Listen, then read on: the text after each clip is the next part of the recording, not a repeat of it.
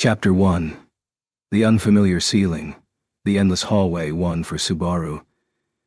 It was a far cry from waking up from a bad night's sleep. When he opened his eyelids, what met his eyes was a dim white glow that was seemingly artificial. The ceiling was unfamiliar to him, and the crystals on it somehow managed to emit a faint glow that illuminated the interior of the room. Subaru had a reputation of being good at waking up, so once he woke up, he would immediately become wide awake. The pillow feels different. As he rolled over, he noticed that the feeling under his head was different than usual. Moreover, the softness of the bed couldn't have been possible on the futon he was used to sleeping on. In fact, the floor underneath his futon had become discolored because he never folded it and put it away after waking up. And it smells super nice too. Ha ha ha. It smells like the sun. Well, it's really the smell of lice that were burnt to death in the sun, isn't it? That was one of the top 3 pieces of knowledge he didn't want to know in his life. I'm going to enjoy the stench of death to the fullest, he thought, and then he opened his eyes. He then raised himself up halfway and looked around the room, which was instantly recognizable as a room for the upper class. The bed was roomy enough for about 5 people, and the room around the bed was at least 350 square feet in size. Using a 350 square foot room as a bedroom would be a complete waste of space. However, given the size of the mansion, that's probably not the case. Fully awake, Subaru got off the bed and lightly turned himself around to check his current condition. First of all, he checked his shoulders, then the various joints in his arms and legs, and then his cardiovascular and endurance strength by lifting his legs and doing squats. And lastly, while taking a breather due to being out of breath, he pulled up the clothes he was wearing to see if he had any wounds from before. Stomach wound. It's gone. No bruises, of course, and no scar from getting disemboweled either. And 0 stitches. So the doctors of this world are excellent. Great. No one would sweep me off my feet if I had any scars, after all. Cooking, laundry, sewing, and other household chores were all things Natsuki Subaru would rather avoid. But he at least had potential in them. Subaru was pretty tough due to all the exercises he'd done at home, and he was able to eat a lot of food as a result. I wonder if a rich official or minister would take me as a bride.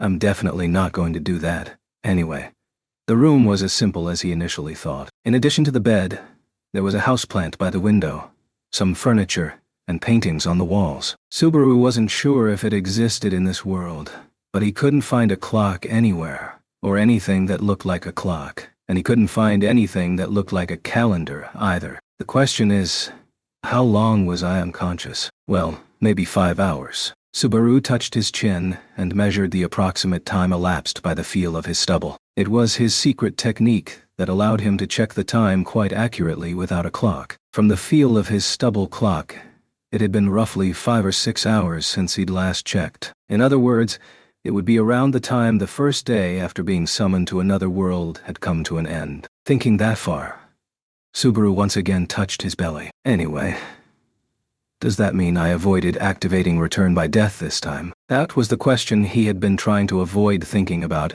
ever since waking up. But then he ultimately decided to face the reality that he couldn't look away from. Up to the point of losing consciousness, Subaru recalled the events leading up to each death. First, I died in a haphazard manner. The second time, I died bravely. The third time, I died like a dog. And the fourth time, I died from a stray projectile after getting thrown into a fight to the death, is what I would be saying if I actually died, but I'm glad I was able to stay alive. If I were to die like that again, I'd be on track to becoming a mob in no time. All of the causes of death were charming like that. On the bed, in the large and uncomfortable room, with the sheets and comforter thrown into a heap, Subaru sat cross-legged in silent contemplation. There was no doubt that this was different from the site of the usual restart point since the activation of return by death had been avoided. There was a 1 in 10,000% chance that this was the home of the fruit stall owner where he always ended up before when he returned by death. But the only thing he could think of at the moment was, it's either Reinhard's house or Emilia Tan's house. They were the only 2 people who were friendly to Subaru and gave the impression that they would own a large mansion like this. Hopefully it's the latter, Subaru thought with his own wishful thinking. The treatment of my abdominal wound. This was probably due to Amelia's magic. If the treatment had not been carried out immediately on the spot, I'd probably have died. And above all, my male mind wants to believe that the beautiful girl was the one who healed me. It's not that I have an issue with that handsome knight healing me, but to have a gorgeous girl heal you is any man's dream, right? This is a different world after all. He then stroked the sheets with his fingers and made feminine gestures while daydreaming. After that, Subaru bounced on the bed and used the springs to land on the floor. For now, I'd like to figure out where I am, he began. Then, it's the beginning of a new adventure. No, don't dread Thessacanges. Get back on track, me. Are you really going to go back to those reclusive days when you were a pain in the ass who didn't want to do anything for himself? Do you really want to go back to that kind of thing where you just eat and play games and watch anime and go to bed at the time you want to get and check out what's on the internet and post comments occasionally?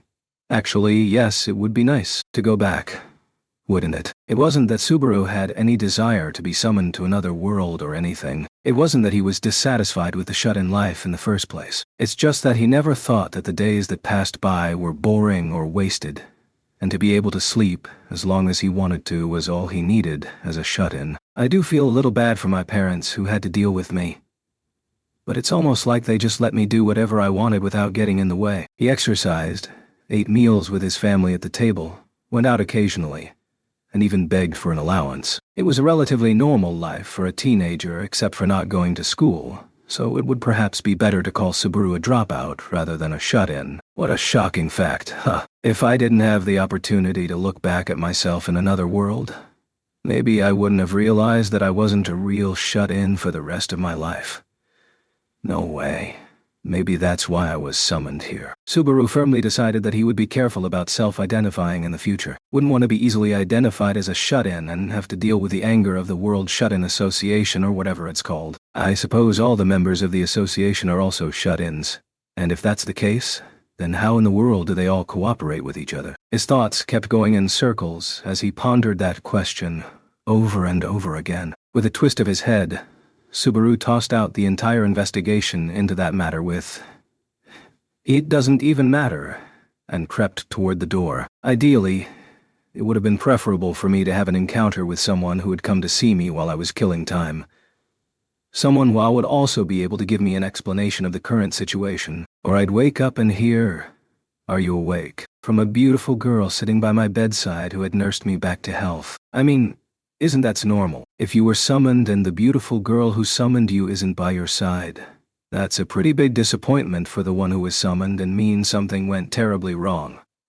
In any case, what he should appreciate was that for now, as promised by the common cliches of otherworld fantasy, the people he meets should all be beautiful. At any rate, there are only 5 named characters I know of. The 3 hoodlums can't be counted since they are essentially uninteresting mobs, and another one is an old man with a wrinkled face, but looked like she could shine if she were cleaned up a bit, not to mention Amelia, Tan, and Reinhard. Elsa is...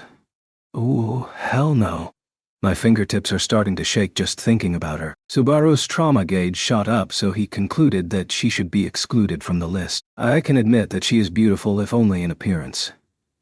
But when her addiction to killing and disemboweling people is added to that, that's what we call gap mo. That isn't something I can just ignore just because she's pretty. Ok, dog. Now that I've figured out what I want to do, I'm going to stop procrastinating and start my journey. Starting something new is always super exciting. After he casually whispered that, Subaru carefully turned the doorknob and opened the door. The chilly air from outside flowed into the room and crept over his bare feet, causing him to let out a wah. Outside the room was a long hallway painted in warm colors. There were long stretches of walls on either side, and he could see similar doors dotted along the way. All of the rooms had probably been constructed similarly to the room Head slept in. With this many rooms in the 350 square foot class, this must have been a more luxurious mansion than he had previously imagined. He couldn't help but think of the status of the owner of this mansion, and then he cleared his throat. The only thing I can say is, wow, it's super spacious. But with all this space, I wonder where all the people are. Walking barefoot down the hallway with floors made out of a smooth, polished material, similar to the floor of his school, Subaru couldn't help but raise an eyebrow at the quietness of the hallway. This is even more quiet than the room, almost too quiet, to the point where I'm afraid of making a sound. Normally he'd be shouting, "Is anyone here?" It was in his nature to do as much as he could in whatever circumstances he found himself in, but under the current circumstances, it didn't feel safe enough to do so. At any rate, Subaru didn't have a shred of understanding of his current situation at this point in time. He had been sure that he was in the home of a benefactor, but it wasn't unreasonable to assume that after losing consciousness, Elsa may have organized a large army consisting of 100,000 men to get revenge and captured him while he was asleep. If that were the case, it was Elsa's side that had captured Subaru, and the mansion would quickly change from a good-natured millionaire's mansion to the hideout of a group of assassins. Maybe I should just wait for something to happen after all. I should just go back to my room right now and offer a prayer to God while trembling on my knees. While looking at the furnishings that also adorned the hallway, Subaru hummed nervously as he began to plan his escape. The paintings on display were more like the landscapes in the room, but many of the paintings in the hallway were quirky and abstract. As Subaru looked at the geometric patterns, he thought to himself, so the brushstrokes went this way and that way, as if he were a know-it-all. Well, I'm not going to let the flag slip away because of that weak-ass thinking. I already decided on a course of action, as if I swore an oath. I don't remember making an oath, or who I made an oath to, but I'll keep that in the back of my mind and act on it. Erasing the option to go back, Subaru walked off with the goal of finding people for now. Right or left? Without much hesitation, he chose the right. This was because he remembered seeing a conversation in a manga that said, "There are many traps on the left. He. Which was reason enough. The distinction between right and left changed depending on which room you left, but Subaru only realized that after walking for a while. So he just went along with it anyways. Oh well, everything looks alike and I still can't see any sign of anyone. He hadn't even reached the end of the hallway yet or saw a place to turn into, and after another 5 doors, Subaru was baffled. There would be a limit to how long it could be. A minute or two might not sound like a long time, but the distance he'd traveled in that time was easily 1,000 feet. It wasn't normal for there to be a hallway that went on for 1,000 feet without seeing the end of it. "I'm not going to be able to get a good idea of what's going on," he said, scratching his head. The worst thing that could happen is that he would have to return to the room he came from. With a bare voice, Subaru deepened the angle of his neck in further confusion. Behind him, from where he had just come from, the problem is that he couldn't see the end of that hallway either, assuming it was in the same condition. Didn't I already see this painting when I first left the room? He was pretty sure he remembered joking about the brushwork or something like that. It was possible that they had the exact same artwork on display, but it would be in bad taste to display the same artwork outside of every room. In other words, I mean to put it more bluntly, I'm on an infinite loop. Perhaps it just felt like he'd moved down a hallway to some extent, and was simply transitioning to the other side of the map.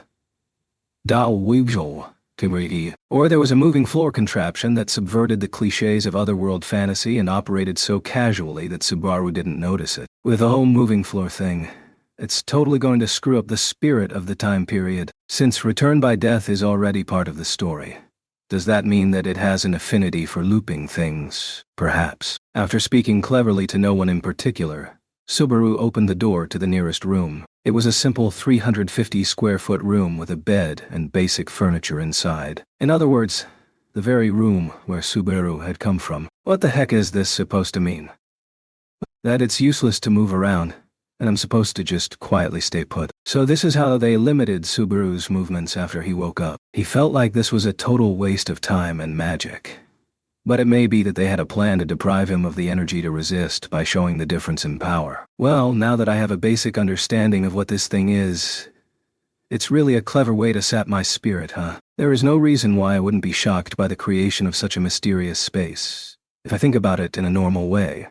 He stretched his arms, legs, and hips with an then he put his hands on the wall to firmly loosen his Achilles tendons, successfully warming up his muscles for his upcoming actions. My usual mode of action would be to jump into bed like, "Hey, I'm just gonna chill until someone comes along." But not this time. If they think this is enough to make me give up, then they are in for a big surprise. He crouched in the middle of the hallway and assumed a starting position. Get set, ready. As expected, after sleeping for half a day, I'm full of energy. After a not-so-cool boast of his amazing amount of energy after getting a lot of sleep, Subaru started running as fast as he could. He definitely wasn't as fast as felt.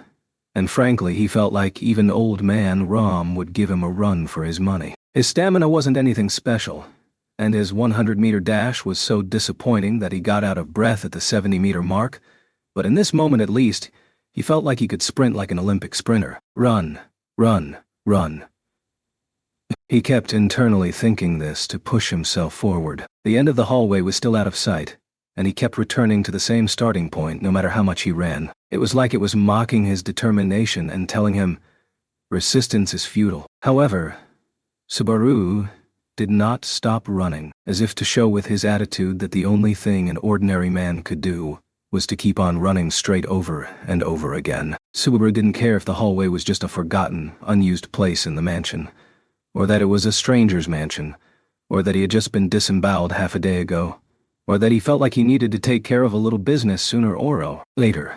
Thought, no, that last one isn't good. That's not good. Oh man, I'm suddenly having a raging urge to pee, and number 1 and number 2 feel like they want to come out at the same time. The boy parts of Subaru begin to squeal, and the dashing form of an Olympic sprinter from earlier is nowhere to be found. The posture in which he ran through the air devolved into a woman's running posture, in which his upper body swayed as he squeezed his inner thighs together. However, such trivial differences in Subaru's running style did not stop the world from mocking his efforts. The repetition of this maliciousness eventually slowed down Subaru's speed. His shoulders shook loudly, and he breathed roughly, a lonely battle with even sweat on his forehead, and, unable to gain anything from it, Subaru squatted down on the spot. I give up.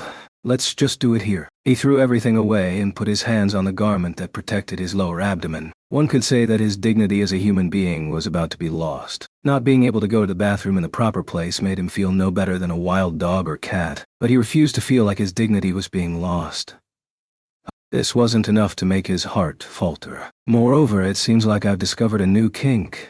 This kind of abuse feels kinda good, he said with a fresh smile on his face for the first time since being summoned to another world. He squatted down in the hallway. At the very least, he'd stopped at the end of the hallway, which showed he at least had a little bit of reason left. And Natsuki Subaru ready to go. Huh.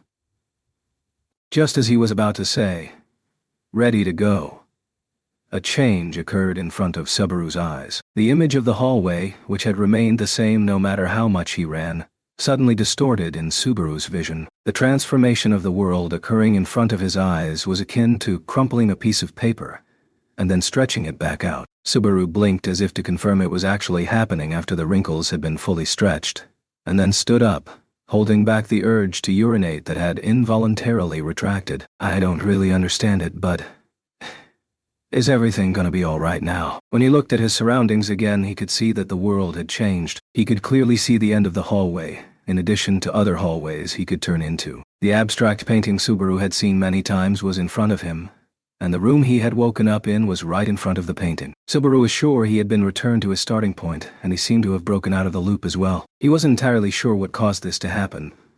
But, so it's essentially because I tried to go to the bathroom in the hallway. That's a complicated flag. It's the kind of thing you wouldn't notice normally. Whoever thought of it, I'm sure they're an evil genius. Well, now that I've escaped the loop, why not just go back to the room and go to sleep? Scratching the back of his head, Subaru looked back at the first door. However, sudden chills swept through the hallway as he did so. It wasn't like it conveyed any words, but the feelings put into it were rather straightforward. It was as if someone was facepalming somewhere. Whoever it is, I know someone's out there telling me to go back. Yeah, okay, I'll go. After throwing an angry yell at the cause of the endless loop, Subaru began walking once again. It would have been possible to just do his business there, but that wouldn't have advanced the event, and finding a bathroom was what mattered most right now. In other words, for the sake of protecting my dignity, I have no choice but to proceed. I mean, whoever this is too good, so I'm not going to back down. With a determined look on his face, he affirmed his intentions. Yes, Subaru would keep fighting on because of his urge to pee. Although the looping mechanism had been deactivated, the hallway was still wrapped in a strange atmosphere, as if saying it wasn't over yet. Subaru felt like that sensation was somewhat similar to the feeling he had when he saw Amelia use magic. This was his best guess as someone who couldn't use magic, but the hallway seemed to be completely filled with it. Unlike when he was dealing with the endless loop, it wasn't even trying to be hidden this time. The magic user must have been quite confident in their abilities, to the extent that they could set up their evil schemes and confidently say, "Come on in, there's a trap in here. It's not safe to proceed in the dark," or so they say. But being too cautious is the same as being a coward, and above all, I have a time limit. The tide had receded quite a bit now, but it was no secret that it would eventually return as a massive wave. Gulping and wiping the sweat from his forehead, Subaru took the first step with determination. The door was in front of him, and with a twist of the doorknob said, "The hallway is always full of traps after breaking the loop." In a typical dungeon event like this, surprisingly enough, the first door is always the best choice. With that intuitive guess, he opened the door, and the response he received was, "What a deeply bothersome guy, I suppose." He received a resentful look from a curly-haired little girl staring at him in an unfamiliar library. Chapter 2. The Keeper of the Forbidden Library and the Twin Maids. It was a room that basically screamed library at you. The room was twice as large as a 350-square-foot room, and there were bookcases set up all over the place, going from one corner of the room to the other. Every bookcase was so tightly packed with books that it was hard to imagine how many books it truly held. Books took up a lot of space and were heavy, so it was a problem to have so many. In Subaru's case, his whole family loved to read manga, and there used to be a room on the second floor of his house that was filled to the brim with books, especially manga. One day, without any warning, the floor fell through, and it was a complete renovation disaster. Fortunately, no one was injured, and Subaru had since put them all in a dedicated book storage room, so they should never experience that kind of catastrophe again. Even from the perspective of Subaru, who has had such an experience involving books, the number of books in this room exceeded the number of books in his house, even with the floors removed. Of course, the structure of the mansion itself was much sturdier than that of his house. Finding even one book to read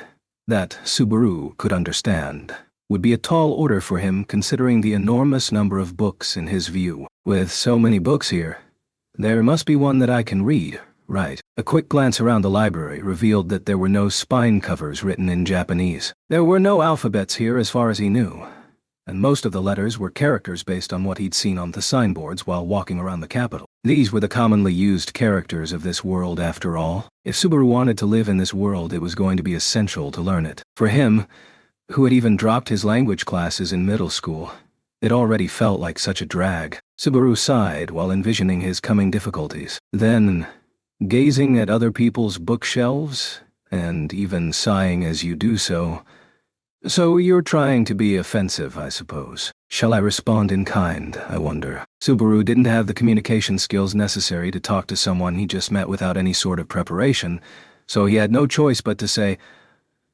"I'm really not good at talking to people I've never met before, so I'm gonna have to head out for a sec, sorry. I'll be right back for a take two." After he raised his hand to the little girl who stared at him with her unmoving eyes, Subaru casually walked out of the room. Then, after a few moments, he opened the door, re-entered the room, and looked at the little girl who hadn't moved an inch from where she had been standing. "Oh, look who's here. Hi. Nice to meet you. Can I have a word with you?" Betty knew you were making fun of her, I suppose. "Don't you think you deserve to be punished for entering Betty's library without an invitation, I suppose?" The little girl laughed, adorably and cruelly at Subaru, as he tried to start their encounter over from a better starting point. How many times have I seen this sight in this other world? She was a beautiful, sweet girl. She appeared to be younger than felt, perhaps 11 or 12 years old. She was wearing an indigo-colored dress with lots of frills and had a lovely face that suited her ornate hairstyle and clothes. Her hair was closest to the color of cream and was grown long and rolled into curls. It looked like drills. Adorable came to mind, and the little girl's appearance seemed to be the embodiment of that word. The cuteness level was so high that one's heart couldn't help but melt if she were to smile. Now she was standing in front of Subaru with a solemn face. "You'll ruin your pretty face if you don't smile. You see? Just smile. Smile. Smile." Betty being pretty is simply Betty's nature. But a better question would be, what should Betty do with you? I suppose. Do what with me? I'm sorry I ignored your intentions. I'm the type of guy who unconsciously pulls out all the correct answers to a question like this, even though the GM would want me to step through all the events he's prepared for me. A talent for pulling off the correct answer in a situation where there were 4 choices and only a total of 4 hints were available. People also called it not being able to read the mood. In the past, there had been many events that Subaru had subconsciously crushed in that way. The endless loop earlier could be added to the list of those events. Trying to do your business in the hallway of someone else's house. Coming here without even crossing the hallway with lots of mana-sensing traps. There's only one word to describe you. The worst. In fact, I'm the type of guy who doesn't stop for anything, even RPGs. That's why I'm so busy collecting sub-events the second week. If it was a visual novel game, he would often go straight for the main heroine, and though he enjoyed collecting special illustrations, he wouldn't necessarily collect all of them if there were too many side quests to do. Leaving those off-topic thoughts aside, Subaru said, "Well," and then looked at the little girl once again. From what she said from earlier, it was safe to assume that she was the culprit behind the endless loop in the hallway. After that, it seemed that the hallway was also set up with various surprise events that prevented Subaru from finding a bathroom. However, he managed to skip all of those events in the end. I understand that you want to show off your power, but messing with someone's bodily needs for that purpose is not funny. It almost killed me socially. I shudder just thinking about it. Know that she thinks about it, Betty should have just let you run around in circles for a while longer.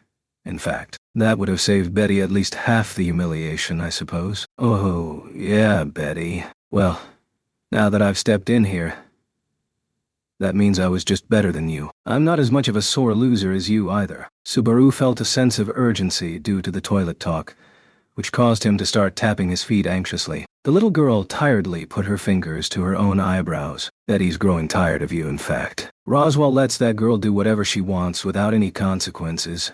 Now Betty has to clean this mess up, I suppose. You're tired, but you're so young. Children should play outside in the sun. Wrinkling your eyebrows together is so boring. Come on. Come on. Live strong. Thumbs up. The catchphrase was, "Live strong," which Subaru first heard in the slums of the capital. At first he wasn't sure about how he felt about it, but the more he said it, the more he grew to like it. The little girl stared at Subaru with half-lidded eyes as she began to like the phrase soberly. Subaru responded to her gaze with a shy smile, and then stuck out his tongue. Wait. That reaction is not what Betty expected, I suppose. You're creeping Betty out, in fact. Ow. You just said the whole phrase instead of using the abbreviated version. With that out of the way, can we get to the point? If I get sidetracked too much, my bladder will be in trouble. I don't know what the second half means, but I have a feeling we'd better get down to business for Betty's sake, I suppose. Okie dokie dot. So, Subaru was about to ask the question, "So, where's the bathroom?" But he was getting the impression that she would use that to her advantage in order to tease him, so he restrained himself and kept his mouth shut. No matter how he looked at things, the little girl in front of him had to be a magic user of some sort. It was pretty obvious based on how well the looping hallway trick went, and there was a good chance he wouldn't be a match for her. Moreover, Subaru was extremely hungry right now on top of recovering from life-threatening injuries, and his fighting power was declining. Especially after all the sprinting and running he did earlier, he felt a great deal of anxiety about his physical strength. He knew that his wounds were healing, but he was low on blood as well, which was a bit dangerous. I want to start with liver. A heaping serving of pork, liver, and garlic chives to replenish my blood. Tonight, it's not koetsu. I'm the one who's bloodthirsty, Haya. This boy... What are you even talking about now, I suppose? Oh, sorry. I'm gonna cut to the chase. Let's see, what's this place anyway? After all, it was good to gather information while the other party was honestly willing to discuss it. While thanking the girl for her patience and understanding, Subaru decided to ask a few questions. First of all, Subaru wanted to confirm where he currently was. He didn't think he had been captured by Elsa now, but he couldn't necessarily claim that as a fact yet. He was hoping to get an answer from her concerning that issue. However, she responded with, "It's Betty's bedroom, I suppose?" "Ah!" Giving a literal answer right away. I know that youngsters nowadays think that being literal is fun and all. But don't you know, that's the exact problem with y'all. I teased her back a little bit and this is what happened. That clearly upset the little girl, who called herself Betty, but he wondered if that was her real name. It seemed more like a nickname. The girl puffed out her cheeks at Subaru, who was struggling with his emotions. She crossed her arms and shook her glittering dress as she approached him. "Betty has had enough, I suppose. Betty has a feeling she's going to have to teach you a lesson, in fact." "Oh, come on. Abusing prisoners is barbaric. Don't do it. I'm just a normal guy who has to endure the urge to pee, and that makes me less dangerous than the average person." "That makes you more dangerous due to your desperation, in fact." "Damn. That's clever. Crap. I can't think of a single thing to do to prove that I'm not a bad guy." "Listen, I'm not a bad guy." She shook her head in small increments, a determined appeal that made her eyes moisten as she shrank to the limit. But the girl's steps, instead of slackening, increased in speed. And then she said, "Don't you dare move, in fact." A shiver ran down Subaru's spine as he heard those words. Suddenly, the smell of old paper that had dominated the library disappeared, and the pain he felt was as if ice had been thrust into his nose. Subaru's skin turned to the color of ash and he could hear a distant, high-pitched ringing in his ears. The reason why he couldn't smell anything was so his other senses could be strengthened. In this case, sight and touch.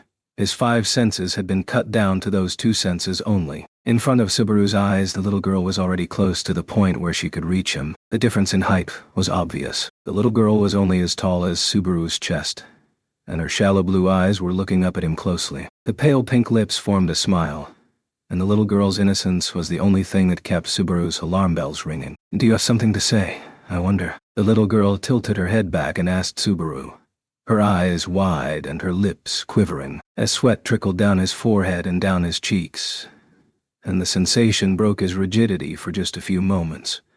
Subaru searched for the best word to say in the moment he was allowed. "That's right. The one word that should be uttered right here. The one word that would break the current situation. That was... Is it gonna hurt?" "Betty is impressed you can be so light-hearted in this situation, I suppose." "Betty guesses it's up to you whether it hurts or not, in fact." Saying that in a seriously impressed tone, the little girl's hand reached for Subaru's chest. A palm met his chest and gently and modestly stroked the surface. There was a tickly sensation running up his spine, like a chill. Ooh. In the next moment, Subaru felt as if his entire body was on fire. Something terrible raged inside his body, burning everything from his fingertips to his hair. It was as if her fingertips were wrapped in flames and moving all across his body. It was an extremely painful sensation for him to endure. Subaru's vision flickered, and the next thing he knew, he was on his knees with tears running down his face. His breathing was ragged, as if he had been running for miles, and his whole body was as sluggish and achy as the day after he had done a reckless muscle workout. Most of all, he felt exhausted, with all the mental stuff dragged out of him. "It looks like you didn't pass out, I suppose. Just like Betty was told, you're quite sturdy, in fact." "What the hell did you do to me, Drill Loli?" "Betty simply took out some of the mana inside your body, I suppose. It seems to have a special shape, in fact, even though you're just an ordinary guy. Your gate also seems to be closed, in fact." Muttering to herself, the little girl knelt in front of the crumpled Subaru. Subaru struggled to support his upper body as she poked her fingers at him while he was trying to get up. "Well, it confirms that you aren't hostile, I suppose. And for all of the disrespect from you towards Betty and for all the hard work Betty has done,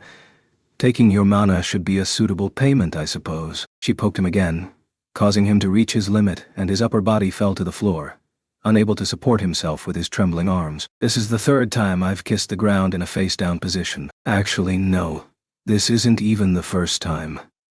Since I returned by death, this is totally my first kiss." Gathering up all the extra energy in his body between his silly thoughts, Subaru somehow managed to change the angle of his neck on the floor. Slowly over time he managed to look up at the little girl's face. As the little girl watched Subaru's efforts, she loosened the corners of her mouth in amusement. Subaru peeled his teeth at such a smile and laughed. "You're not human, are you? And in this case, I'm not talking about your personality. For all the times you've seen Bubby, you're a little slow on the uptake, I suppose. Her words made her sound younger than she appeared, which in turn gave him the impression of a little girl cruelly playing with the wings of a feathered insect. The fact that she was enjoying watching Subaru crawl along the floor drooling was another point that supported his current impression of her. One correction? In terms of personality, you're not even human either. Don't measure a noble and sublime being by your standards, human. It was a statement said in a far too cruel tone for a little girl to utter. Somehow, Subaru felt something smoldering in his chest. However, although he felt it, he no longer had enough energy left to act on it. No matter what he did, he was being dragged into the darkness. Come on, I just woke up and I'm being rendered unconscious again. I will speak to the others, I suppose. It would be troublesome if you started leaking here, I suppose. What if I just let it all out now? No, I don't have enough guts to say that. Unable to speak with his unruly mouth, Subaru fell unconscious again. Oh, he is awake, sister. Ah, he is awake, Rem. It feels like my consciousness is rising to the surface from the ocean's depths. The time change and waking up again began with the voices of two girls with the same quality of voice. Based on how well I slept, I guess I'm in the same soft, comfortable bed as before. What burned Subaru's eyelids as he woke up from his slumber was the slight amount of sunlight streaming in through the curtains. The amount of glare was so soft that one would think it was morning. Don't know what time it is when you're on the road. Then would not try out my handy-dandy stubble clock. He gave a sales pitch to no one in particular and checked the time while waking himself up. When Subaru touched the stubble clock on his chin, it felt like it had been 4 or 5 hours since he'd woken up last. He could still feel some slight sluggishness in his body. It is 7 bright sun now, sir. Yes, 7 bright sun, sir. Perhaps it was because Subaru stared at the window and showed the action to check the time. But the voice kindly answered the question. 7 solar time.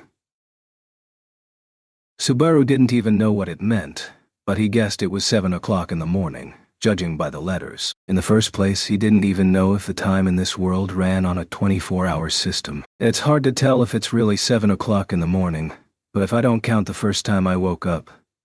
So, I pretty much slept through the whole day. Huh. Well, that's not much of a surprise to me as someone who has slept for 52 hours straight. Sister, did you hear that? Truly the words of a lazy man. Yes, I heard that. Rem, truly the words of a good-for-nothing man. So, who are you two people who are always stereotyping me, ladies? With a thud, Subaru bounced off the covers and got up. The sudden action surprised the girls, who were standing next to the bed with Subaru between them. The girls jolted away from the bed, moved to the middle of the room, and then looked at him, hand in hand with each other. Although they had expected this to some extent, the girls looking at Subaru with their fingers intertwined looked exactly the same. Twins. They were around 5 feet tall. They had large eyes and pink lips with shallow faces that made them seem childish and lovely. The two girls, who looked exactly alike, had their hair cut short, but their hair was different colors. One was pink, and the other was light blue. Furthermore, they covered one eye with their hair, but the pink-haired girl covered her left eye, and the light blue-haired girl covered her right eye. But such differences were only trivial. At this moment, based on those features, the thing that stirred Subaru's heart the most was, no way.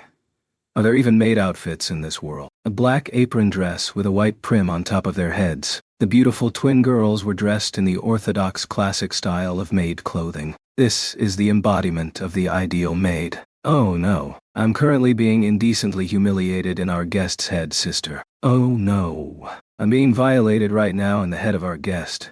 Rem, don't underestimate my mental capacity. You're both fodder for my fantasies, ladies. Subaru held his arms out and ruffled his fingers in the air. The meaningless movement brought a shiver to the faces of the two maids, and they untied their intertwined fingers and pointed at each other. Please forgive me, sir. Just let Rem go and go defile, sister. Please don't do it, sir. You can let Ram go and defile Rem instead. What kind of sisterhood is that?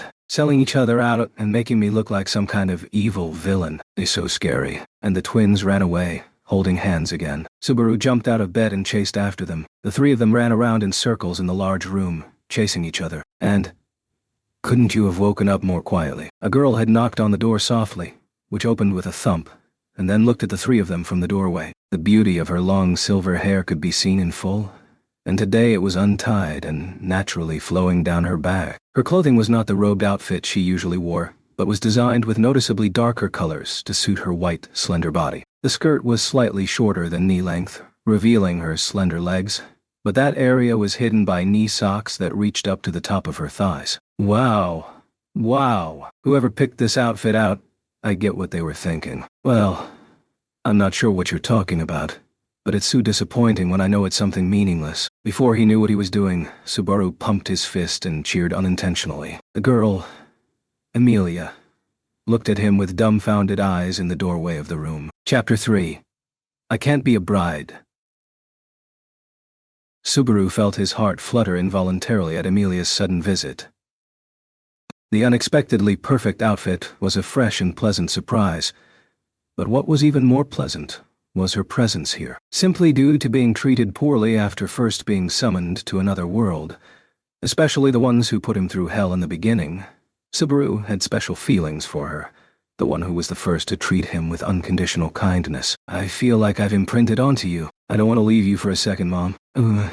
I was a bit worried because I heard that Beatrice played a prank on you while you were low on blood, but I guess it was useless to do so. Hey, I've never had trouble waking up, and I'm kind of afraid to ask you this, but at the puzzled Amelia, Subaru nervously tapped his index fingers together and looked up at her. So, do you remember me? Your mannerisms are so weird, and that's a weird question to ask. I don't think anyone could forget someone who leaves such a strong impression like you. Subaru. Subaru's shoulders descended in relief when he heard Amelia softly whisper his name. The fact that the girl called him by his first name without an honorific was completely unexpected and embarrassing for him, someone who never really interacted with the opposite sex in his original world. His ears ended up turning bright red in embarrassment. Putting aside this somewhat immature behavior of Subaru, the twins, who had noticed Amelia's presence, rushed to her side. They moved behind her, and with only their faces on either side of her, they stared at Subaru. Kindly listen, Lady Amelia. The guest has humiliated my sister. Kindly listen, Lady Amelia, daughter. The guest has held me captive and violated Aram. It's really not good to tease him too much. I think it's something Subaru would do, but there's no way he could get away with it. Ram and Ram, don't you think you're playing too much with a sick patient? Yes, Lady Amelia. My sister is sorry for what she's done. Yes, Lady Amelia. I'm sure Rem will reflect on this. Ram and Rem, the two who were called by name, declared their remorse without a shred of remorse in sight. Perhaps accustomed to their attitudes, Amelia looked at Subaru without seeming to be bothered by it. So how are you feeling, Subaru? Does anything feel strange? I thought I was going to die because I felt like my whole body was on fire before losing consciousness, he said. But I don't feel like that at all now. Now, I feel like I slept too much, actually. Yeah. It's been almost a day since I met you, and you slept through half of it. That's not true. Recalling the events that had occurred up until now, Subaru was at a complete loss for words as he tried to refute her statement. The time it took for Subaru to get through the events of yesterday felt like more than 24 hours to him. But that wouldn't be the case for Amelia. From Amelia's point of view, their chance encounter would only have taken less than an hour. The number of words she exchanged with him could not be said to be much either. For Subaru, having this conversation event with her took top priority, especially since he hadn't had a chance to do so this time around. Sleeping too much and being lazy are habits of mine, and it's super unusual for me to be up in the morning. What kind of life have you been living? You see, it's easier to play games at night because you don't have to deal with all the unnecessary noise. To be frank, for a shut-in, the high hours of the day are a perfect time to sleep. You know, I'm really getting more and more disappointed in you, Subaru. Amelia expressed her disappointment with a sigh in a way that was easy to understand, even though she probably didn't understand most of the meaning, but she understood the essence of what he was saying. Detecting that the mood was turning sour, Subaru quickly attempted to change the subject by talking about her clothes. By the way, you look so different today. What were you doing? Oh, don't mention the clothes too much. I don't like it either. If you're wondering what I've been doing, I was just about to go about my morning routine. Amelia held her forehead and slurred her words as if she were having difficulty saying them. Her lack of clarity also bothered Subaru, But he didn't pursue the subject any further. What's your morning routine? I'm going to borrow the garden of the mansion and talk to the spirits for a bit in the morning, because that's part of the contract I made with various spirits. Wow, talking to spirits is super cool. I don't know what a contract is, but the first thing that came to mind when he heard the word spirit was still a tiny gray-haired cat. In this version of the world, he hadn't had much contact with him, but Subaru still found himself looking forward to seeing him again, mainly to get his daily dose of cuteness and fluffiness. Seemingly out of habit, Subaru wiggled his hands. Emilia was quickly learning to ignore the oddities of Subaru's mannerisms, however. Well, it's good that you're fine, but don't make too much noise because most people are still asleep at this time. Although it's awful of me to tell someone who's been asleep for so long to be quiet. You're right. Oh, when you say garden, does that mean it's a bit bigger? It's more of a park than a garden. Why do you ask? Nah. Provided you don't mind me doing something in the corner of the garden while you talk to the spirits, Emilia Tan. As long as you're not making too much noise or anything. What? What did you just say? Okay, I'm in. I'll go with you. Hey, what did you say? What's Tan? Where did that come from? Though she was asking him questions in a frenzy, he dodged them, with a nasty attitude in return for their earlier mean-spiritedness. Subaru turned his body towards Ram and Rem. Hey, maid sisters, do you know where my clothes are? I don't know where they went, but these feel like hospital clothes, and I think they're probably keeping it here. It hadn't been mentioned so far, but Subaru's current outfit was similar to a thin Samu costume made of red-brown fabric. The material was too stiff to be called a hospital gown, but it was much cooler than it looked and quite easy to move in. But when it comes to moving around, it's not as comfortable as my tracksuit. So, I'm wondering if I can find it somewhere. I don't know if the blood ruined it or not. Do you know, sister? Is it that dirty little gray rag by any chance? I think so, Rem. Maybe it's that blood-stained, rat-colored piece of filth. Quite fearless, you two. Yes, the dirty little rags. If it's still wearable, can you bring it here? Subaru asked. The twins looked at Emilia as if seeking approval. When Emilia indicated with her eyes that she had no choice, the twins nodded and tottered out of the room. Are you sure you're feeling okay? It wasn't a shallow injury from what I can tell. For sure, I feel perfectly fine, and I don't want my body to be idle either. If you miss one day of training, you'll have to train for 3 days in a row to catch up, or so they say. Subaru straightened his posture as he remembered something, tidied his appearance up, and then turned to Emilia. She looked puzzled by his actions, but he bowed to her and said, "You were the one who healed my wounds, right? Thanks for the help. Not. I'm still scared of dying, actually. I only want to do it once. Normally, I'd think you'd only do it once. But nope, it wasn't me." After saying that, Emilia gave a small shake of her head. Then she looked straight at Subaru with seriousness in her amethyst eyes. Due to the brilliance of her gaze, the fascinated Subaru was stuck, as if in a trance, and just stood there silently, lost in her eyes. "I'm the one who should be thanking you, Subaru. Back then, you risked your life to save me. A person you barely knew. Right. Treating your injuries was only the natural thing to do." With such a sincere look on her face after conveying her gratitude to Subaru for saving her life, Subaru couldn't help but let out an involuntary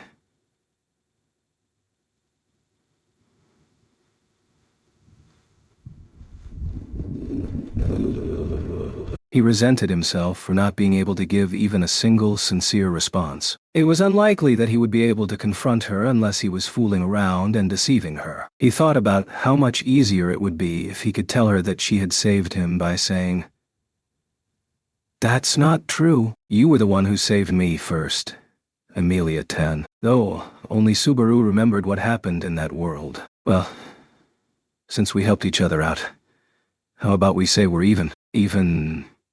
It means we don't owe each other anything. So let's be friends, sister. If only they were still in the slums. They could have teamed up together, shoulder to shoulder, but all Subaru could do now was use his zeal to cover up his shame. Emilia smiled slightly at Subaru's bravado. "I don't think I need a strange little brother like that." That's a rather harsh comment, right? Subaru felt a little depressed when Emilia gave such a poor assessment of him, but he knows he hadn't shown an ounce of dependability yet. So he'd just have to resign himself to this harsh assessment without a single rebuttal. "We found what you requested, sir. Here you go, sir." While Subaru was in a depressed state of mind due to what had just occurred, The twin maids brought in his recently washed tracksuit. The pink-haired maid had his jacket, and the light blue-haired maid had his pants. Fortunately, they were able to get the tracksuit washed without leaving any traces of blood on it. At first glance, Subaru was relieved to see the return of his good-as-new tracksuit. However, the two girls rushed over to him and tried to remove his clothes as quickly as possible. Hey. No, I can do it on my own, although I'm kind of flattered. Oh my. He feels more pleasure than shame, sister. Oh dear, he feels more happy than humiliated. He must be a pervert at heart, Rem. Wow. The pink-haired one is the one with the foul mouth. I'll get dressed. Just hand it over. Subaru quickly shook off the squirming twin's hands and got his tracksuit back. He was about to get changed as quickly as he could, but then suddenly realized something. Speaking of which, were you the one who changed me into these clothes? It was me. Ram and Rem were out, and since I was patching you up anyways, it only seemed natural to do it. Oh, and I gave you a quick but thorough wipe down too, Emilia said, as if it was the most natural thing in the world to do. Subaru gently peeked inside the underwear he was wearing and confirmed the fact that even his underwear had been replaced. He collapsed on the spot and covered his face with his palms. I can't be a bride anymore. If the genders were reversed, that would make sense. Anyways, we don't have much time, so if you're going to go, let's get going. As if she were the man in the relationship, Emilia patted Subaru on the shoulder in a comforting manner. Since she probably didn't understand what he was saying, Subaru decided to bury everything he just said and take it to the grave with him. Subaru had been undressed, cleaned up, and then redressed by a beautiful girl who would have seen his naked body. He thought that was pretty nice in its own way and could even be seen as a reward. He decided to think positively. Positive thinking, gently wiping the tears from his heart with these positive thoughts. Subaru got to his feet. As he grabbed his clothes and looked around, the females in the room, sensing that he wanted to change his clothes, left the room in a hurry. The twins left the room first, and the last thing he saw exit through the door was Emilia's beautiful silver hair. But just before her figure disappeared behind the door, her white profile suddenly turned around. Don't worry about it. It was impressive. As she left, the door closed with a thud. For the time being, Subaru had to get his clothes changed. He wasn't quite sure how the Samu-style clothes were put together, but he figured it out eventually. He then neatly folded the Samu and placed it on the bed. After that, he checked how the tracksuit felt after having not worn it for a few hours and stretched with an and was ready to go. Well, after swinging his hips around and popping a few joints, Subaru looked out the window of his room. He gently pulled the curtains apart, and he could see the morning sun still blessing the early morning world as it began to rise. After basking in the warmth of the sunlight, he walked over to the bed and dived into it. I can't be a bride anymore. Pressing his face against the pillow, this time Subaru cried like a little boy. The last thing that happened was the most heartbreaking for him. Subaru thought he was going to die back there. He even wished he could just die and start over. But this heartache wasn't bad enough for him to take such measures. And for a while, Subaru continued to cry his little boy feelings out like a pansy. Chapter 4. Boot Camp. In another world, after wiping away his tears, Subaru left with Emilia. And this time, the hallway he walked through had a proper end. He was then led to a familiar-looking garden outside the manor. The maid twins also had some work to do around the manor, so they slipped away while they were on the way to the garden. Wow, it's huge. The mansion is big too. But this is more of a field than a garden, huh? The garden of a well-off person's mansion. A place that was often used as the setting for lunch or dinner parties in manga and anime. Subaru let out a sigh of admiration as he looked around the large garden, and immediately began doing stretching exercises to get himself back into shape. Those are some odd movements. What are you doing? Is warming up not a thing here? If you don't loosen up your muscles before moving your body, you'll damage your ligaments before you know it. You could tear your Achilles tendon, or something like that. I don't think I've seen something like that. But it's true that you can easily get injured if you move suddenly without warming yourself up. I didn't know people in this world don't do warm-up exercises. Oh well. Then how about I teach you? The authentic warm-up exercises of my homeland, passed down through the generations. Impressed by the confidence of Subaru, Emilia hesitantly replied with a, "Oh, okay. Then just for a little bit then." Subaru asked her to stand next to him. After the two of them were lined up side by side, facing away from the manor, they took deep breaths with the sun pouring down on them. Radio Calisthenics, Exercise 2. Go. 1 2 1 2 1 1 2. Ugh. What? No way. Hold your hands out in front of you and touch the sky. Follow my movements. Follow me. While encouraging the puzzled Amelia, Subaru performed his homeland's famous radio calisthenics routine. In the beginning, Amelia seemed perplexed and tried imitating his movements, but she gradually became more motivated and was absorbed in the exercises with a serious look on her face. Once the exercises were over, she took a deep breath and at the end, hold your hands up high and say, victory. Victory. All right, that's the spirit. Not bad for your first time. Amelia Tan is awarded the title of Calisthenics Novice. Keep up the good work. Fight. In another world, Subaru's life as a radio calisthenics instructor began. Amelia, his memorable first apprentice, exhaled with a blank look on her face at the ever-so-enthusiastic Subaru. Despite what you just said, Subaru, it's true that these exercises were effective, because I can feel my mana circulating in my body. Then, I hope you can spread the word. But only on the condition that the song and victory are spread too. The song and victory had to come in a package. That was non-negotiable for Subaru. Feeling pressured by Subaru's uncharacteristically serious attitude, Amelia nodded her head. Let's see. 1 2 1 2. No, dot. It's 1 2 1 2. They spent some time saying 1 2 1 2 to each other, but Subaru decided to write the lyrics down on paper in the end. After he reached that decision, Subaru came to the realization that the people in this world might not understand the words he wrote down. At least for now, he couldn't read the letters of this world. Maybe I should check it out later, huh? I can only write in Japanese, a little English, and some Gao characters. But Subaru had mastered the Gal alphabet after spending a surprisingly enthusiastic amount of time learning it, although never actually being able to use it makes it feel like he just wasted his time. Even so, you are pretty fit, Subaru. Amelia suddenly muttered that to Subaru, who was turning his wrists and ankles and popping his joints. For Subaru, despite already having been seen naked by her, even if it were for the purpose of being treated, he couldn't help but feel embarrassed when Amelia looked at him from top to bottom. Recalling the extreme embarrassment he felt 10 minutes ago, Subaru scratched his head. Well, sort of. Since I'm a shut-in, I should at least exercise a bit. Well, I don't know what shut-in means, but I'm sure Subaru comes from a really good family. Weren't you taught martial arts? No. I'm seriously from a normal middle-class family. But where did that come from? Do I give off some noble-like elegance? You must be curious. Subaru said, let's hear it, and raised his hands up in a playful manner. Then, Amelia quickly grabbed both of Subaru's raised hands. The girl fiddled with his hands vigorously, and he emitted an ah as his throat froze up. Like these fingers, it's because of the way your skin and hair look. These hands look so different from the hands of a commoner. And these muscles don't look like they came from working. She continued to fiddle with his hands, causing him to blush constantly.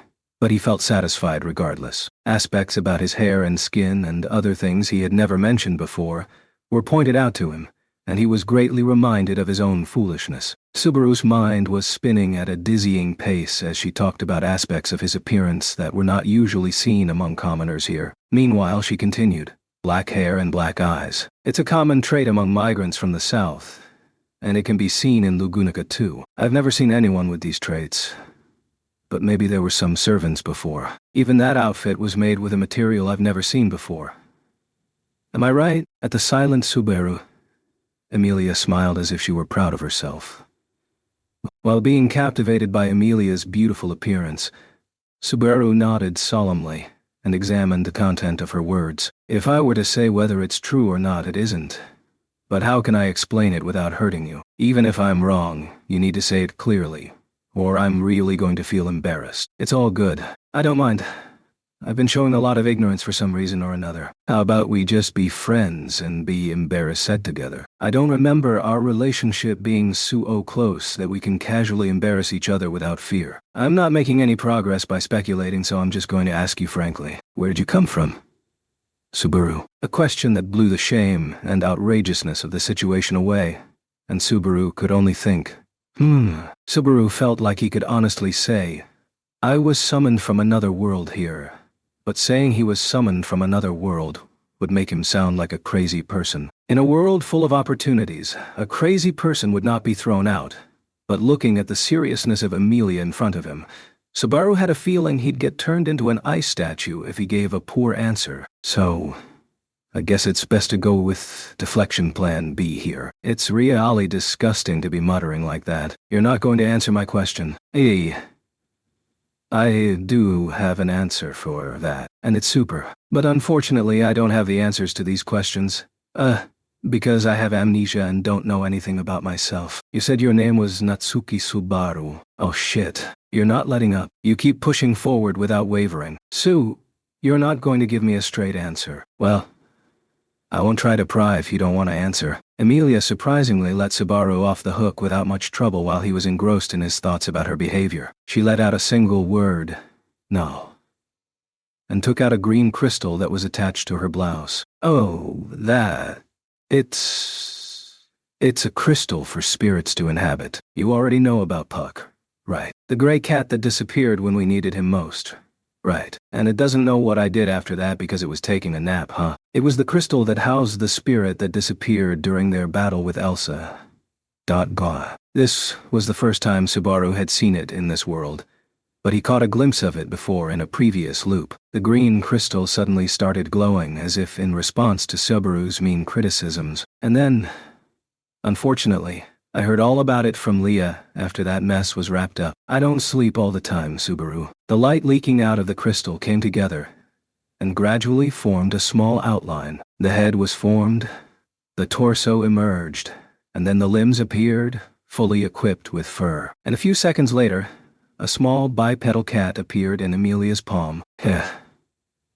Good morning, Subaru. Nice day today. It was a rather wild night and morning for me, though. I had to deal with looping hallways and the need to pee.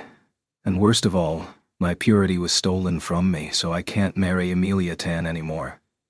Don't use such harsh words. After being told that, Subaru replied with a vague sure. Emilia closed her eyes as if resigned to it, then looked at Puck, who was still in her palm. Good morning, Puck. I'm sorry I put you through all that last night. Good morning, Leah.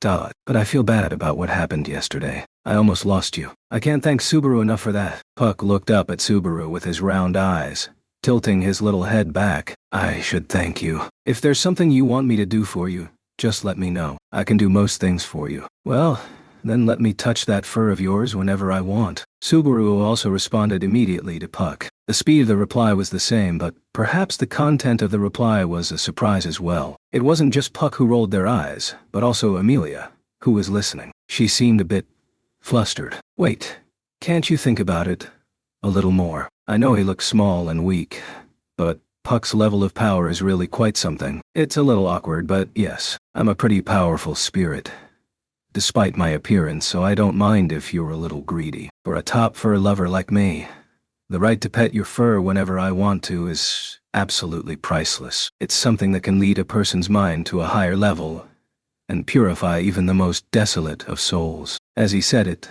Subaru took advantage of his newfound rights and continued to play with Puck in Emilia's palm to his heart's content, starting with his belly, then his chin and his ears too. Wow, these ears are amazing. I can't get enough of this fluffiness. The great thing about Subaru is that he's serious. I can read your mind vaguely, so I can tell, Puck said with amusement as he played freely with his fingers. Emilia gave a distinct sigh of dismay at their playfulness. It's so tiring trying to understand you, Subaru. You can't give up. Things in life, like interpersonal relationships, are built on a spirit of mutual understanding. But don't think it'll be easy to understand me, alright? What's that? This is really frustrating, Emilia replied. Subaru folded his arms and turned his face away while looking at Emilia with one eye open. Seeing her attitude, which showed her displeasure, Subaru made his mind up about the future. And then she saved Puck from Subaru's barrage of petting attacks. With a light wave of her hand, she turned her feet toward the outskirts of the garden. Well, I'll go talk to the spirits now then, and Subaru, can you go over there and weed quietly? Alright, weeding is so exciting, so I'll do my best. But I didn't come down to the garden to do that, right? I'm kidding, he said, laughing as he watched her silver hair disappear into the distance. Then Subaru got on the ground before doing some exercises. Subaru had already completed his morning exercises, so other than that, he can still do his daily muscle workout regime. After having skipped yesterday, it would make sense for him to do 2 days worth of exercises to make up for it. 100 push-ups, 100 sit-ups, and 100 squats. This was the type of workout regime Subaru did every day at home, even though he was a shut-in living with his parents. Sometimes he would even swing a sword, or something similar. But he would mostly just do those 3 sets of exercises. In the meantime, Subaru did push-ups, sit-ups, and squats, all while sweating profusely. After resting for a bit, Subaru did another round of exercises. Doing each set of exercises only took around 10 minutes, but he was very serious about his training and would do them every day. I feel like I'm missing something. If only I had a wooden sword or something to train with. Here, sir. Please use it, sir. The maid sisters had appeared out of nowhere and offered Subaru a wooden sword to train with. Subaru was stunned by their thoughtfulness. And after receiving the sword with a respectful, "Thank you," they disappeared without a trace. Regardless, he now had a wooden sword to train with, just like he had wished for. The shape of the sword was in the style of the commonly used two-handed swords in this world, which was slightly different from what he was used to. However, a sword was a sword, and the fundamentals of using it were the same no matter what shape, material, or size it came in. He swung it lightly to make sure, and decided that the weight was just right. Thank God that all-in-one maids exist. Anyways, I haven't swung a sword in a long time, so let's go. Ready? And swing. Ready, and swing. Subaru had only been a member of the kendo club when he was in middle school, but he had stayed long enough to get to the first dan, or graded rank, so he was at least proficient in it and could make progress by practicing. After having those thoughts, he continued to swing over and over again, and as far as the sharpness of his swings was concerned, it was still as good as it was when he was in the club. This is a fantasy world where magic is used along with swords, so I wonder if this will be useful. As Subaru continued his training, he could feel sweat running down his forehead like a waterfall and spilling onto the lawn. Subaru recalled the battle that took place at the stolen goods warehouse. The sight of Reinhard and Elsa clashing blade against blade with sparks flying. He then envisioned himself swooping in with his two-handed sword. "Take this, Elsa. Your evil acts end here." He sprang into action and went in for a strike, but then got instantly defeated with a slash to his gut. He gave it another go, but this time he imagined being in the line of fire of Reinhard's powerful sword slash. It didn't end well either, as he saw himself being turned into ash, as if he had been instantly cremated. Subaru concluded that no matter how hard he tried, it would be impossible for him to beat a cheater, or overpowered character. As a normal person, is it even worth the effort? Well.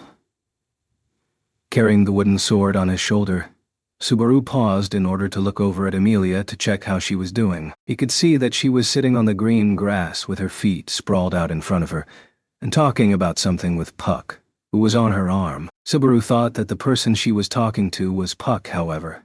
If my eyes aren't deceiving me, it looks like Amelia Tan is surrounded by dim lights. Within the reach of the seated silver-haired girl, Subaru could see that the space was enveloped in a hazy, faint glow. Around her, dim, multicolored lights were floating around, and flickering like the light of a firefly. It was a mysterious and fantastic sight to behold. It wasn't a scene that mortals should tread upon. It was like a sanctuary for the divine where only heavenly beings were allowed entry. Wow, this is amazing. So are all these fluffy things spirits then?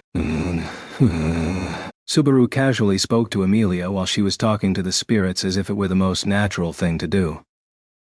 Amelia couldn't help but be surprised by Subaru's sudden appearance, and her eyes moistened with tears as if they were responding to her astonishment, and her sudden change in feeling spread to the spirits around her.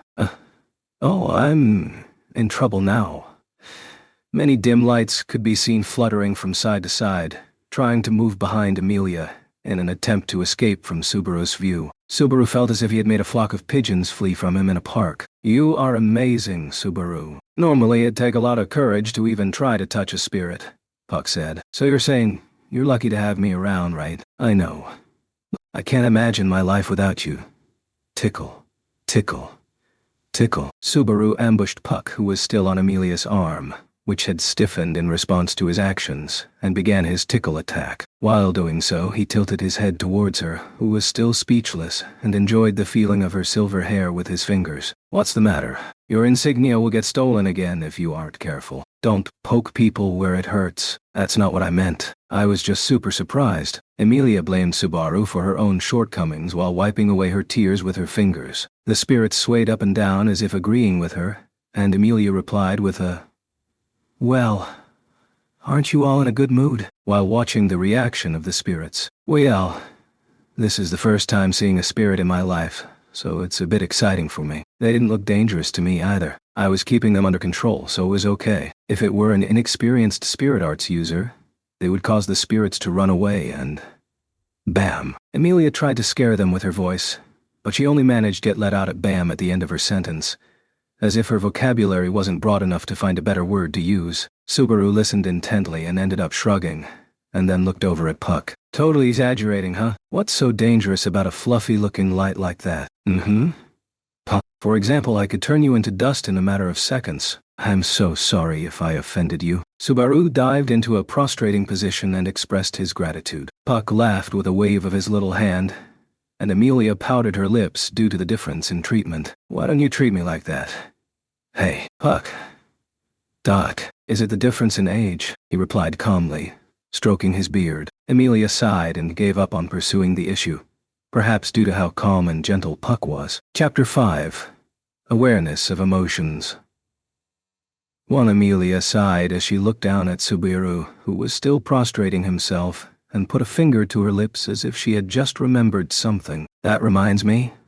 The gestures she made sometimes looked strangely childish and cute in the eyes of Subaru. As he leapt up off the ground, Emilia removed her finger from her lips and pointed at her eyes. "You've never seen a spirit before, right? So do you know how to use mana then?" "How do you use mana?" "It's as simple as focusing your eyes. Right. What else is there?" "Leah, it's not that simple. You've only ever seen humans who are pretty good at using mana." "Well, apart from that, Subaru's situation is a little bit special." Emilia tilted her head and asked, "Special?" Puck crossed his arms and nodded at Emilia. "From what I've seen after taking a quick glance, Subaru's gate is basically shut tight. Even if he has never seen a spirit or magic before, isn't it too closed? It's on that level." "That's strange.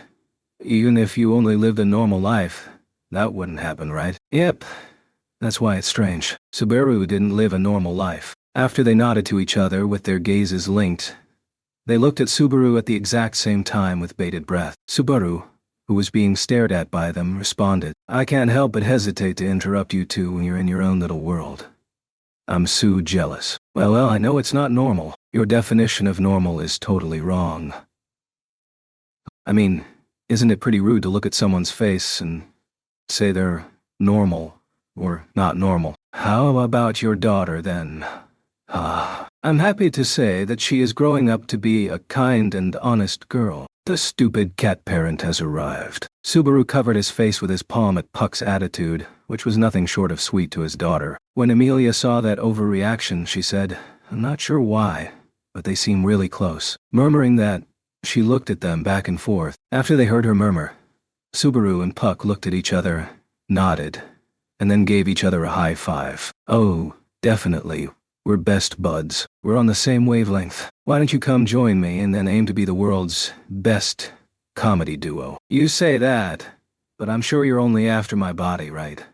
Puck replied. "Whether it's for love or your fluffiness, they are two different things, but I'm sure I'll come back to you in the end. I'll even tolerate a little bit of cheating if I'm feeling generous." Tickle, tickle, tickle. They were interrupted by the touch of someone's palms, and Subaru seemingly forgot about the conversation they were having since he was fully focused on playing with Puck with a grin on his face. Emilia then decided to leave Puck with Subaru for a while. "Puck, go play with Subaru over there. I'm going to go talk to the spirits now. I really don't want to be disturbed anymore, okay? Shay's thrown us away.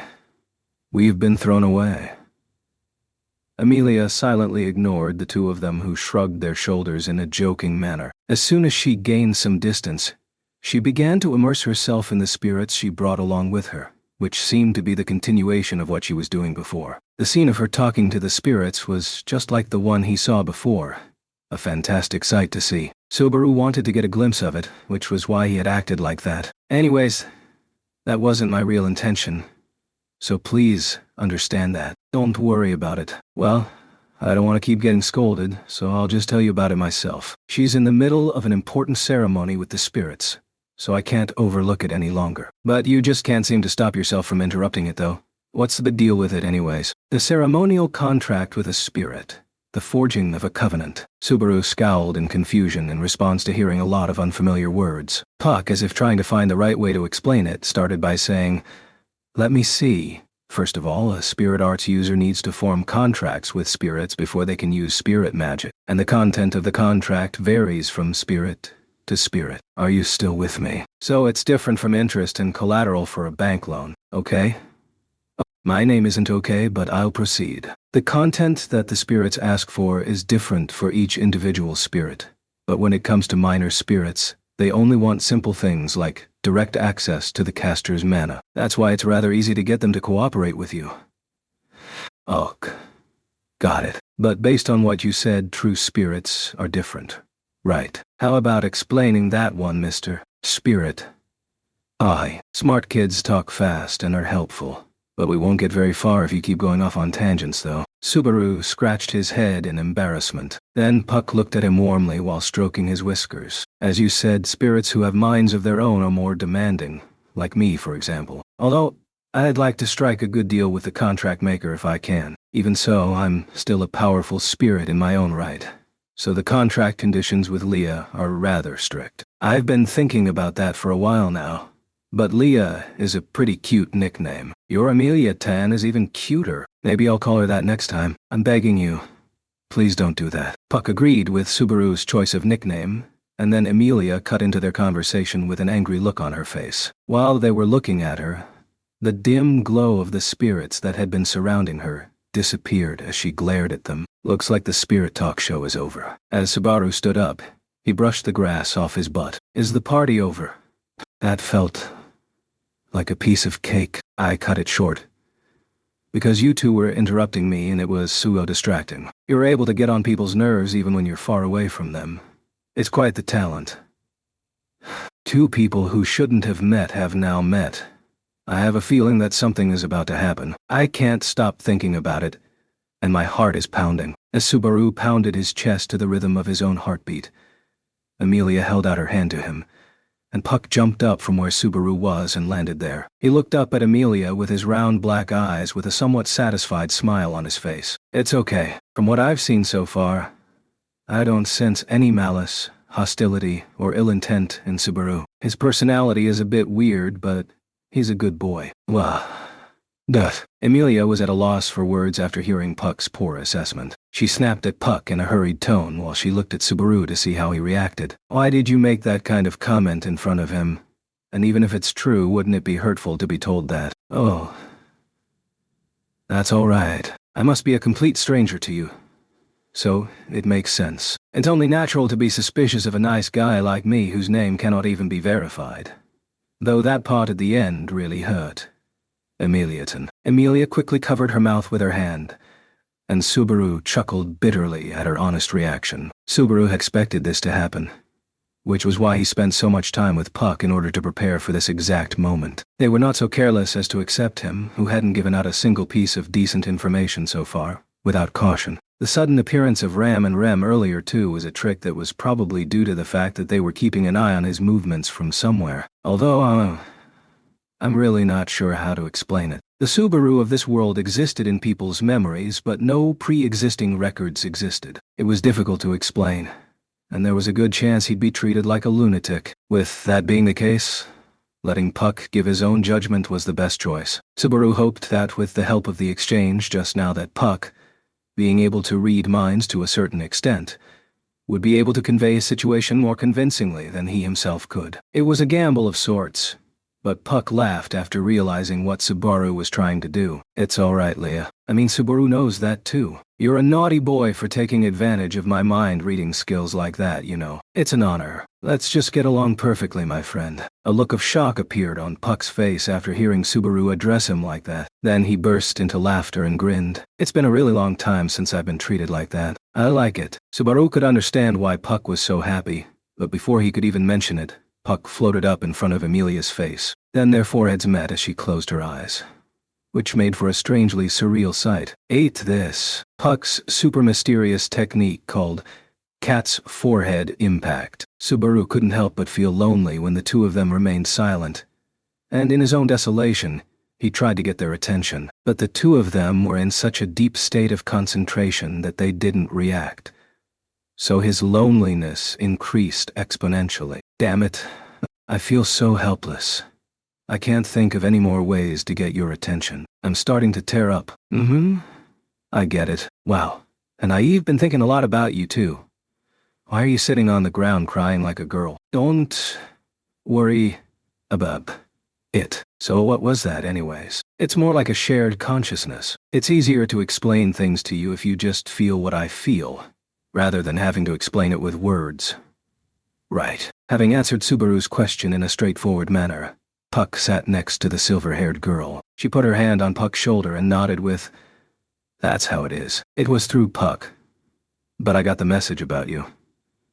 I'm so sorry for doubting you. I know the truth now, and I feel really bad about it. The thought of being explored by a beautiful woman is rather exciting, isn't it? Next time, by all means, you, not Puck, can enter my mind directly." Subaru gave a thumbs up and flashed his teeth, and Emilia looked so disappointed in him at this moment. Seeing her reaction, Subaru's inward regret began to run full speed ahead, and he thought, "Oh no.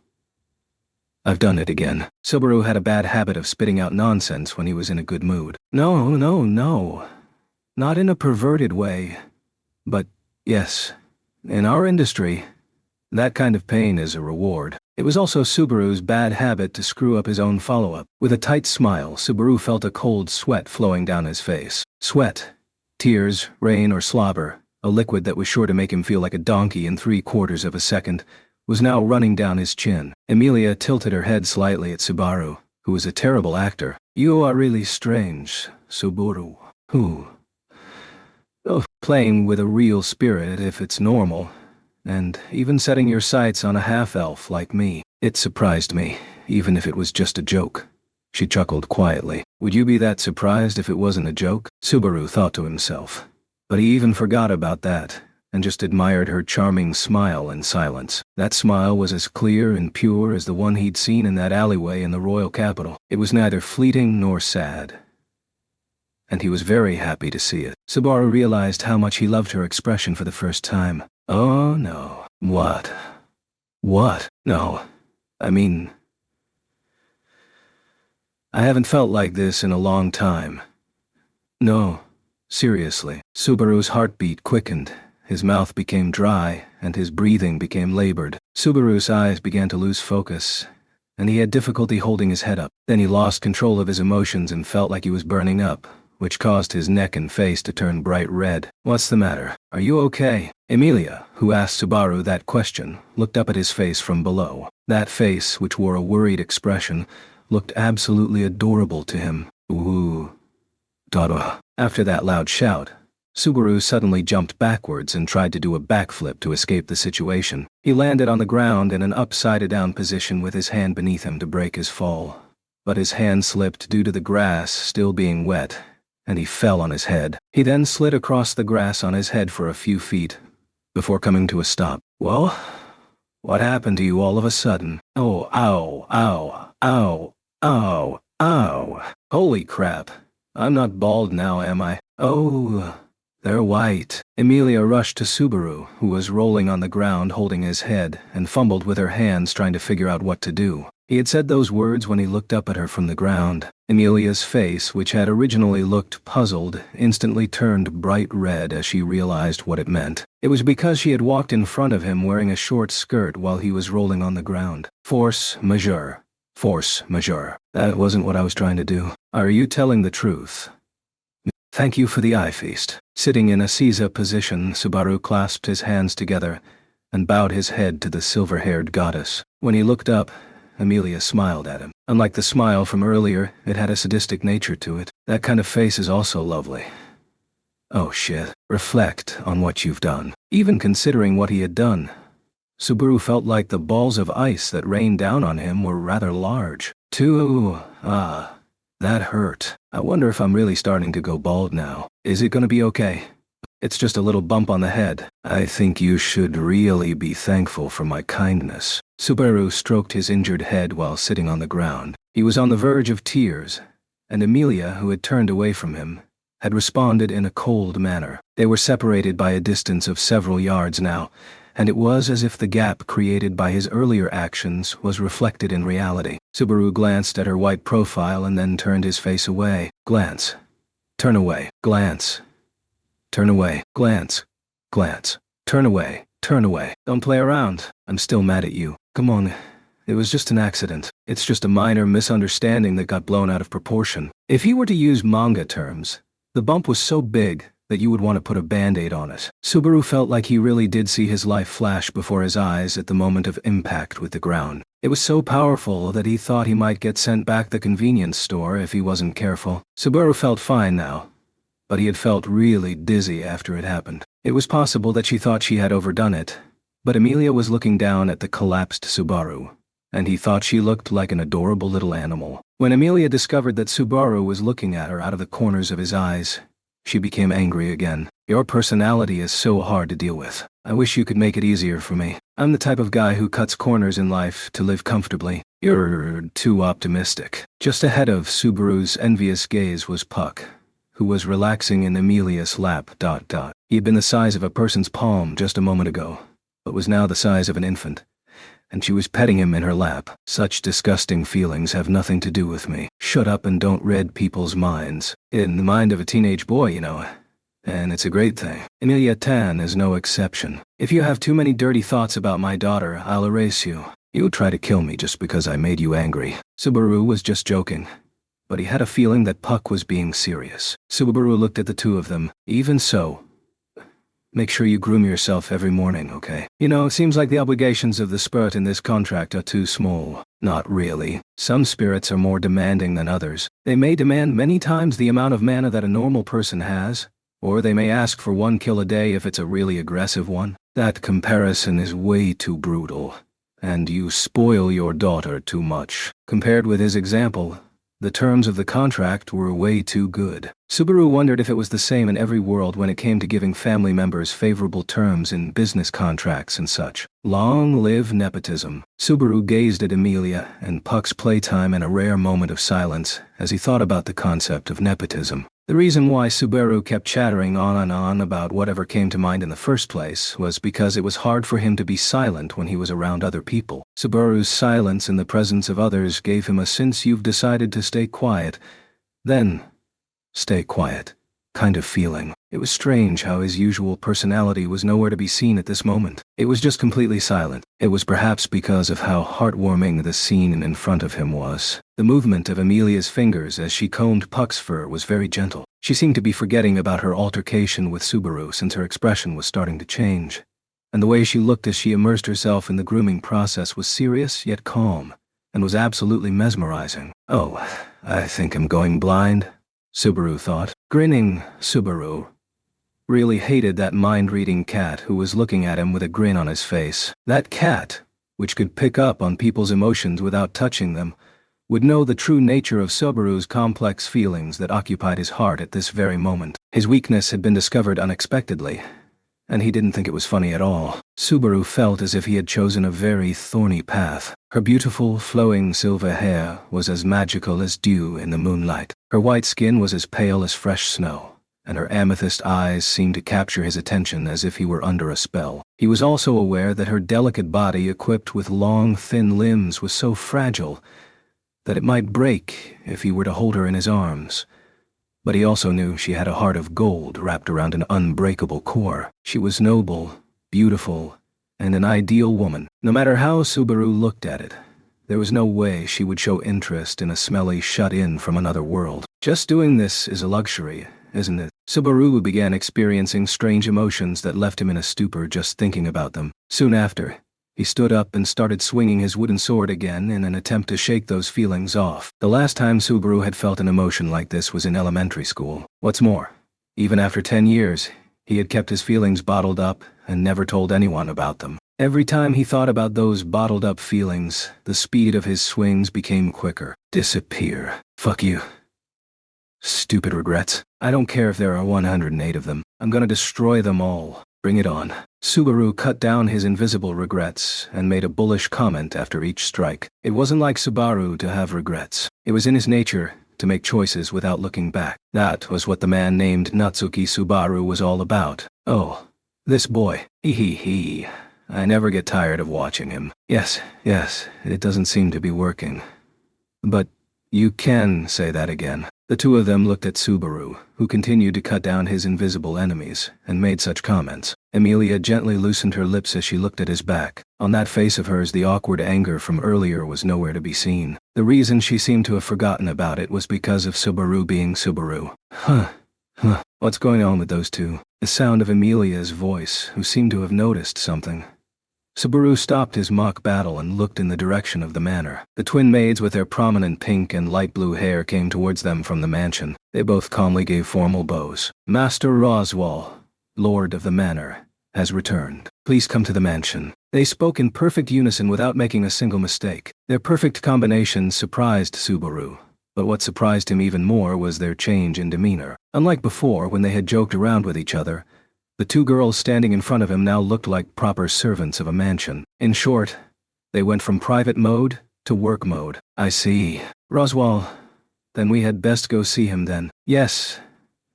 And he said to bring the guest as well, if he is awake. Puck shrank and dived into Emilia's silver hair. She patted down her hair and accepted it, and then got up with a slightly calmer expression on her face. Subaru, who had been brought up in the conversation, wiped the sweat from his face due to being uncomfortable with his appearance. Shortly after, the blue-haired maid quickly moved closer to him, brought out a handkerchief from her bosom, and finished tidying up his appearance for him. Sorry. No. As a servant, it's my duty, sir. No. As a servant, it's my job, sir. Even though it was the blue-haired maid that did it, the pink-haired maid butted in, as well as if it were only natural. Subaru felt relieved that their demeanor had returned to what he had seen earlier, and then said, So, who's Roswell, the lord of this manor? I guess I never explained it. Emilia put her palm to her mouth as if realizing her mistake. Then she frowned and wondered how she should respond. Well, yes, Roswell is... You'll understand when you meet him. You're giving up too soon. What? He's too plain to describe. No, just the opposite. After that four-person rebuttal, Subaru was so shaken that he dropped his wooden sword. The blue-haired maid kicked the wooden sword up with her foot and caught it, and then solemnly bowed before meeting up with her sister. Then the pink-haired maid standing next to her motioned towards the mansion. There's no point in trying to describe him with words. You will understand Master Roswell's personality once you meet him, sir. It will be okay. The pink-haired maid and light blue-haired maid looked at each other and nodded, and Emilia reluctantly agreed with them. While Subaru was still in a perplexed state, Emilia lightly tapped him on the shoulder as she headed towards the mansion. I'm sure you two will get along just fine, Subaru. He's just a bit of a headache, though. Subaru could only murmur a yes with a depressing tone of voice in response. Chapter 6. The Return of the Lord. Oh, you're awake. That is good. Quite good. The tall man with long dark blue hair running down his back let that out cheerfully as he looked at Subaru. He was a tall man. His height surpassed Reinhardt's at around 6 feet tall. He had a slender body, as if he never did any sort of physical labor in his life. And it was not so much slender as it was delicate. He had different colored eyes, with yellow and blue on either side, and they matched his ghastly pale skin that made him look like a sick person. His appearance was beautiful, as far as beauty standards were concerned. However, no matter how beautiful he was, if he got too close, it would surely make anyone feel uncomfortable. Your face is too close. Sorry. You see, the first time I saw you was when you were deathly pale, covered in blood, and on the verge of death. I'm deeply moved to see you walking around like this. He patted Subaru's shoulders in a friendly manner and bent down to look at him at close range once again. This was the owner of the mansion named Roswell. Subaru thought he looked to be in his mid-20s and gave him the impression of a prodigal son based on his appearance alone. No, even like this. I'm sure you're a pretty sharp guy. Is that Sue? That's a nice assessment. Stare at me to your heart's cunty ain't. Do I look sharp? Well. Posing in front of Subaru, he spun around and stood as a model. The imposing manner in which he stood caused Subaru to be astonished when his own feet took a few steps back. And no way have I been outmatched here. It's not normal for someone to be more of a character than me. Isn't that a hindrance in your daily life? Well, it really doesn't matter to me, either way. A sigh arrived from behind them, and Amelia stepped forward as Subaru stepped back in shock. She turned to face Roswell and said, "Welcome back. How have you been?" "I feel quite pleased. It's been 4 days, 3 hours, and 19 minutes since we last spoke. I'll have to write it down in my notebook." Roswell was handed his notebook and a pen to write with by the pink and light blue-haired maids who had been standing to his right and left. They bowed reverently while doing so. With the notebook and pen he had just been handed, he began to write furiously and... "On the 15th day of the month of Tadmus, Lady Amelia spoke to me herself. I am very happy. I feel like we are starting to get along and..." Roswell closed the notebook with a look of satisfaction on his face, handed it to the maid, and then turned around. He was then greeted by Amelia, who had a slight smile on her face, and... "No, seriously, that was just... cringe." After a quick side glance at Roswell's notebook that was in her hand, well, more like a planner, Subaru could see that it was well used, and almost half of its pages had been filled with the same type of content he had just written down not too long ago. If it were filled with similar things, it would be the notebook of nightmares. Roswell slapped his knees at such an answer, which even overpowered Subaru's response. Cringe. It's a nice word. This is my first time here airing it, and I love it. The feeling of not being able to understand a different sensibility. Oh, it's wonderful. Wow. I hate that I can kinda sympathize a bit. Hey, did you really say I could get along with this? In front of the weirdo who was grabbing his shoulders in a strange way, Subaru waved the subject with frustration to Amelia with, "Am I regarded as the same thing as this?" She put a finger to her lips and let out a slightly annoyed, As expected, not even you are a match for this country's top pervert, Subaru. Or are you? Not even close. Is it really that fine a line? With that, one man's fault is another man's lesson. Or so they say. But being put on the same level as the weirdo in front of him was a real disappointment for Subaru. From now on, he was intent on being careful about what he said and did. Anyways, come back. Now let me thank you. Thanks for causing me so much trouble. And thanks for letting me use your bed. Sincerely, Subaru. Oh, it's so messed up already. Subaru was too prideful to show real gratitude, but Roswell didn't seem to care about that and simply whistled in response. Amelia, who was sandwiched in between the two of them, held her head in her hands. By the way, the twins chose to quietly refrain from getting involved, as if they had no intention of intruding in the first place. And Puck was still hiding in Amelia's hair without making a sound. Nyways. Roswell sullenly looked at Subaru from top to bottom after he had returned in an extremely awkward way. He frowned at him, who was uncomfortable. "You look like a normal person, and that's a bit disappointing." "Hey, hold up. You think I'm just a normal guy? Normal is neither good nor bad. That evaluation is insulting to me. Take back what you said. Why get angry about something like that, I suppose?" Beatrice commented. He had responded to the question with defiance. It was a line that could not be crossed for Subaru. Due to his courageous attitude, Roswell waved his hand. Sorry, he began. "I mean, normal in the racial sense. You see, I'm a perverted nobleman with demi-human tastes. You must be pretty devilish to be able to say that about yourself, huh?" "Oh man, I'm starting to like you a little bit. But I hate myself for that." Roswell looked amusedly at Subaru, who had his head in his hands, and then hugged the shoulders of the twin maids standing on either side of him. "The same is true of these children, and is also the reason why we support Lady Amelia. I feel like we are birds of a feather, which makes you suspicious. Isn't it? Roswell stroked the chins of the twins he had been embracing with his fingers, and at the same time created a strangely immoralish atmosphere. The twins did what they were told, and their faces turned bright red, as if they had already been bitten by his poisonous fangs. Subaru couldn't help but look at Amelia with a bad feeling in his gut. Perhaps sensing the intent of Subaru's gaze, she hurriedly waved her hands. Don't get me wrong, I'm not the type of person who is attracted to perverts. Normal is okay. When I graduate from high school, I will go to college. And once I graduate, I will find a job and work to take care of my family like everyone else does. Subaru reversed his previous opinion and thought about the typical normal life. However, he was reminded of the fact that fathers who lived a normal life in the world all had a hard time. Then Subaru suddenly picked up on a disturbing part of Roswell's statement. I mean, what do you mean by supporting Amelia Tan? That's why I don't understand the relationship between the two in the first place. You don't know what's going on, That's Strahanj. Roswell released the twins and walked up to Subaru with his hands behind his back. He once again looked down at him from up close. But this time, he didn't back down and just stared at him. Their gazes clashed, and sparks began to fly.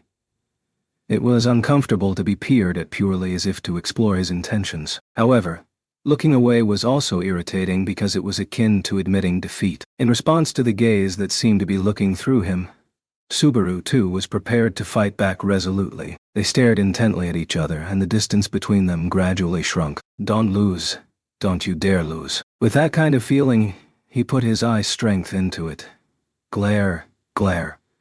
Ma.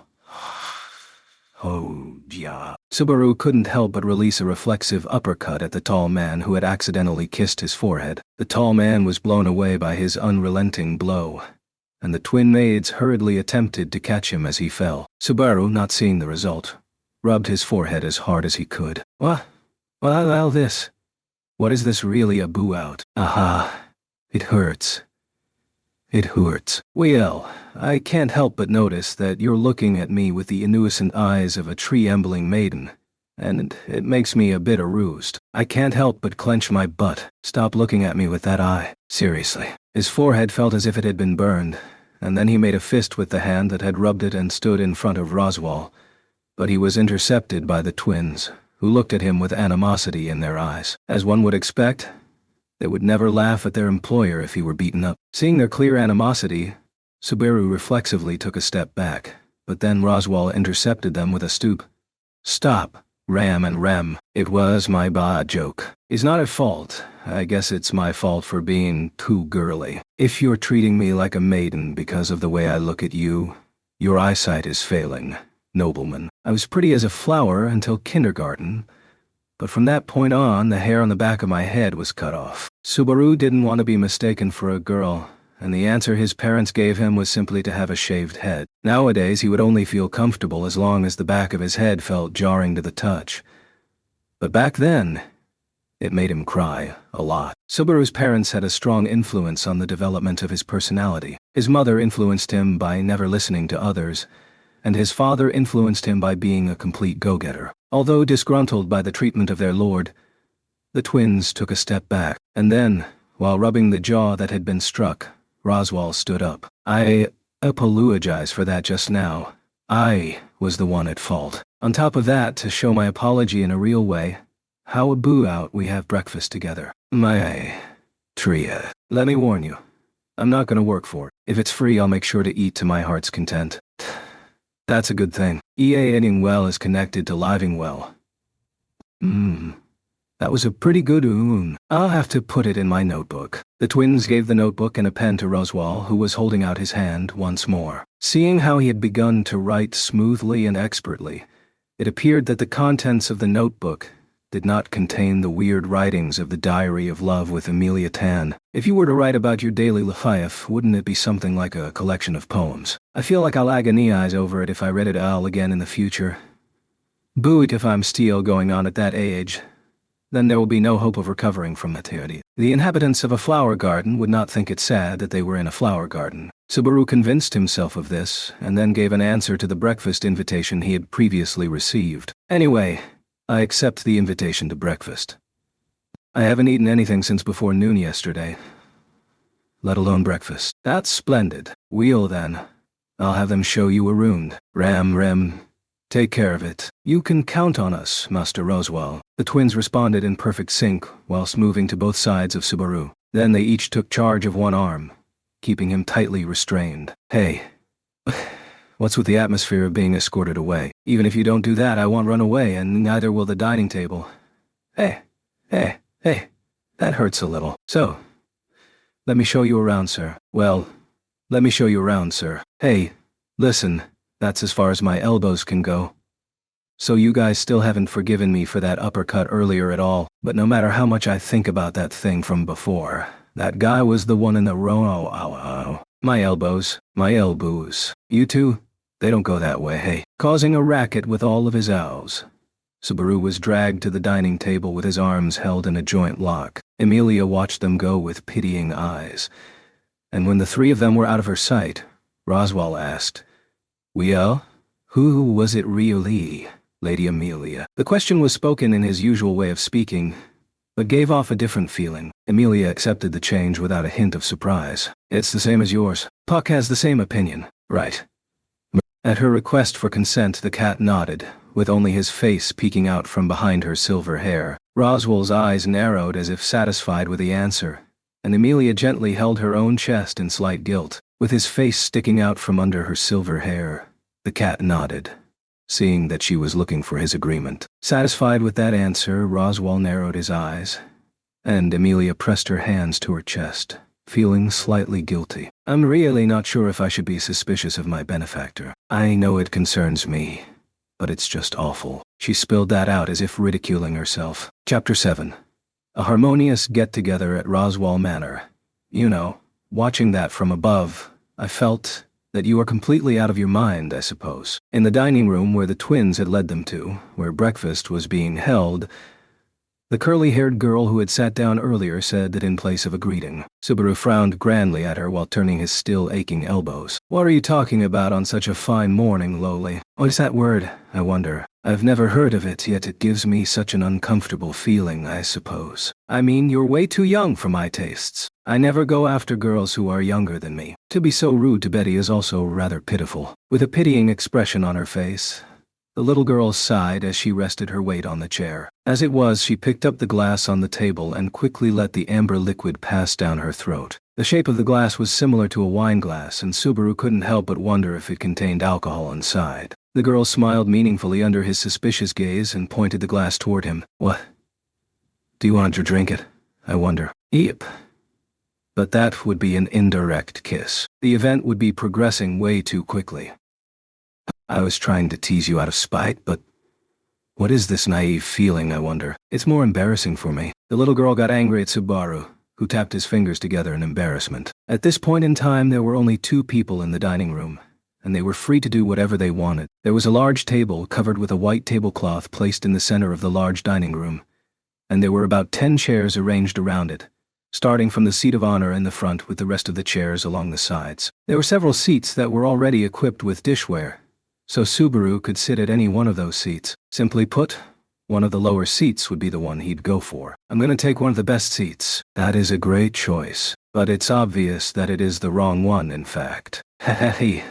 This is where Amelia Tan usually sits, right? Right now, the thought of our butts touching indirectly is making me giddy with excitement. Are you a high-level pervert, I wonder? It's not just creepy, it's disgusting, in fact. Subaru had a lot that he wanted to say, but the little girl, whose attitude was essentially like a straight man, was really worth teasing. He couldn't help but want to see how she'd react to him suddenly acting in a perverted way. So, I'm not actually doing this on purpose. Gee hee. That last chuckle wasn't very convincing. I can't take anything you say seriously, in fact. As the little girl pressed her forehead and shook her head, Subaru moved his butt around on the chair, heating it up in the process. I guess it's alright since nothing bad happened in the end. But it was damn tough. Thinking back about their first meeting where he'd ended up fainting, Subaru rotated his hands and feet in order to let his dissatisfaction be known. Oh man. I suddenly realized that the number of times I've lost consciousness has reached a scary level in these past 2 days. Rather, I haven't had many opportunities to get up, have I? But That isn't much different from the time when I was a shut-in, huh? On the other hand, it would have been great if I couldn't have lazed around more. Whilst gazing at Subaru and craning her neck, the little girl had the expression of one who was holding back a yawn. Your gate had been wide open and spilling out mana, and it would have been a waste to let it all escape. So I absorbed it, in fact. It would be best for you to be thankful. It was your fault that it was leaking out like that. Shouldn't you be thankful that there was a hole in it instead? Don't make me laugh. You're just ridiculous. And aren't you acting a little too sassy? Ignoring the incessant complaints of Subaru, the little girl once more tilted her glass. Drinking without hesitation would make her lose the willpower to respond to him. It was only natural for the little girl to drink at the sad and wretched state of the world. The young girl then became acquainted with nighttime amusements, spent way too much money, and then, at the end of it all, got knocked up as a teenager. As your big bro, I can't help but weep. Don't just go and make Betty the heroine of a great tragedy like that. In my mind, you're just the shitty protagonist of a shitty cell phone novel. There had been a time where he had killed time by checking those things out, but finding a good one was a matter of luck, a hit or a miss. He had been learning the Jiru alphabet at around the same time as well. She probably didn't even understand the meaning of what Subaru had just said, and with a scowl on her face, the little girl lightly tapped her fingers on the table. Well, so be it. Are you going to give Betty words of thanks, I wonder? Thanks. Giving words of thanks to the drill loli that berated me. That's not any kind of reward in my industry. Why are you getting mad, I wonder? The one who should be angry is Betty. The one who saved you when you were on the brink of death was... But as the little girl's voice trailed off, Subaru let out a hoo. However, before she could complete her answer, the door to the dining room opened. Please pardon me, sir. Allow me to set the meal. If you would excuse me, sir, I will set the table and serve the tea. Pushing trolleys into the room were the twin maids. The blue-haired maid was pushing a trolley with food from an orthodox breakfast menu on it, such as salad and pastries. The pink-haired maid, on the other hand, was pushing a trolley with tableware and forks on it. The two of them moved to either side of the table and began quickly and expertly setting it. In perfect sync, the table was decorated, the warm scents causing Subaru's stomach to growl unintentionally. Whoa, not too shabby. It really is a breakfast fit for the nobility.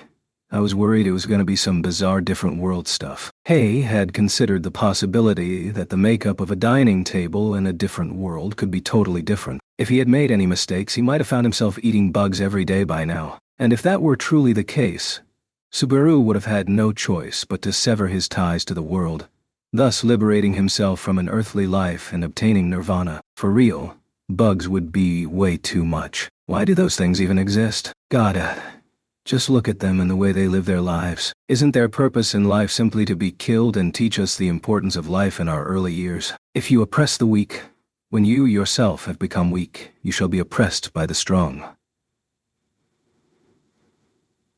You should learn the significance of those words, in fact. Silence, I suppose, you weakling, as if putting on an act in order to hold him back. The little girl gave a deliberate reply whilst elegantly tilting her glass. His irritation was reaching a breaking point. His hunger was increasing, and he was pissed off because of that sense of elegance she'd just displayed. Hi-U-R-I-U-P-A-L-R-E-A-D-Y. I can't take it anymore. You are quite lacking in refinedness. Can you not wait in a more refined and elegant manner, I suppose? I don't want to be talked down to by a drunk little girl. Simon. Let's eat. Let's eat. Subaru rudely and furiously grabbed his knife and fork and placed them together, causing the little girl to take action. With her hand still on the glass, the space around it began to warp, and, with a finger, she attempted to direct a paranormal-like energy at him. However, before that sinister technique could reach him... You seem to be doing well. That is good. Quite good. What had just appeared was the smiling face of a perverted man. He seemed to have completely changed from the outdoor clothing he'd worn before to more formal clothing. The collars of his outfit were excessively large and colorful, the model change seemingly reflective of his poor tastes. He indeed had the appearance of a clown, his eccentric behaviors the same as usual. Oh yes, he's a total pervert. While jovially watching Subaru chop up some beets with his silverware, Roswell suddenly noticed the little girl quietly tilting her glass, causing him to raise his eyebrows. "Oh, Maie, it is rare to see Beatrice here. Is it not wonderful that you decided to have a meal with me after such a long time? That's enough. There's a guy right there who's happy-go-lucky, in fact. Betty's only here to share a meal with Bubby, I suppose." Brushing off Roswell's buddy-buddy statements, the little girl, Beatrice, shifted her line of sight to his rear. Entering the room behind him was the figure of Amelia, and the one nestled within her silver hair was Bubby. The little girl seemingly sprung up from her seat and zipped over to him, her long skirt fluttering in the wind. Her face was adorned with a smile, like a blooming flower, so charming that it made him forget about how he'd just evaluated her as being cheeky. The little girl had suddenly behaved in such a way, her little run having been a reaction to the gray cat nestled within the silver hair. His face came out, and with a relaxed expression said, "Hiya, Betty. It's been like 2 days. Have you been well, and acting like a lady should? I have been waiting eagerly for your return, Bubby. Would you like to spend the day together, I wonder?" "Yeah. Sounds great. How about we just relax for the day then?" "Oh, how wonderful." Puck leapt out of her silver hair, landing in Beatrice's outstretched hands. Now in her grasp she twirled around and around on the spot. As Subaru was struck senseless by the happy and carefree scene occurring right in front of him, Amelia walked over to him with a wry smile on her face. "You must have been surprised, right? Beatrice and Puck are super close. It's a surprise, or maybe I should ask what the hell is up with that Lola's attitude. Isn't she quite cunning by putting on airs in front of a cat?" "I'm sorry, but I have no idea what you're saying." Cutting Subaru's words off, Amelia let out an with a look of wonderment on her face as she pointed at where he was sitting. "That seat is... oh, yeah. You know how a freezing cold chair can make you feel down in the dumps, right? I'm running a campaign to become your blanket to cure and enter your heart and bridge the gap between us. That's why I thought I'd keep your seat warm for you. It's not like I was trying to go for an indirect sit-down or anything. Sorry, but I have no idea what you're saying. But, you know that's Roswell's seat, right?" After his excuses were all dismissed with ease, Subaru fell into despair, his knees buckling. Realizing his blunder as he crashed down, he clenched his teeth. If he thought about it, it would only be natural for the owner of the mansion to sit in the best seat, the seat of honor. And the Greenhorn of the Year award goes to... But I'm a man who turns adversity into opportunity. Under these circumstances... Yes. Under these circumstances, I'll bet on another chance tomorrow. And there's no need for you to sit in my seat, okay? Because it's a bit unpleasant for me. God is dead. Subaru then finally fell to the ground, crying a river, no longer having hope in this world, no longer seeing a future for himself. He was wrapped in an aura of helplessness, but then he felt the tender touch of someone's hand on his shoulder. That hand, giving him warmth, put him into a state of bliss, as tranquil as could be, and as he raised his face upwards, saw that the shining beacon of hope was actually, "I will properly savor your warmth, as best I see CN." After Subaru heard what the tall man had uttered, he immediately spat on his seat without a shred of hesitation. "You can enjoy the warmth from where my ass was after it's been dirtied like this." "Oh, me." Such a quick action was rather unexpected. How splendid. But, no matter. Roswell chuckled, as if he were feeling intense pleasure, and speedily raised his finger, pointing at the seat. Checking that the spit was there, he then thrust his finger out, creating a sound. Immediately afterward, the spit vanished right in front of Subaru's eyes. "What the..." Without thinking, Subaru stretched his hand out towards the seat, unable to believe that the spit had just vanished. Not a single trace of liquid could be felt upon touching it, and the only thing that remained was a slightly warmed seat. Did it evaporate? He guessed that there was a relationship between the heat of the seat and the disappearance of the spit. Roswell whistled in admiration at Subaru's conclusion. "Oh my, you've hit the bullseye. I messed with the scale of flame, using an extremely small amount of mana so that only that part of the seat would be heated up for Boo at a moment." What? The way you said that made it sound as if this feat-like thing were easy. Could it be that you aren't actually a perverted idiot? Actually, he's the Kingdom of Lagunica's head court magician. Answering in the proximity of Subaru was Amelia, who'd given him a bit of a surprise with her words. Unable to process what she'd just said, he looked at Roswell, muttering the words, "head court magician," to himself. "There's a look of disbelief on your face." Oh, I totally believe you. Yep, I totally believe you now. I believe you. I'm not that convinced, but I'm not going to keep talking about it. Amelia quickly gave up trying to convince him. In the short time she'd known him, she'd learned to ignore him so as to calm his seemingly boundless energy. Subaru, awakening a new kink by being ignored like that, saw that Amelia was now sitting in a different seat, rather than the seat of honor. This is probably where she usually sits, huh? Seeing that no one else would be joining them in the dining room, other than the seat of honor, Amelia's seat, and Beatrice's seat, Subaru thought about where he was sitting in relation to the rest. He was quite a way away from the seat of honor, and a bit separated from Amelia's, making it feel incomplete. If one were to try to use all the space at such a large table, it would probably end up being arranged in an unbalanced way. Anyway, this isn't fun, like. Muttering that, Subaru grabbed the food that'd been placed at his assigned seat, then began moving everything. Clinking noises from china hitting china. The place he was moving to was naturally... Hey, don't mind me. Don't mind me.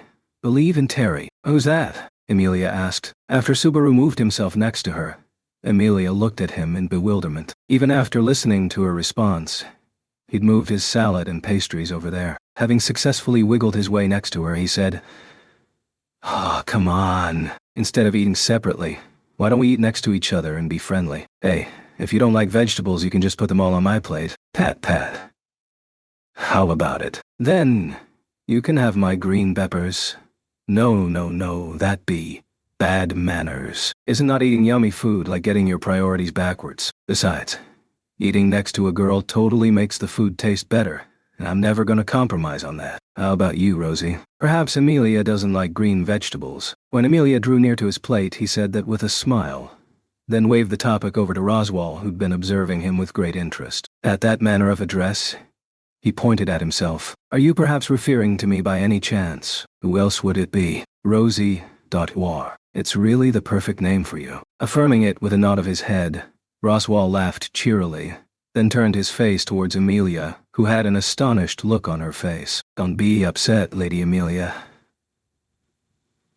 Decorum may be important, but you won't be able to enjoy your meal if you are too fixated on that, even when you are with those you know well." Oh, his words are correct. Since it was the decision of the Lord of the Manor, that was that. Amelia sighed, her feelings on display. Then Ram and Rem, who'd been in waiting, began serving the dishes one after the other. Steaming dishes were lined up on the table, and soon after, the breakfast space was ready to go. "Well then, let us eat. To the trees, the wind, the stars, and to the earth." Palms together, Roswell closed his eyes and muttered that. Amelia and the twins quickly followed suit. Beatrice also returned to her seat and then closed her eyes. Realizing that it was a pre-meal prayer, Subaru hurriedly imitated them. To be honest, he was pretty surprised that Christian-like prayer was common even across worlds. Based on how they were so adamantly praying, it was shockingly clear that Roswell and Amelia were deeply religious, and the twins seemed to have grown accustomed to it,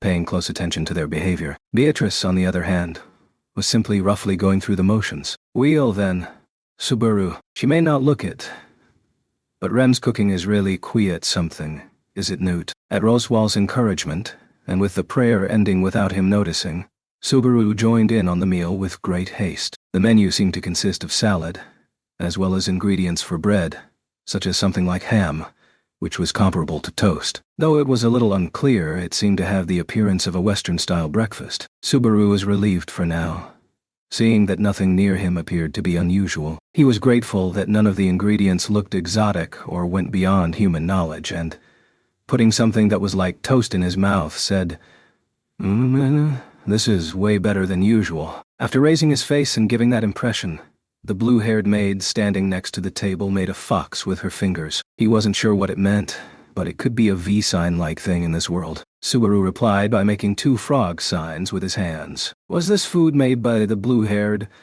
or can I call you Rem? Did you make this?" "Yes. It is just as you said, sir. Rem is the one who handles the cooking in this household. Sister is not really good at it." "Oh ho. So it's like you twins are good at different skills. So, the pink-haired one is good at cleaning but not cooking." "Yes, that is correct. Sister is especially good at cleaning, doing laundry, and other domestic chores. Then, since you are good at cooking, does that mean you are bad at cleaning and doing laundry? Remren. No.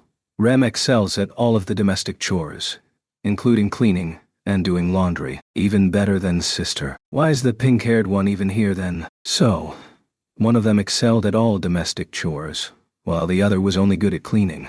Totally different twins was a novel thing. Ram, who was next to Rem, did not seem to care much about what had been said, and it seemed to be true since she'd never even spoken up about it. So, that being the case, why was she not bothered by it at all? So perhaps they're in different fields then. Ramchi is great at combat.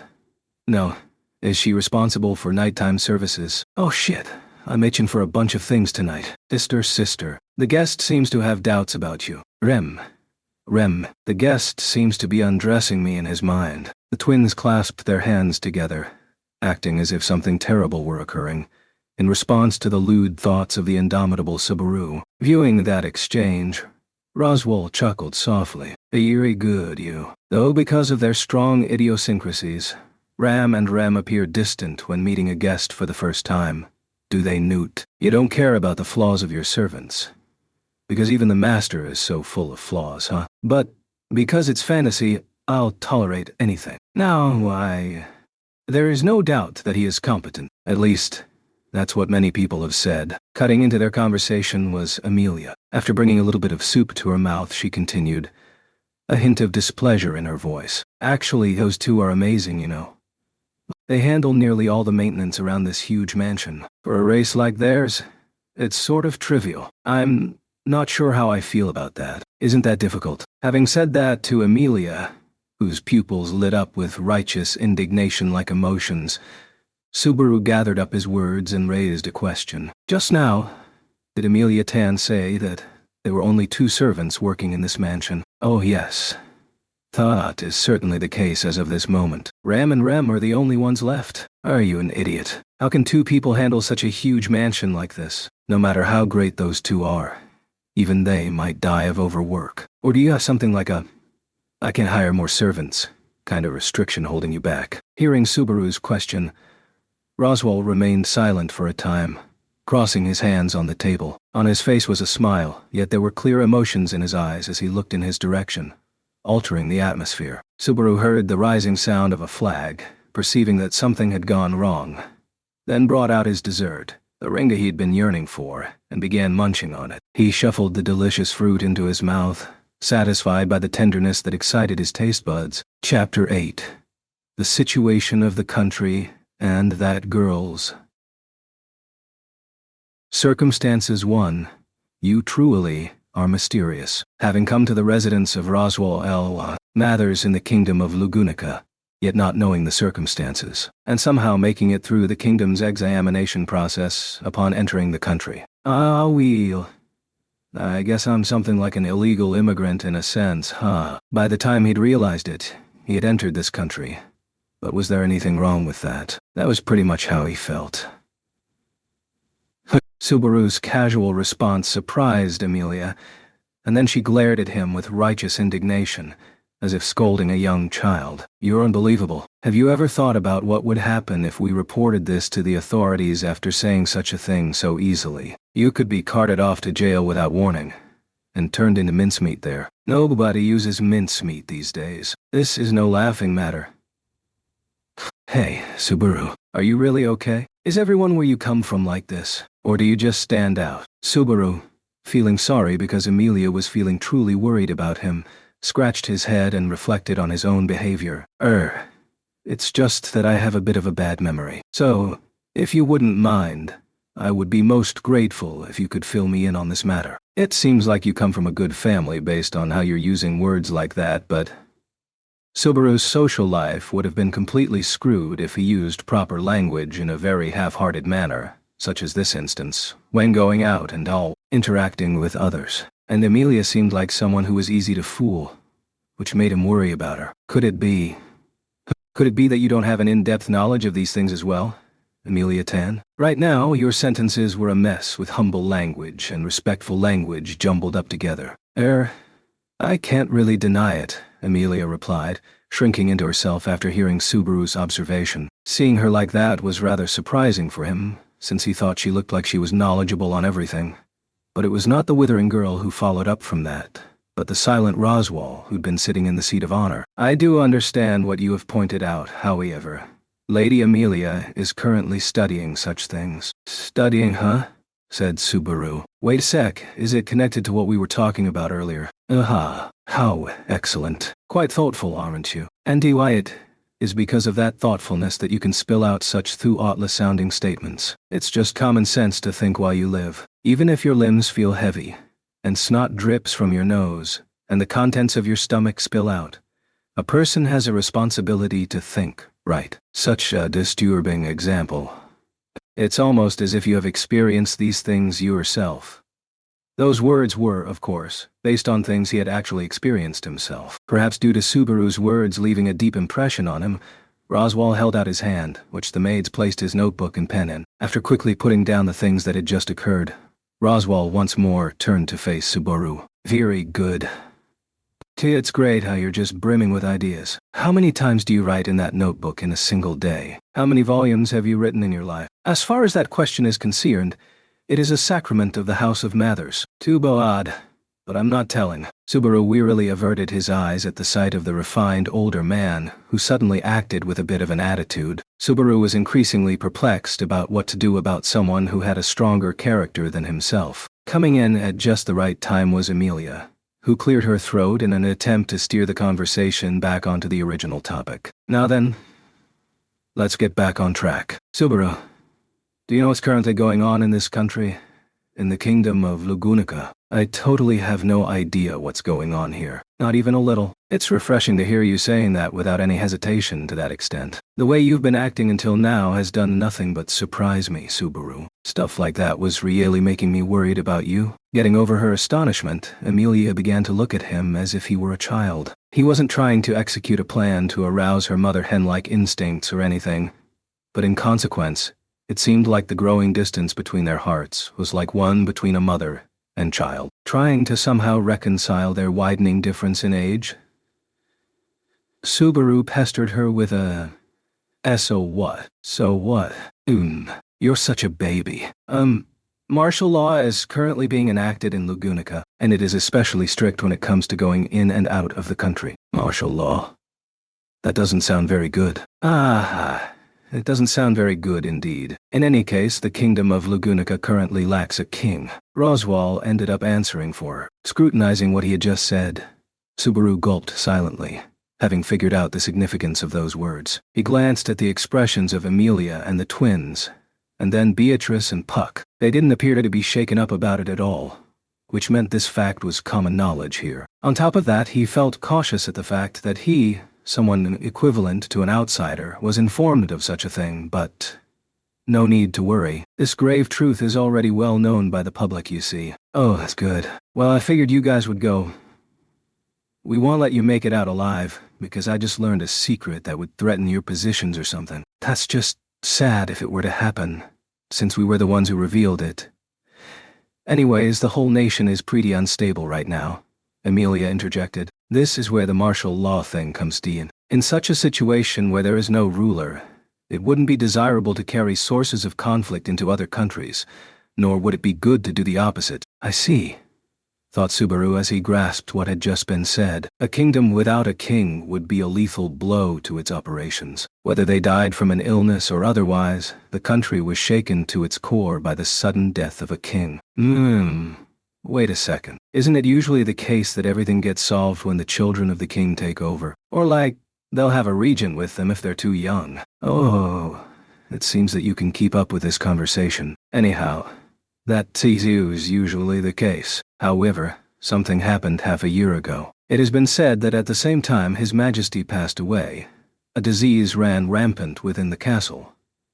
As Roswell told it, it was announced that the epidemic was one that only affected a particular bloodline. And so, the king and his descendants that had lived in the royal castle perished. Then it's true that there's no king, huh? And if that's truly the case, then what's gonna happen to the country then? If there is no royal bloodline, then what are you gonna do?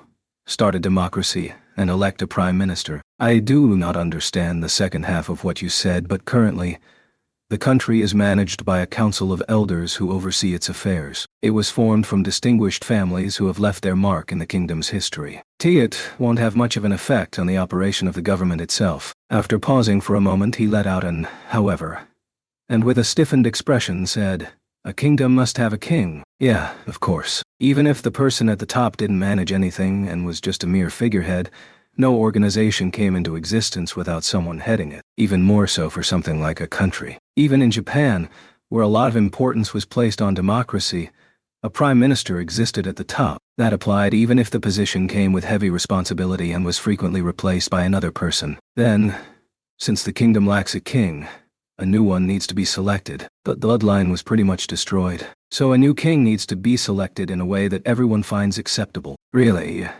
you're such a strange boy, Subaru. Even without knowing anything, you can come up with such things, can't you? I feel like you're something like a clever fool. Don't praise me like that. I'm not used to being praised. So if you praise me like that, I think I might just fall in love with you. Subaru turned his gaze away from Emilia and said that over his shoulder so that he might hide his embarrassment. He slapped his reddening face, so as to justify why it was like that, then turned towards Roswell. After organizing his thoughts, he raised his finger up at him. I see. I think I've got the gist of it now. In other words, the country has no king and is in a bit of a rut, trying to select a new one. Your relations with other countries are diminishing in significance, and you're basically in a state of mini-isolation. So a mysterious foreigner like me showing up is totally suspicious. Furthermore, by coming into contact with Lady Emilia, you have become associated with the House of Mathers. If they were one with a hasty disposition, that's all they would need to. With his eyes closed, Roswell mimicked a guillotine by cutting his neck with his hand, as if it were a blade. Giving that gesture a sidelong glance, Subaru broke into a cold sweat due to having an ominous feeling. Hey, I think I can imagine what's going on from the pervert's words just now. Looking at the House of Mathers, I feel like it has such a fine lineage. Perhaps you're connected to the Council of Elders, or maybe even a possibility of something more than that. Based on the current flow of the conversation, that was the best guess Subaru could make. The way he was telling the story, as if he was relishing each big reveal he made, the way he crafted the flow of the story just now. It hardly seemed like what someone looking upon the situation from the outside would say. Therefore, it would only be natural for him to think that the lord of such a large manor, who most certainly came from a fine lineage, would be associated with such things. With such thoughts in mind, as an apology for my insolence, I would like to ask for your forgiveness by offering my whittle finger, at least my whittle finger, to you. For you who has such a frightening imagination, there is good news. You can be at ease. All right. I am not associated with the Council of Elders, nor am I in a position to be involved with the kingdom's throne at present, you see. Right, Lady Emilia. With Subaru's finger presented on the table, Roswell chuckled as if he'd just heard a great joke. He then looked at Emilia for her approval, who responded with silence while she frowned. Subaru was about to explode at Roswell due to his suggestive behavior in that moment, but suddenly felt that something was off and put a stop to such thoughts. He had been really curious about something since a while back. Why is the lord of this manor calling Emilia Tan Lady? The person who held the highest position in the household was always paid the greatest amount of respect. Subaru turned his gaze to Roswell to make sure of it, and his budding anxiety quickly began to bloom into a flower of complete dread. And is it not natural to address someone of higher rank than I with respect? With his hands folded on top of the table, Roswell uttered that with a gleeful smile. Dumbfounded, Subaru froze with his mouth agape. He looked at Emilia so robotically that one could hear the sound of gears turning. The girl then sighed with resignation. I don't want you to think that I was trying to trick you or anything. All right. That is to say, Emilia Tan, your... Subaru had yet to be discouraged from using the Tan nickname he'd given her. As if striking the finishing blow on him, who wanted to deny such a reality, she continued. Currently my title is Royal Candidate, one of those seeking to become the 42nd ruler of the Kingdom of Lugunica. With the backing of Margrave Roswell, that is. Her words alarmed Subaru so much that he felt like the hurdle had risen to the height of a space elevator. 2. The person I grew attracted to ended up being a queen. A sentence like that crossed his mind. Well, she was technically a queen candidate. A phrase like, queen candidate, has such an erotic feeling to it. I really don't know what that's all about, but I'm talking seriously. Wow. Such a cold gaze is making me tingle, as one would expect from a queen. Don't look at me as if I'm a lowly pig. I'm not looking at you in such a horrible way, okay? I wish you wouldn't say things like that, Subaru. Subaru threw himself down onto the table, trembling a bit, the rebuke of the very close-by beauty causing him to writhe in agony. So that he could hide his facial expression, he laid face down on the table, but his heart was actually pounding hard, expressing his true feelings. In any case, he didn't want Amelia to see the pathetic look he had on his face now. The queen candidate, if he were to be frank, other than the stuff he was familiar with in games and manga, he had no idea how a despotic world where kings ruled at the top worked. Nevertheless, when it came to the potential ruler of a nation, he knew that such a person was one that was far removed from the masses. Not to mention that Subaru didn't even have a family register in this world. To put it in a nutshell, he was in a position to be discredited from even being placed into the same category as the masses. Not to mention his audacious feelings of love being quickly shot down, but knowing Amelia's status on top of her being beautiful really knocked him down a notch. He had no doubt that it was like climbing to the top of a space elevator with his bare hands. Oh, Jesus, say it ain't so. My path of love is surprisingly full of roadblocks, if I do say so myself. Romeo, who loves Juliet, surely feels for me. Hold on. Are you okay, Subaru? You became silent all of a sudden, so... When he raised his teary-eyed face, Amelia was reflected in his blurred field of vision. It seemed like she was looking down at him with concern with her amethyst eyes. Her skin was as white as untainted snow, and the sound she emitted from her thin pink lips was as lovely as a silver bell. It felt like she was an existence that seemed, oh, so distant. Someone he couldn't reach no matter how far he went. Here goes. Unable to take it anymore, Subaru tightly embraced the girl, who was right beside him. Hi. Woo, so petite. And so soft too. Oh, this smell is just amazing. For a moment it didn't register in Amelia's mind that she had been embraced. Subaru then relished in the sensation of holding her closely and embracing her to his heart's content. Subaru didn't have a lot of experience when it came to interpersonal relationships, and absolutely zero experience with hugging a girl. He thought it was too bad that he hadn't had enough time to enjoy it when he was protecting Felt at the stolen goods warehouse. Not to mention she was too skinny for it to count. Whatever the case may be, Amelia, who belatedly became aware of what was going on, turned beet red and started struggling. Why? What's wrong? It's just that the fact you appeared in front of me suddenly brought out my bestial instincts, making it hard to resist. When I calmed down and thought about it, I realized I'd never be able to accomplish my goal from the get-go. So I thought, I'll never be able to reach it. So why bother? I really have no idea what you're talking about. Well, hold on a sec. Allow me to calm down and analyze myself. I thought about whether or not to reach out to you when you looked at me before. So I had an idea of making sure that I could reach you or not. And then out of my spinal reflex, my boy characteristics were activated, which then caused my libido to start going into overdrive, thus leading to me embracing you. And then after that, I concluded that I wasn't gonna die or anything, so I thought I'd just keep enjoying this as much as I could. Oh, and it was a pretty happy thing for me and fit the bill, but an unhappy surprise for Amelia Tan, I guess. And that's it. Even when you explain it in detail, I still have no idea what you mean. Subaru rambled on and on and on to drag it out. Then Amelia, who was struggling in his arms, finally thrusted him away. Subaru felt so lonely now that she had broken away from his embrace. Amelia, on the other hand, was getting red in the face and then pointed at him with tearful eyes. Don't just go and hug a girl so suddenly. It wasn't really a big deal because I was the one you were hugging, but a normal girl would take it seriously. Okay. I didn't really do it on purpose though. Yes, I must have moved according to someone else's command. Wait. Could it be that you charmed me with magic, Amelia Tan? You're such an evil woman. There no way I did that. You're laying the blame on me. And stop raising your thumb. His emboldening thumbs up having been turned down, Subaru dejectedly lowered his right hand, but it was true that his body had been stirred on because of his spinal reflex, and the words he'd said after that weren't a lie, either.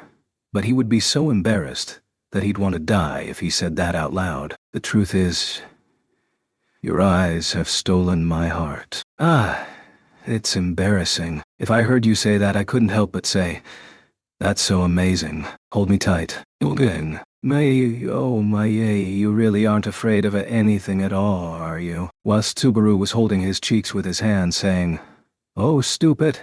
Hips swaying. Roswell, spectating their conversation from the side, said that while looking like he was trying to hold back his laughter. Emilia, still red in the face, very sternly glared at him because of the way he was speaking, with tears in his eyes because of laughing so much.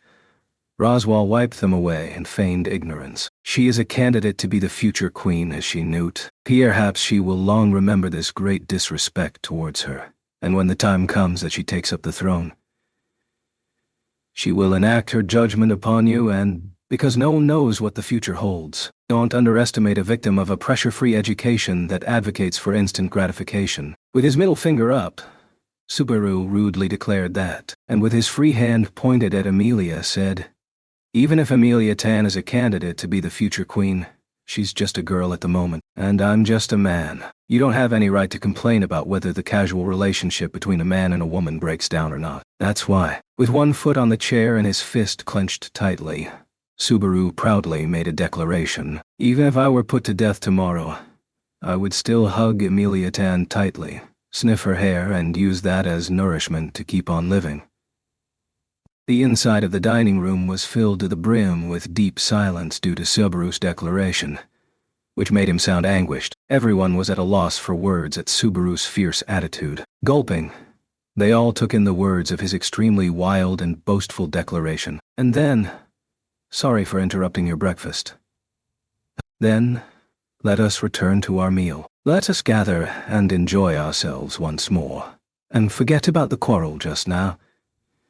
You're churning out quite an exaggerated mantra to accompany a mere perverted remark. As Subaru pushed his hair back, putting on airs, trying to clear up the air in the room with his momentum, his intention of doing so was abruptly put to an end. The one who had done so was Beatrice, sitting in a distant seat, looking his way as if she were totally bored. Exhibiting bad manners, she placed Puck on the dining table and brushed his gray fur. In the end, you were only fooled by that little girl's beauty. Simple as that. In fact, how could you ramble on and on about her for so long, I suppose? You really are my natural enemy, huh? Subaru's shoulders slumped at Beatrice's words of exasperation, muttering that in response. Beginning with Beatrice snorting at that, the other participants began returning to their senses one after the other. In other words, the vilification of Subaru for his sexual harassment earlier was about to begin. Fine. The fruits of dying thrice. So in the end, why is it that you did those things, Subaru? Emilia asked. I already told you the complete and utter truth. If there were to be another reason. Wait, could it be that the evil lowly over there messed with my mind? You evil little girl, you made a fool out of yourself, and now you're just shifting the blame to another, I suppose. You're the worst, the absolute worst, in fact. Shut it. Can the words of a lowlie who drinks during the day even justify anything? Aren't you seeing and hearing lots of things wrong by getting drunk? In the first place, at what age is it hunky-dory to drink alcohol in this country? While he was having a spit-flying shout-out with Beatrice, he directed that question at Rem out of reflex, who was standing nearby. Not shaken up one bit by the sudden change in subject, Rem gave a polite curtsy and asked, What do you mean by honky-dory, sir? Seeing her skillfully tilt her head as she remained in her curtsy, Subaru scratched his head.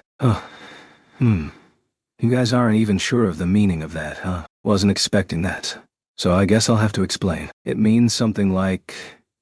All right. Comprehending what had been said, Rem and Ram shared a look. After you turn 14 years old. When you turn 14 years old. Ariel cereal. Cereal. It means, are you telling the truth? Are you being completely serious? Or, It's mega amazing, isn't it? I see. The two of them gave a synchronized bow, as if they were impressed. In other words, when put into practical use. Serial, is it really honky-dory to drink alcohol when you turn 14? That means, seriously, is it really okay to drink alcohol when you turn 14? Ooh. They managed to do a perfect translation here, their intention of coming to a mutual understanding having come true. The three of them spontaneously looked at each other out of joy, and with their hands raised, shouted out, "Yeah!" They high-fived each other one after the other, and then they started moving around in a circle, their hands still touching. Have you finished your little performance, I wonder? What do you want? You're such a killjoy. You drill Loli. Hush with that Lily, in fact. What the heck is up with you? I wonder. Beatrice leaned back into her chair and crossed her arms, looking quite angry. Subaru figured she was already through arguing with him, seeing as she chose to remain silent. He then saw Puck on top of the dining table consoling her, so he decided to let the little cat deal with her. And then he once again faced the silver-haired girl, not having settled a single thing so far. Perhaps because of her mood, she looked at Subaru with her white eyes filled with a chillier intensity than before, and the fact that you're cute, even when you look at me like that, should be considered a crime. Sigh. Now I'm starting to figure out how I got involved with you, Subaru. All I need to do is pay no attention to the jokes you look like you tell everyone, and then just get to the point, right? I feel offended when you think I crack jokes to everyone.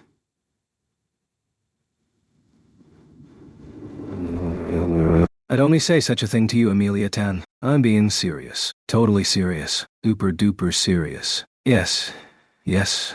Just forget it. Let's just get to the point then. Clapping her hands to reset the conversation, Amelia then quietly returned to her seat. With no choice but to follow in her stead, Subaru settled back down.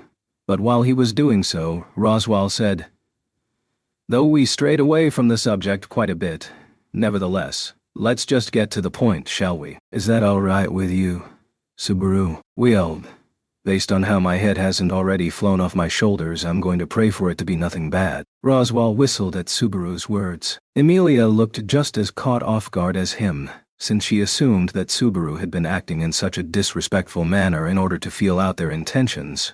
But they were looking way too much into it. Of course, he had just been spitting out mere eloquent nonsense. Subaru had put himself out there first, before they could figure it out and expose him, making sure to overwhelm them with the way he acted. He figured that if he took the initiative during the conversation, he would be able to decrease the chances of it being led in a dreadful direction. All right, I suppose I'll make my guess then. So you brought up the whole talk about Amelia Tan being a candidate to be queen, right? I guess there's some type of connection here. Really? Are you a pervert, Subaru? Or are you not? Those two choices are pretty extreme, you know. With wide open eyes, Amelia gave a light-hearted apology by saying, Sorry. While Subaru was genuinely offended by that, Roswell followed up after her apology. Nevertheless, your guess was right on target. The tale about her being a candidate to be queen from before is quite related to what shall become of you, Lady Amelia. I understand. After giving a quiet response to that call, Amelia put her hand in her pocket. Subaru suddenly noticed that the merriness had disappeared from the atmosphere in the dining room. Though the same people were sitting around the dining table, they were now clad in a completely dignified presence. Subaru spontaneously straightened his posture without thinking. Continuing from where she left off, Amelia brought out the object from her pocket and placed it on the table. Isn't that the insignia from... It was the insignia adorned with a dragon motif that had been put through the bitter experience of being stolen, courtesy of felt, something that Subaru had finally returned to its rightful owner after coming back from 3 whole deaths. The deep, serene twinkle of the crimson jewel in its owner's hands filled Subaru with a sense of awe, its prettiness sparking his curiosity. You see, the dragon signifies the crest of Lugunica. It wouldn't even be too much to call it the Dragon Kingdom of Lugunica. It is a symbol that is often found on castle walls, weapons, and armor, but that insignia is especially important. Anywho, Roswell paused for a second. Subaru gave him a look that urged him to go on, which he nodded to, and then he shifted his gaze to Amelia to suggest that she continue. She closed her eyes and then said, It is one's qualification as a royal selection candidate. A test to determine if the person is worthy of sitting on the throne of the Kingdom of Lugunica. Her declaration of the truth, said in a strained voice, made Subaru's eyes go wide, and then his eyes once again darted towards the crimson radiance on the table. The insignia with a dragon with outstretched wings. The glittering jewel in the center of it supported the proof of her claim, and when everything that had just been said was put together, no way. You lost the insignia that qualifies your entry in the royal selection. Don't put it so disgracefully. A light-fingered girl stole it. That's the same thing. With that loud shout, Subaru slammed his hands against the dining table as he rose to his feet. The impact to the table threatened to make the tableware fall to the ground, but Rem's perfect follow-up managed to prevent it from happening. Paying no attention to that, he looked down at Emilia. Her face was turning crimson, her eyes brimming with humiliation. Even if you make a face that stimulates my sadistic heart, it won't work. Why, seriously, like how the hell does this whole thing work? If you lost it, could you just get a new one issued by a public office? Public office. I am not quite sure what that means, but it would be difficult to simply nonchalantly go and ask for another one, you see. Gazing at the flustered Subaru, Roswell calmly adjusted the gargantuan collar of his clothing and continued, "A king carries the kingdom on their shoulders. It would be outrageous if they could not even protect a single small insignia. Why should people think they could entrust the country to such a person? That's right. It's like how Lord Coman always left his work to the careless Hachib, yet he was just as careless as him. Careless. Hachiba." While the twins said the name of the mysterious person to themselves, Subaru digested everything that had happened. The stolen insignia, their encounter in the alleyway, the fight at the stolen goods warehouse, getting welcomed like this. The answers he could derive from this became united into a single one. If the Imperial Guards got word that you'd lost the insignia, it'd seriously be bad. That's why Emiliatin was looking for it all by her lonesome, like a lonely wolf. Yes, that's right, Emilia replied. Felt was the one who stole it, but Elsa was the one who made her steal it, and she said someone had requested her to do it. So, to put it simply, someone is trying to stop Emilia Tan from becoming queen. That's probably the case here. If someone wanted to make you drop out of the royal selection, there is no simpler way that I can think of than to steal the insignia. After affirming what had been said, everything that had happened yesterday started to come together. How Emilia was so stubborn, Felt and her client, Elsa, and how the value of the insignia was the direct cause of him getting into a mess and dying many times. Man, now that I think about it, I did a super good job. Whatever I did was seriously amazing, huh? You were in danger of saying sayonara to the royal selection, right, Emilia Tan? And since you were about to lose the insignia, saying, I accidentally lost my insignia. Tee-hee. Sorry. Won't cut it, right? Wow.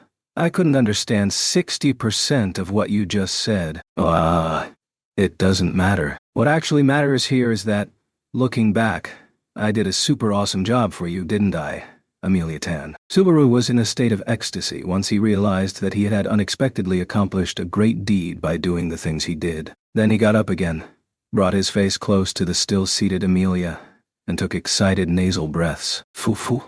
How about it? Hoo-hoo. Abuita tweet. Emilia Tan. This fool right here was nice and played a pretty active role in making you happy, huh? Mon, I wonder if I can expect a nice reward or something, really. I wonder.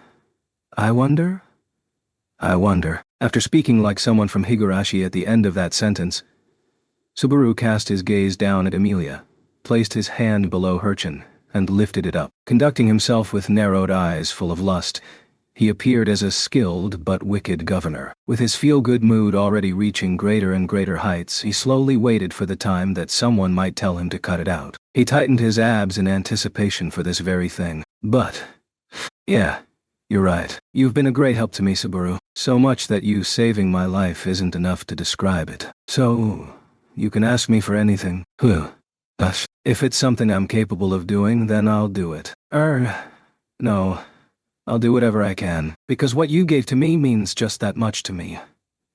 The way she placed a hand on her chest, staring back at Subaru with a serious expression, rendered him speechless. Thinking that the level of his excitement didn't fit the mood because the conversation became more serious than expected, he removed his hand from her chin. Oh shit, I'm seriously bad at reading the mood. Since he had become a loner due to not being able to read the mood, Subaru was pretty good at reading the palms. Wow. I meant I got the mood when he couldn't read the mood. Although ordinary people could read the mood before it had gotten to the point where he couldn't read the mood, he couldn't. The result was him constantly being unable to read between the lines with his insensitive remarks. Now being no different, since Subaru himself couldn't read the mood with his excitement that was out of place when it was compared to Amelia's serious gaze, he was at a loss as to what to do. Hey, a girl can't just say they'll do anything, you know? You might come across a bad guy like me who just wants to... Mwaha. Even so, that's fine. If that's what you want to do, Subaru, I'll follow your lead. You can go mwawaha, foo, or even if it's a thing or making whoopee, hick. A girl shouldn't say such obscene things. Moreover, it looked like you were about to cry in the latter half of that. Subaru was relieved when the nearly crying Amelia hugged her own shoulders. If she had tragically resigned herself to such a fate, Subaru would have had a hard time dealing with it. Of course, he would ignore the fact that they thought he would try to pull something like that, which told him they had a somewhat low opinion of him. Subaru placed his hand on top of Amelia's silver hair and began lightly caressing it. Amelia was surprised by the sudden feeling of his palm, but when she saw him doing that in silence, she just remained quiet and went along with it. Thinking her reaction was as charming as that of a little animal, Subaru turned his head to look at Roswell, watching the two of them, looking as if he were having a ton of fun while doing so. Roswell noticed Subaru's gaze, letting out an "Oh my," and with a raise of his eyebrows said, "What seest it? Am I, perhaps, interrupting something? Should we leave?" It's surprising because having my first experience at the dining table would be way too abnormal. What are you gonna make me use this silverware for? You filthy, perverted nobleman. Oh me, I didn't tell you to go that far, though. Subaru lifted his mouth at the sighing tall man who was smiling dryly, and then, with the hand that wasn't petting Amelia, he touched his chin. His gesture was akin to something a young detective would do in a detective anime. With his thumb and index finger held around his chin, said, Wait. Hear me out, Rosie. It's definitely true that you're dangling favorable conditions right in front of my eyes, which is more than I deserve. It's a situation where a carrot is held before a horse. But I'm not so empty-minded that I'd get led on so easily. I still have lots of stuff I want to ask you before I accept any of your offers. Go on. Alright then. Here I go. Answer carefully and truthfully, okay? Ameliaton is a candidate to be queen, right? So, what the hell do you have to do with that? Subaru threw that question at Roswell, thrusting the finger that he had previously been holding to his chin at him. The corners of the magician's mouth distorted at that question, then changed into the form of a delighted smile. Chapter 10. A Two-Faced Negotiation. One facing the mismatching color of the blue and yellow pair of eyes. Subaru felt as if they were drawing him into their depths, preventing him from thinking. Swallowing a breath, he clenched his teeth so that the atmosphere wouldn't overwhelm him. With his chin nestled on top of his clasped hands above the table, Roswell said, You appear to be rather observant. You've done quite well by understanding what has been said so far, for it is, quite frankly, uncanny for an ordinary citizen to be able to do so. I am greatly honored to receive your praise.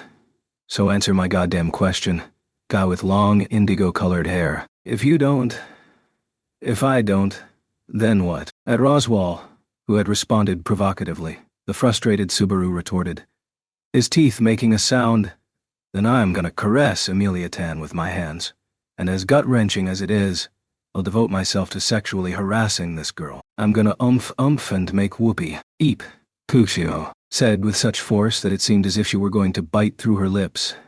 Amelia flinched involuntarily, stimulating Subaru's sadistic heart. In that moment, when his quick temper was about to erupt, and he might not even regret putting his words into action, he was interrupted by the clap of someone's hands. What had brought Subaru's consciousness back to a state of balance when he was in danger of actually committing sexual harassment was the dry, plosive sound of Roswell, who had stood up. That was close, you saved me there, man. Why are you expressing gratitude towards me? Me, oh... my...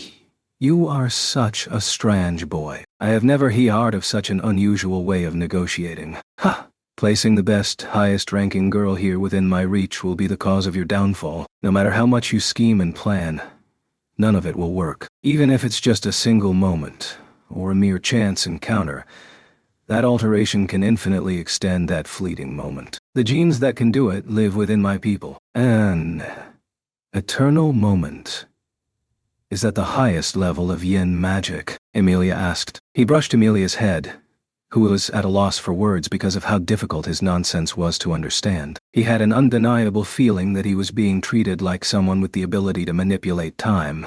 But it unexpectedly wasn't really far off from the truth. So he decided to not explain. Whether it be his ability to return by death, or the idiotic characteristics of the Japanese and their amazing quality of making insane modifications to their momentary delusions, neither were untrue. Leaving the baffled Emilia be, Subaru hid such thoughts as he glared at Roswell. Not forgetting to give him a fearless smile, he was quick to take on the role of a villain. And yet, the countenance of the long-haired man remained unperturbed at him acting like a villain. He had a gentle smile on his face, free of all emotion, showing dignity aplenty, befitting one who was a great nobleman. They exchanged gazes in silence, almost as if sparks were flying between them, assessing each other and trying to get a read on one another. The victor of the stare-down was Subaru, who made Roswell avert his gaze downwards. Looking at Subaru, who had dry eyes because he had been reluctant to close them, Roswell raised his hand slightly. I concede. I lost this one. Your gaze was rather impressive. Right. If I don't make my position clear, it wouldn't be fair to you. Now would do it. Ow, my eyes hurt like hell. Rub them a bit more gently, Emiliaton. Are you fine with that being what you want as a reward? Emilia asked. I'll do it myself. That was super dangerous. This girl is unexpectedly pretty shrewd, huh? In danger of losing his edge in the negotiations, Subaru jumped away and rubbed his eyes. He blinked, confirmed that the pain was receding, and then got ready to confront Roswell once more. Well, it's not as if it was something that needs to be concealed, you see. I may have let a few things slip, but I am in a position to support Lady Emilia's candidacy to be queen. I am her backer. Or perhaps it would be better to say that I am her patron. Patron. So, the person right before his eyes, Roswell, was the representative of Emilia's supporters. Subaru once more tried to confirm the unknowable nature of the tall man, and then nervously asked Emilia, I'm not sure if I should be saying this, but shouldn't you be more careful with your choice in people, Emilia Tan? It can't be helped. There was no one in the royal capital I could turn to, and, in the first place, Roswell was the only one with strange enough tastes to cooperate with someone like me, so... I see. It was the process of elimination, huh? You two must be unbelievably confident, and without fear to be saying such things right in front of your patron. Yes. Despite receiving such insulting comments, Roswell didn't seem to be unperturbed at all, the gentle expression on his face unchanging. Perhaps he was immeasurably tolerant of others, or he might be one of your typical masochists, huh? Emilia asked. With both arms held in a circle, he made the shape of an M by having them meet on top of his head. As Subaru was displaying a letter that couldn't be understood by anyone in this world, Emilia tilted her head as he tried to come up with an explanation. No, if I calm down and think about it, this is the second time I've made this joke. It's going to lose its freshness, so saying it to the same person again would be a little... Don't just accept the situation in such a weird way. Can you tell me what you mean? The you from yesterday knew it. That's it. Live strong. Pat, lightly patting her head as if to comfort her. Subaru chuckled, emotionlessly. Leaving the flabbergasted and confused Emilia to herself, Subaru felt his heart lighten up, since he didn't necessarily tell a lie. Though the Emilia of the world that knew it was no longer here. She was silently sleeping within his heart, along with a debt of gratitude he couldn't repay. He gave a thumbs up to the pouting Emilia, who seemed to be discontent, and then used the same hand, still held in the same position, to point at Roswell. Afterwards, when he turned it upside down, Roswell said, all you did was turn it upside down, but it feels like a humiliating gesture. I wonder why. Really? Where I come from, it's a sign of deep affection that means I love you so much that I want to make you lick my shoe. Subaru, in your hometown, licking someone's shoe is an expression of deep affection, Emilia asked. It's the ultimate expression of love, meaning everything that represents you is precious. I wouldn't even hesitate to eat your hair or something if I feel like it, Emilia Tan. I'm begging you. Definitely don't feel like it, alright. Seeing as she had found fault with what he'd said, Subaru shrugged. Roswell unintentionally burst out into laughter after hearing their exchange, and Emilia was in a bad mood because of the way they reacted. As the three of them each did their own thing, they didn't make any progress at all with the conversation from before. Hey, we're having a serious conversation, so can you stop sidetracking us? You're the last person I wanted to hear that from, Emilia replied. Emilia's lamentation was dodged with an easygoing, yeah. And then Subaru once more directed his gaze at Roswell to start things over again, getting to the main point. So, about the main subject, I get that you're Emilia Tan's patron, Rosie, and it's pretty cute how I could catch glimpses of her bumpkinnesses from every aspect of her behavior, but her acting all on her own in the royal capital is a bit rare, right? Do suppose this is the first time such a thing has happened, you see. Though Ram should have been with her. Roswell made a strange smile as he fiddled with his collar and shifted the topic over to the pink-haired maid. When Subaru turned to look at the maid behind him with suspicion in his eyes, she remained nonchalant, having disguised herself as the blue-haired maid by flipping her bangs to the opposite side, though he immediately noticed it because their hair color was different. Man, that face that says something like, I got away with it, just like I'd hoped really pisses me off. Sister, the guest said such a thing like that. Rem, the guest said such an empty-minded thing. Hey, I can still tell who's who based on Ram's crude way of speaking. After having an exchange where they seemed like they had zero intention of glossing over their words, Subaru yelled that out angrily and let his shoulders droop. However, the one who nervously responded to that angry voice was Emilia. With an awkward look on her face, the girl raised her hand slightly. It's not like it's Ram's fault. About that, I guess I sort of gave in to my own curiosity. I wandered around aimlessly and then got separated from Ram. What's up with that Mo character like reason? What an unbeatable defense. That being the case, it's true that she couldn't fulfill her lord's orders, right? Is that really okay? As he asked that question with good pronunciation and his lower lip jutted out, Roswell responded with the turning of his neck, prefacing it with a, You do have a point, he continued. Perhaps I may share a responsibility in Ram's failure to supervise. Whoever. On another note, what are you trying to say to me, I wonder? It's simple, really. Emilia Tan forgot how to get back to where she was and then started wandering around aimlessly. And the fact that her attendant couldn't find her is the most regrettable. And then, as a result, I, the villainous character,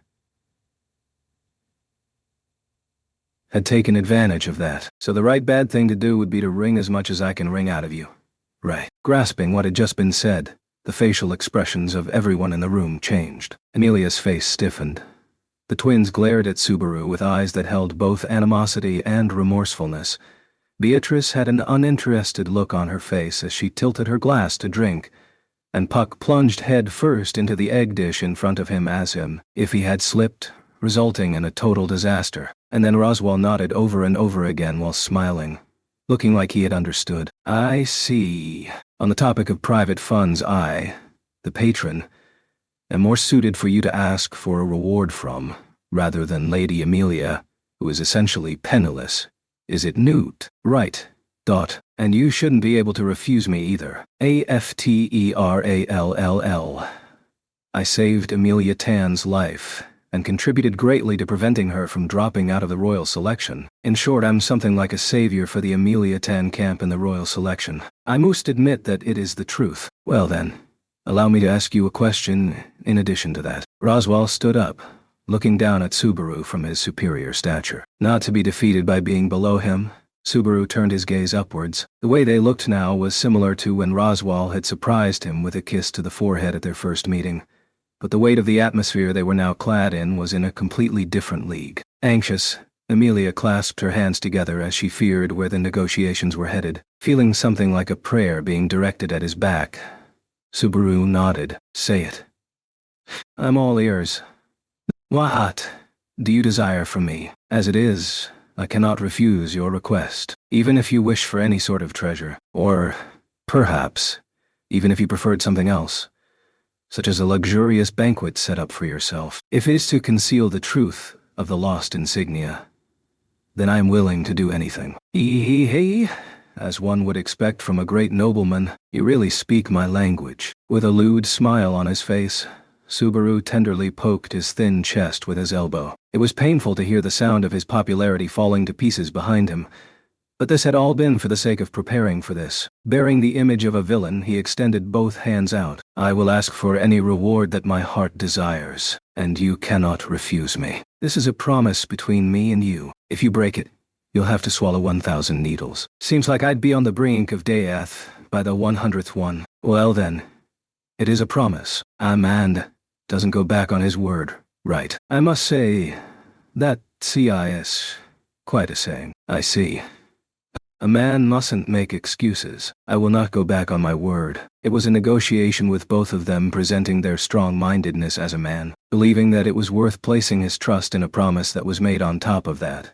Subaru proudly crossed his arms. Then, hire me to work in this mansion. Compared to how long he had built it up, Subaru's declaration was said easily, without hesitation. The girls behind him were dumbfounded by his request. The twins' expression changed to that of slight bewilderment, whereas Beatrice was truly disgusted, her face adorned with a frown. Amelia, especially. It isn't really for me to say, but isn't that a bit? Her beautiful face was restless, an astonished expression overtaking it, and she was opening and closing her mouth like a goldfish. The fervent discomposure was peeling away at her mystical disposition, making it fade away. Looking back at the girl, Subaru shrugged in disappointment. No, to be frank, I knew that you wouldn't find the joke funny a second time, Amelia Tan. However, from my experience, there was no other way but to go with a method that already worked well, so... That's not what I'm saying. No, it's that you want so little. As if feeling angry for him, Amelia slammed her hands against the table and advanced on Subaru. She then jutted her finger out at him and started poking his chest repeatedly. Listen, it's not just the thing with Puck, okay? I'm also talking about something different. To begin with, it's just like when you asked me for my name back in the royal capital. The girl listed off the times where Subaru could have claimed a reward to the best of her knowledge. Amelia was aware of everything he'd done to get those rewards. She shook her head as if she truly didn't understand. You don't understand just how grateful I feel. Such a thing isn't enough to repay you at all for saving my life. As she ended her sentence weakly, the strength behind her pokes lessened, and then she left her palm on Subaru's chest and hung her head. Hearing her silent lamentation, Subaru cursed his own thoughtlessness. She had always felt indebted to him, because of how disproportionate what he'd asked for in return for saving her was. However, the same could be said of Subaru. Subaru had always felt indebted to her, and it was the type of debt that he could never ask from her, ever again. And then there was Puck, too. Near the two people who were presenting their inner thoughts to each other in silence, Roswell sneakily moved over to where Beatrice was. Well, he was actually aiming for Puck, who was beside her, in order to strike up a conversation. What? Did you give that boy a reward? Oh, great spirit. Yeah. He just wanted to be able to pat my fluffy body as much as he wanted.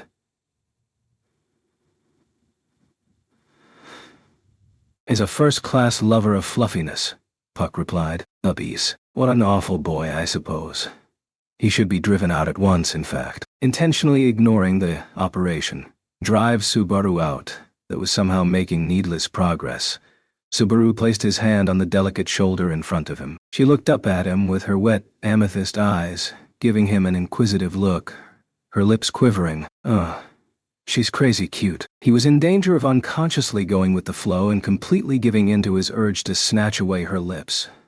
But he miraculously got himself under control by beating the urge to a pulp. And then he brought out his most sincere attitude to tell her how he truly felt. You don't understand, Amelia Tan. At that time, At that very moment, that was what I truly wanted from the bottom of my heart, you see.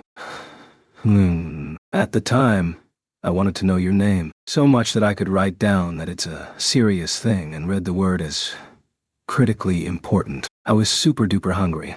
I was anxious about this new world. My feet were unsteady beneath me. I was on the verge of losing it.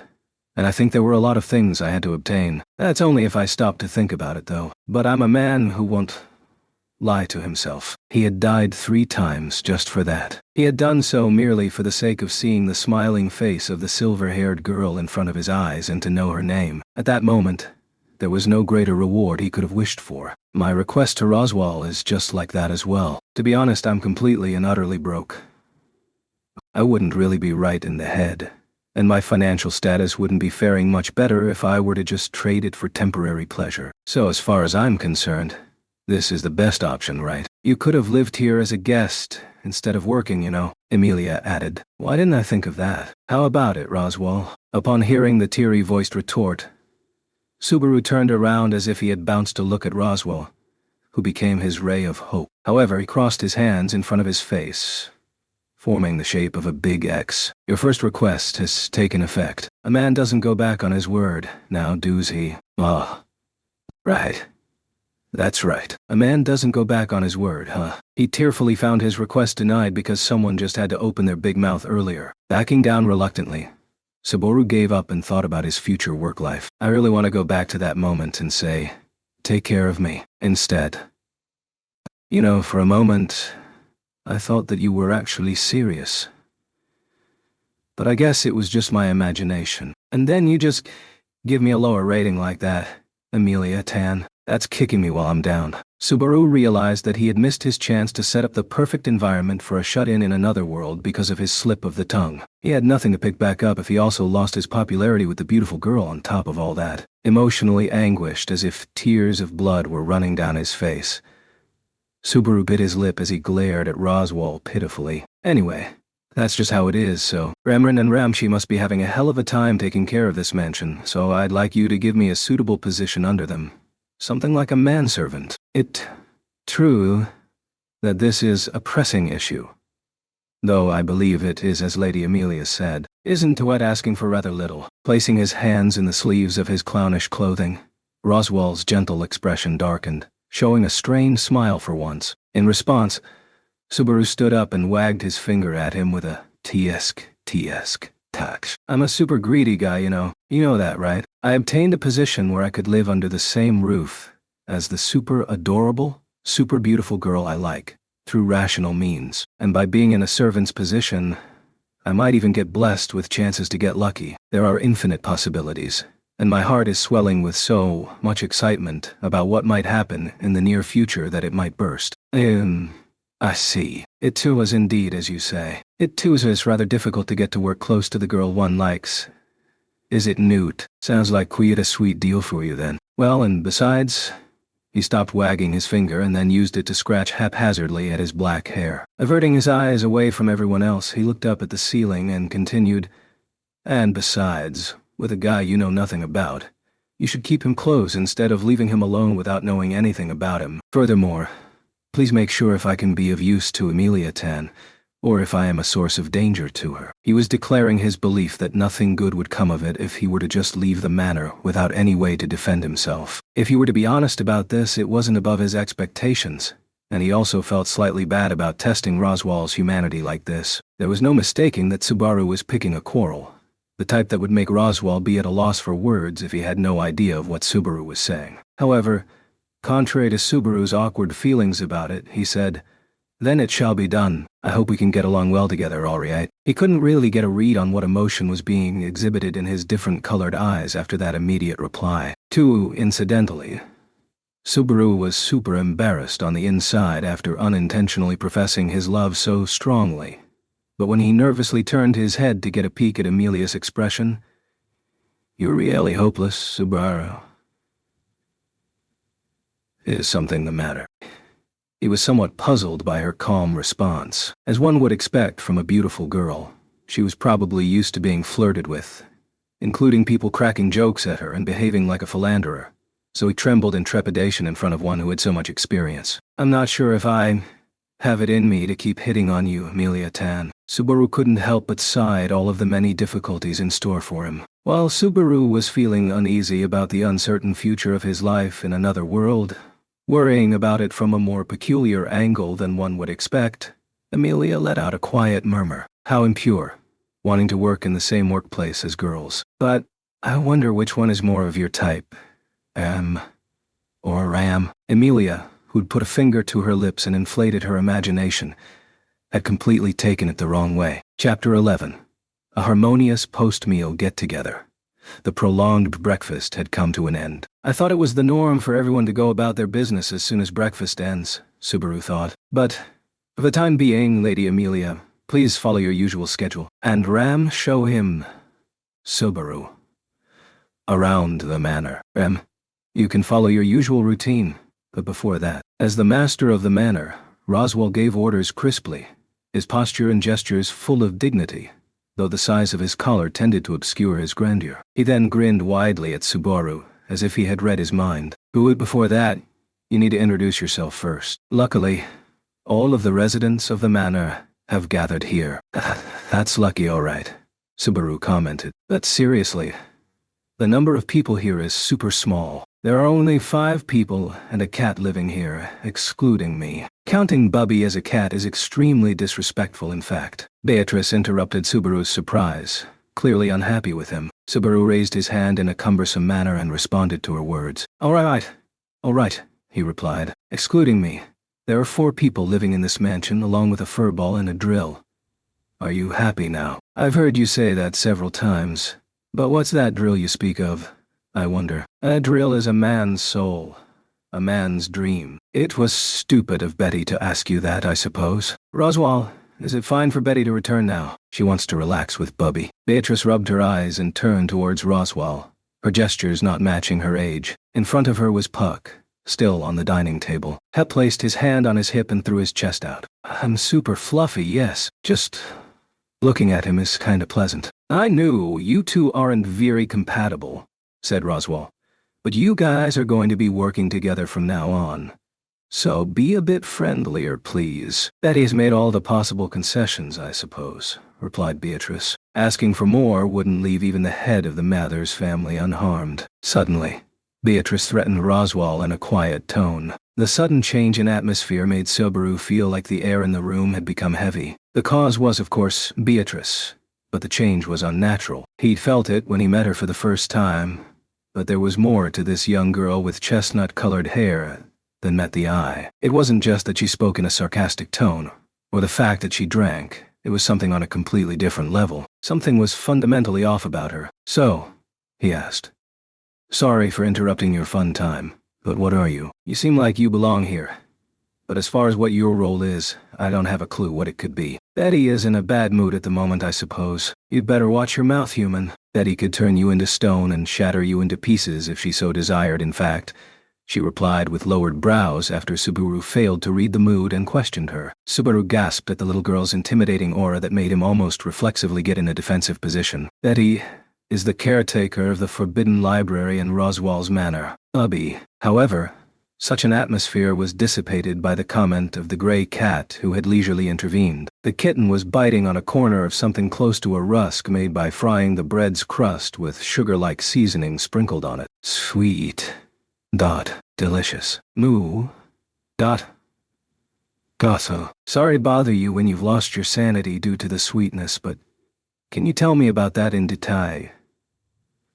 Oh, you're just so soft and fluffy. Subaru had approached Puck to question him, but his hands reflexively went towards his ears and began petting them. Puck gobbled down the rusk speedily while he petted him to his heart's content. Roswell is somewhat of a magician, Puck explained. The Mathers have a long history, so there are books they don't want others to see. So, Betty is guarding the Forbidden Library according to her contract with him, so that such books stay away from the public eye. Is that right? Yes, that's right, confirmed Beatrice. Everything Bubby says is always right, in fact. Communicating becomes easy when Puck enters the frame.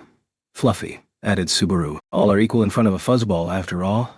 Fluffy. Your sentences are ending in fluffy, Amelia informed him. Subaru hastily let go of Puck's ears after Amelia coldly pointed out that his sentences were ending in a funny manner. He had just proved how addictive petting could be. The tragedy of loving a fuzzball. How ironic. The addictiveness of a fuzzball has backfired on me.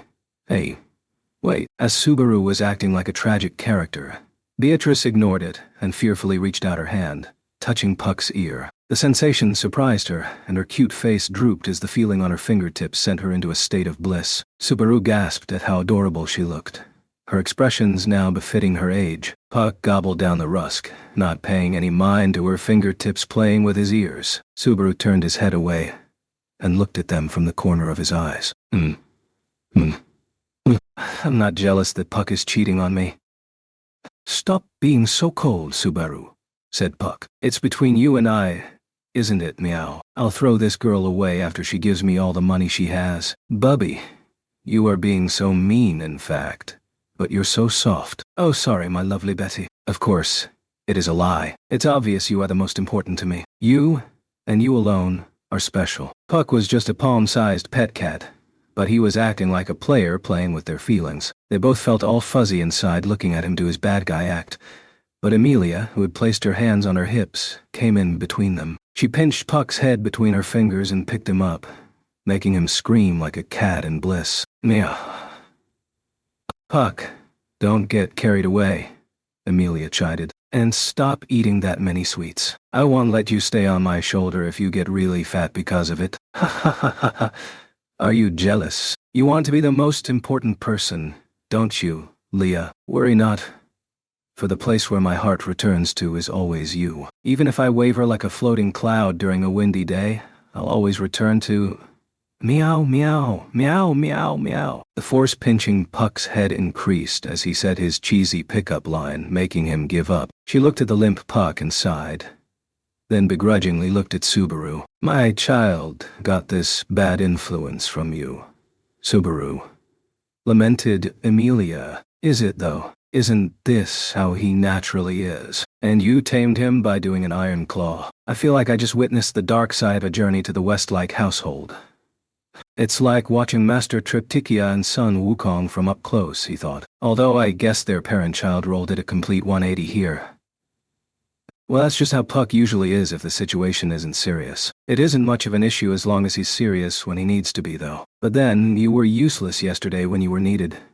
Hey, you'll end up being a useless cat who's all talk and no bite at this rate. Bubby is fine like that, in fact, retorted Beatrice. He just needs to exist and that makes everything better. The rest of the things are just a part of Bubby's charm, I suppose. Your worship of him is extreme, isn't it? Exclaimed Subaru. That being said, Guardian of the Forbidden Library stimulates my nerdy mind. More about that in detail. He held both hands in the shape of a pistol and pointed his fingers at Beatrice. She played with her drills while looking disgusted by his gesture, then spoke up softly, though she looked reluctant. What Bubby told you is everything about it. If Betty has to spell it out for you, it is that room you entered, I suppose. Oh, that place filled with books. That reminds me of the room that made me worry the floor might give out due to the large number of books in it. On the other hand, if all of them were Librorum Prohibitorum that weren't supposed to be in circulation, it would be criminal, wouldn't it? Librorum Prohibitorum. It was a wonderful word that grabbed a man's heart, shook it, and forever remained. Come to think of it, when he was in middle school, when he was mentally unripe and was in the middle of his youth, he referred to books that stimulated and released his young desires as Librorum Prohibitorum. For some reason, the kendo club that Subaru belonged to boasted an overwhelmingly large number of such books. There was even a special storage room under the floor of the kendo club room in the club activity complex. The information regarding it got leaked due to a dispute with the baseball club during the cultural festival when students from other schools visited, and the book depository got caught up in cancel culture before graduation. The story goes that the kendo club room was closed down because of that. The obscene literature survived, but they had no place to store them, and were thus scattered all over the place. Come to think of it, we did our juniors dirty, Subaru reflected. They were passed down from one generation to another and had a rich history. They were sorted out orderly by era and genre. It's really nostalgic. Betty answered your question, but Betty feels that you are thinking of the dumbest thing in the world.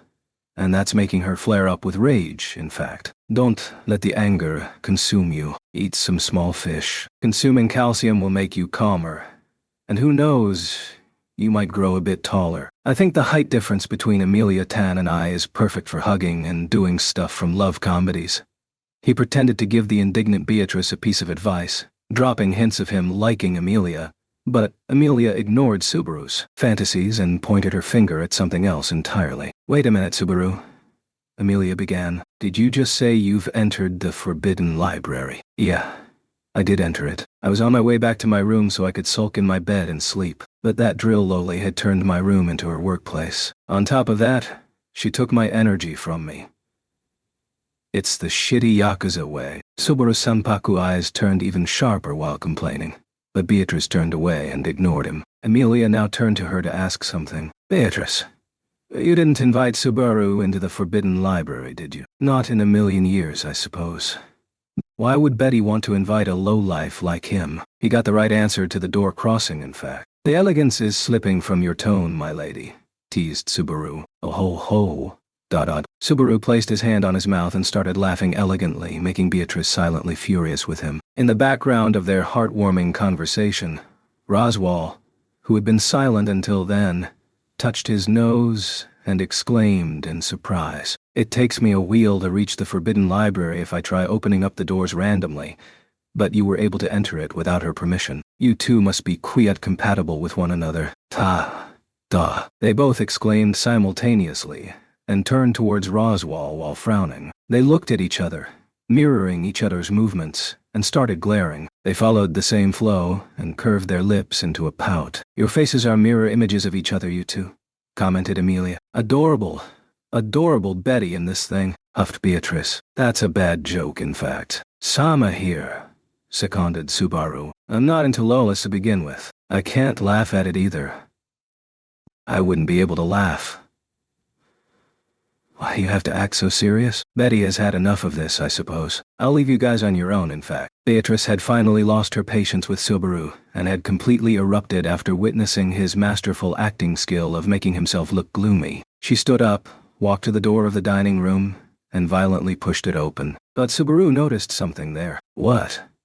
Where's the hallway? He wondered. It couldn't be helped that he asked such a question. That's because the door was supposed to be connected to the corridor that led to the center of the manor. Instead, he saw the library behind the door, the very same library he'd visited previously. Beatrice, who had stepped into the forest of jam-packed bookshelves, looked triumphantly at Subaru. This is door crossing. Burn this noble sight into your eyes and tremble. I don't want to see your face for a while. The door slammed shut, and the small girl disappeared behind it. Subaru was bewildered by it, and he was surprised further when Ram opened the door again after it had been shut. The door that had gotten violently slammed shut opened slowly. Behind it was a vast corridor that Subaru had walked through to reach the dining room. It was hard to believe it had been connected to the library a moment ago. I see.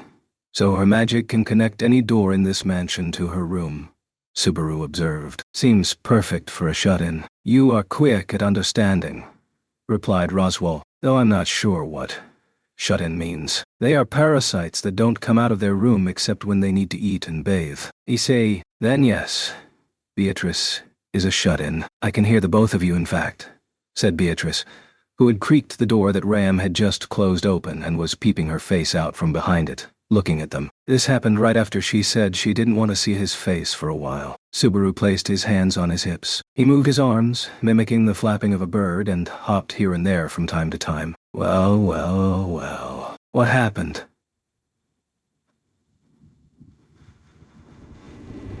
What happened? You just went away quite energetically. So why are you here again? Did something happen? Did you forget something? That's quite unfortunate. Hey, how do you feel? How are you feeling now? The IAA. Hey, how are you feeling now?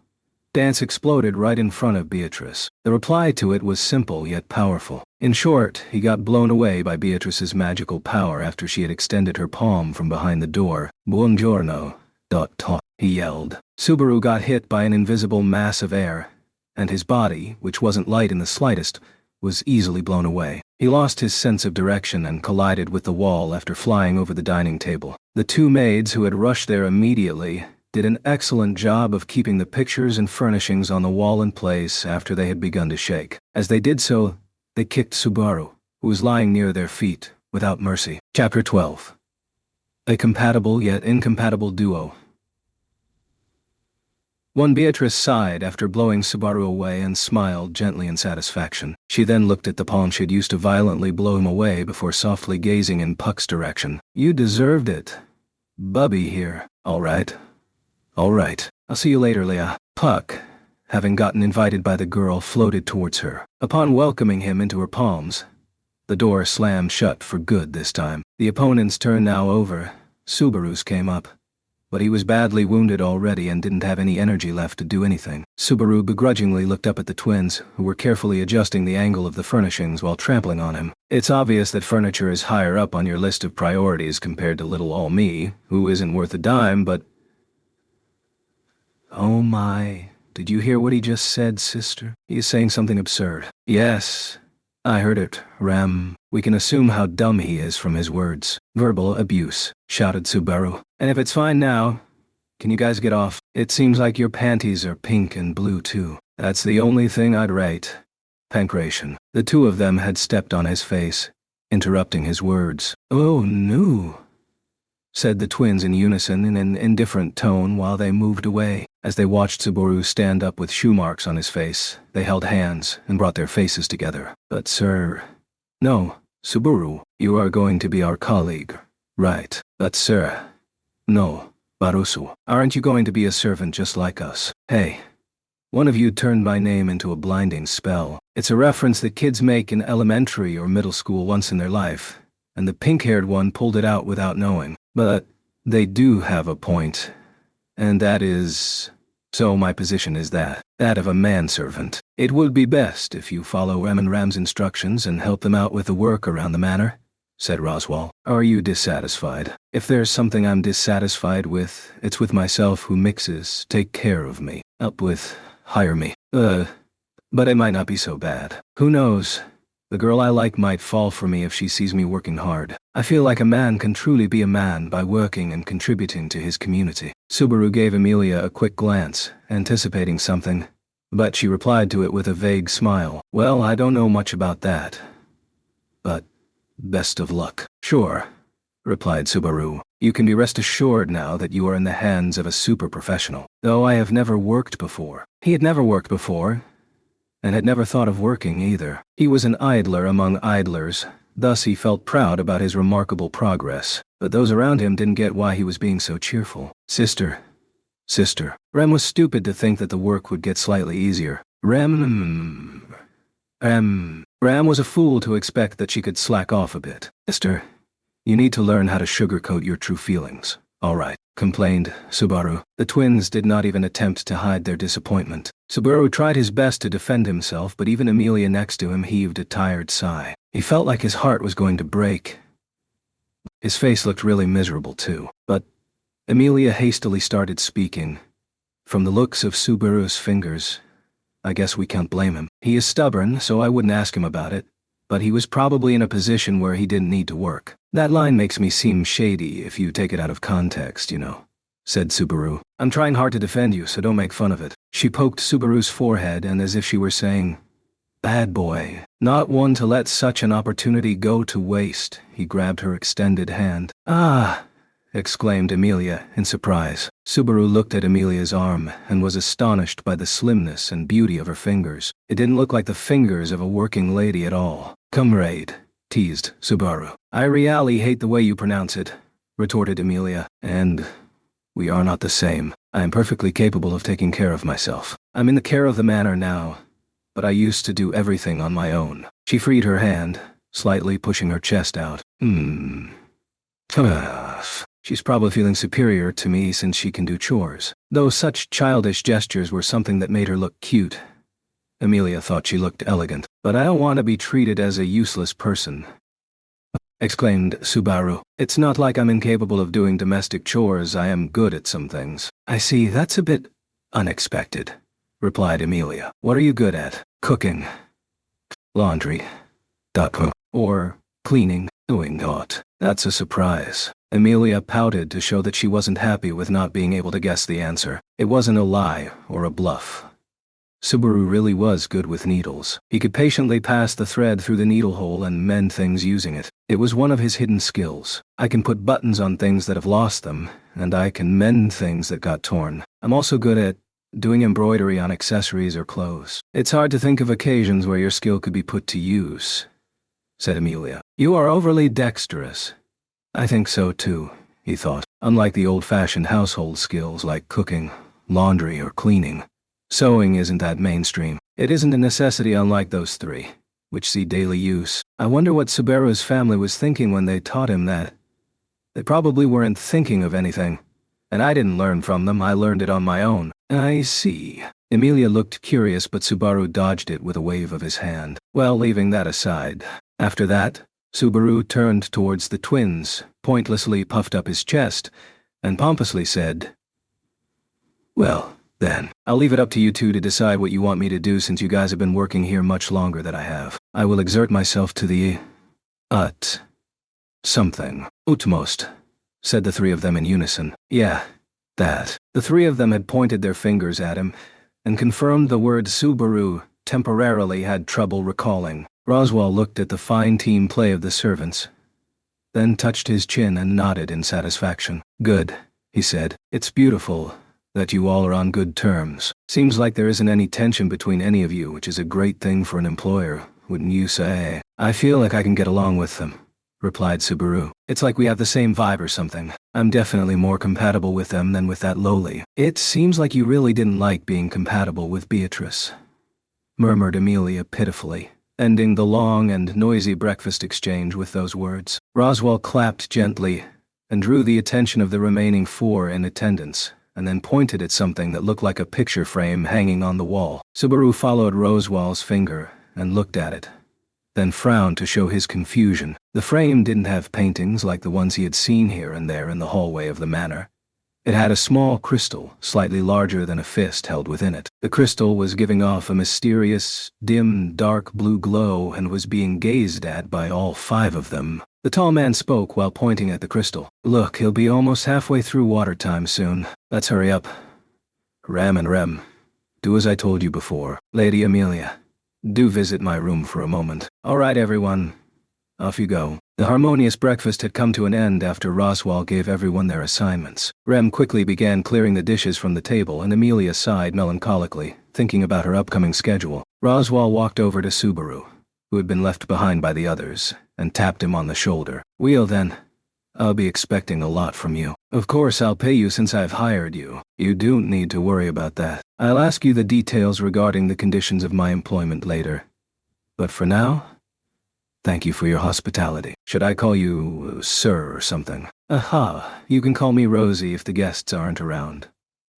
It is somewhat refreshing being called by a nickname. Roswell closed his yellow eye and winked, then waved lightly and left the dining room. A moment before leaving the room, he gestured lightly at Ram with his eyes, and the pink-haired girl nodded again and again, her face turning red as if she had been given some sort of instructions. The twins were indifferent when it came to expressing themselves via facial or verbal means, but their nonchalant attitude crumbled away while interacting with Roswell. The word loyal dog crossed Subaru's mind. All right, Barusu, said Ram. Oh, so you are gonna go with that? Yeah. Well, Barusu, Master Roswell has instructed me to give you a tour of the manor, so kindly follow me and don't get left behind. It's not like I'm Amelia Tan, so I'm not gonna run off or anything. Subaru pointed. Amelia puffed up her cheeks at Subaru's playful words. It felt very fresh to him when she called out his name by pronouncing each syllable separately. He then pointed his finger at her while giving her a broad smile. It's a harmless party joke. You would not be able to turn into a wonderful queen if you cannot even take a joke like this, Fräulein. What's Fräulein? Asked Amelia. It's something you need to learn along with the rest of the stuff. Life is like climbing an endless mountain without any supplies. If you are lazy about collecting the items known as knowledge in between, you'll end up dropping out at the third station without reaching the top. Amelia got quiet and widened her eyes. It seemed like she was impressed by what Subaru had said. Seems like the statement from a dude that dropped out of school carries a different weight. Subaru was hurt by his own self-deprecatory thought. Well then, he said, then glanced at Ram. I don't want to leave, but I guess we have to. Let's go, boss. Yeah, let's do that, Barusu. Lady Amelia, we'll be seeing you later. Subaru started following the girl heading towards the door after she had curtsied, her pink hair swinging here and there. Amelia looked at them. Subaru, I need to give it my best, but you can give it your best too. What's up with that? It makes me really happy. I feel extremely motivated now. Are you a goddess? Subaru lightly curtsied with his tracksuit and bowed.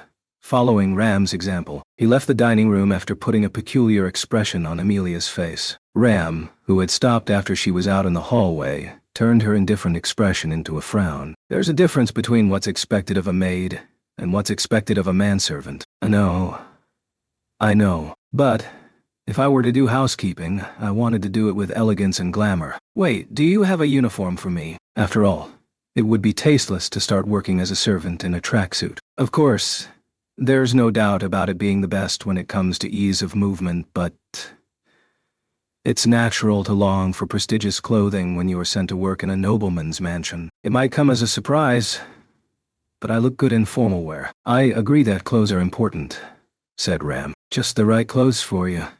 Yes, I'm sure there are some. I see. Then, let's start with that. I am the kind of person who focuses on the aesthetics first. I start my preparations for an exam by cleaning the room so I can focus on my studies. And then he didn't actually study after that. Subaru gave her a thumbs up accompanied by a gleaming wide-toothed smile. Ram was looking at his entire body while lifting her fingers and muttering, It seemed like Ram was able to measure the approximate clothes size needed for Subaru just by doing that. She nodded in satisfaction and pointed in the direction of the upper floor. There is an anteroom for the servants upstairs. You'll find your clothes there. Considering your size, you'll fit into Frederica's, who left 2 months ago. Oh, you left just at the right time, Frederica. Isn't she a woman, though? Her size is almost equal to yours, Barusu. But the gender is different. Right. Ram stopped walking and turned back, giving Subaru an icy look. She then sighed as if she were tired and touched her forehead. You said that you wanted to do it with elegance and glamour, so I was kindly going to make your wish come true. What are you complaining about? If it were Amelia Tan, it would be understandable, but who would benefit from me wearing a maid's outfit? What would I do if it benefits me after I develop a weird kink?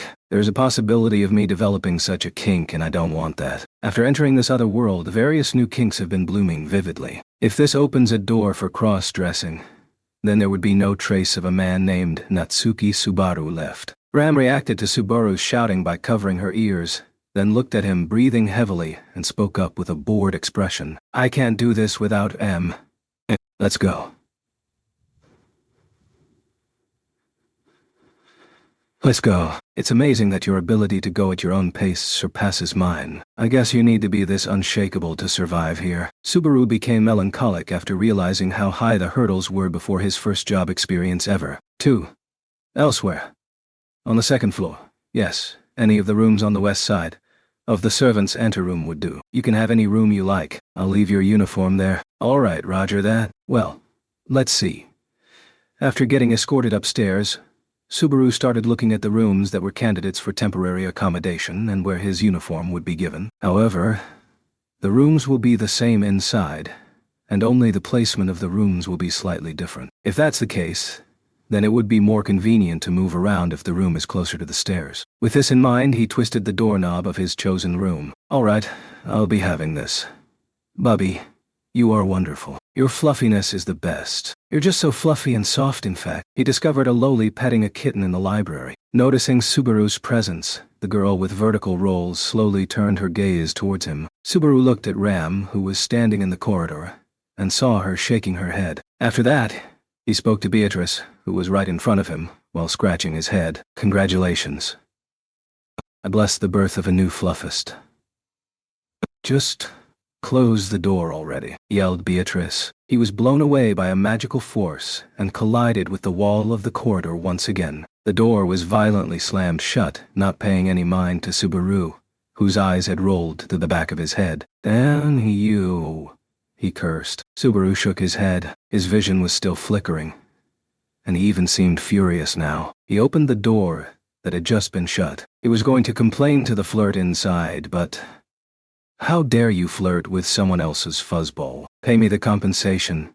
The compensation. He stepped inside while shouting, his spit flying here and there, but what he saw was a simple room with a bed and a wardrobe. There was no sign of the library that had been there before. This must be the effect of her door crossing, he thought. Once Lady Beatrice hides her presence, we won't be able to know where she is. We won't be able to find her unless we open all the doors of the manor, since she won't come out on her own, said Ram adamantly, as if she were telling Subaru to admit his defeat. She patted him on the back as if to comfort him. Feeling that sensation, he decided to admit his defeat. Not, I'm really mad now. That attitude of hers that makes me seem like a bad guy is to blame. He shook off Ram's hand and ran down the corridor as fast as he could after turning back. Ram watched him with her eyes opened wide while he ran to the door at the end of the corridor. This one, he shouted, so soft. That's amazing, Subaru. He was welcomed by the girl's scream and the gray cat's praise. He observed the shock on Beatrice's face caused by her door crossing getting breached again, then immediately rolled inside the library to avoid being blown away. He did a handspring followed by a headspring, a cartwheel into a roundoff, then a back handspring, and finally topped it all off with a spectacular backflip, landing right in front of the girl. All right. 10 points, praised Puck. You made the place very dusty, Beatrice complained. It's because you don't clean properly. You shouldn't bring a cat into the library to begin with. They'll sharpen their claws using thick covers. My claws have been cut short by Elia, so it isn't an issue, murmured Puck calmly next to Subaru and Beatrice, who were yelling at each other. But his words didn't reach them since they were too busy arguing. The two were exchanging shouts so loudly that it seemed as if their voices would echo throughout the manor. Ram reached the door leading to the forbidden library a moment later. As she watched them arguing, she murmured, leaving aside whether you two have a good relationship or not, it appears to be true that you two are compatible. That's not true. Their combined scream that morning shook Roswell Manor to its foundations. Chapter 13. The promised morning is far away one. Sue. How did Subaru do? It was at night.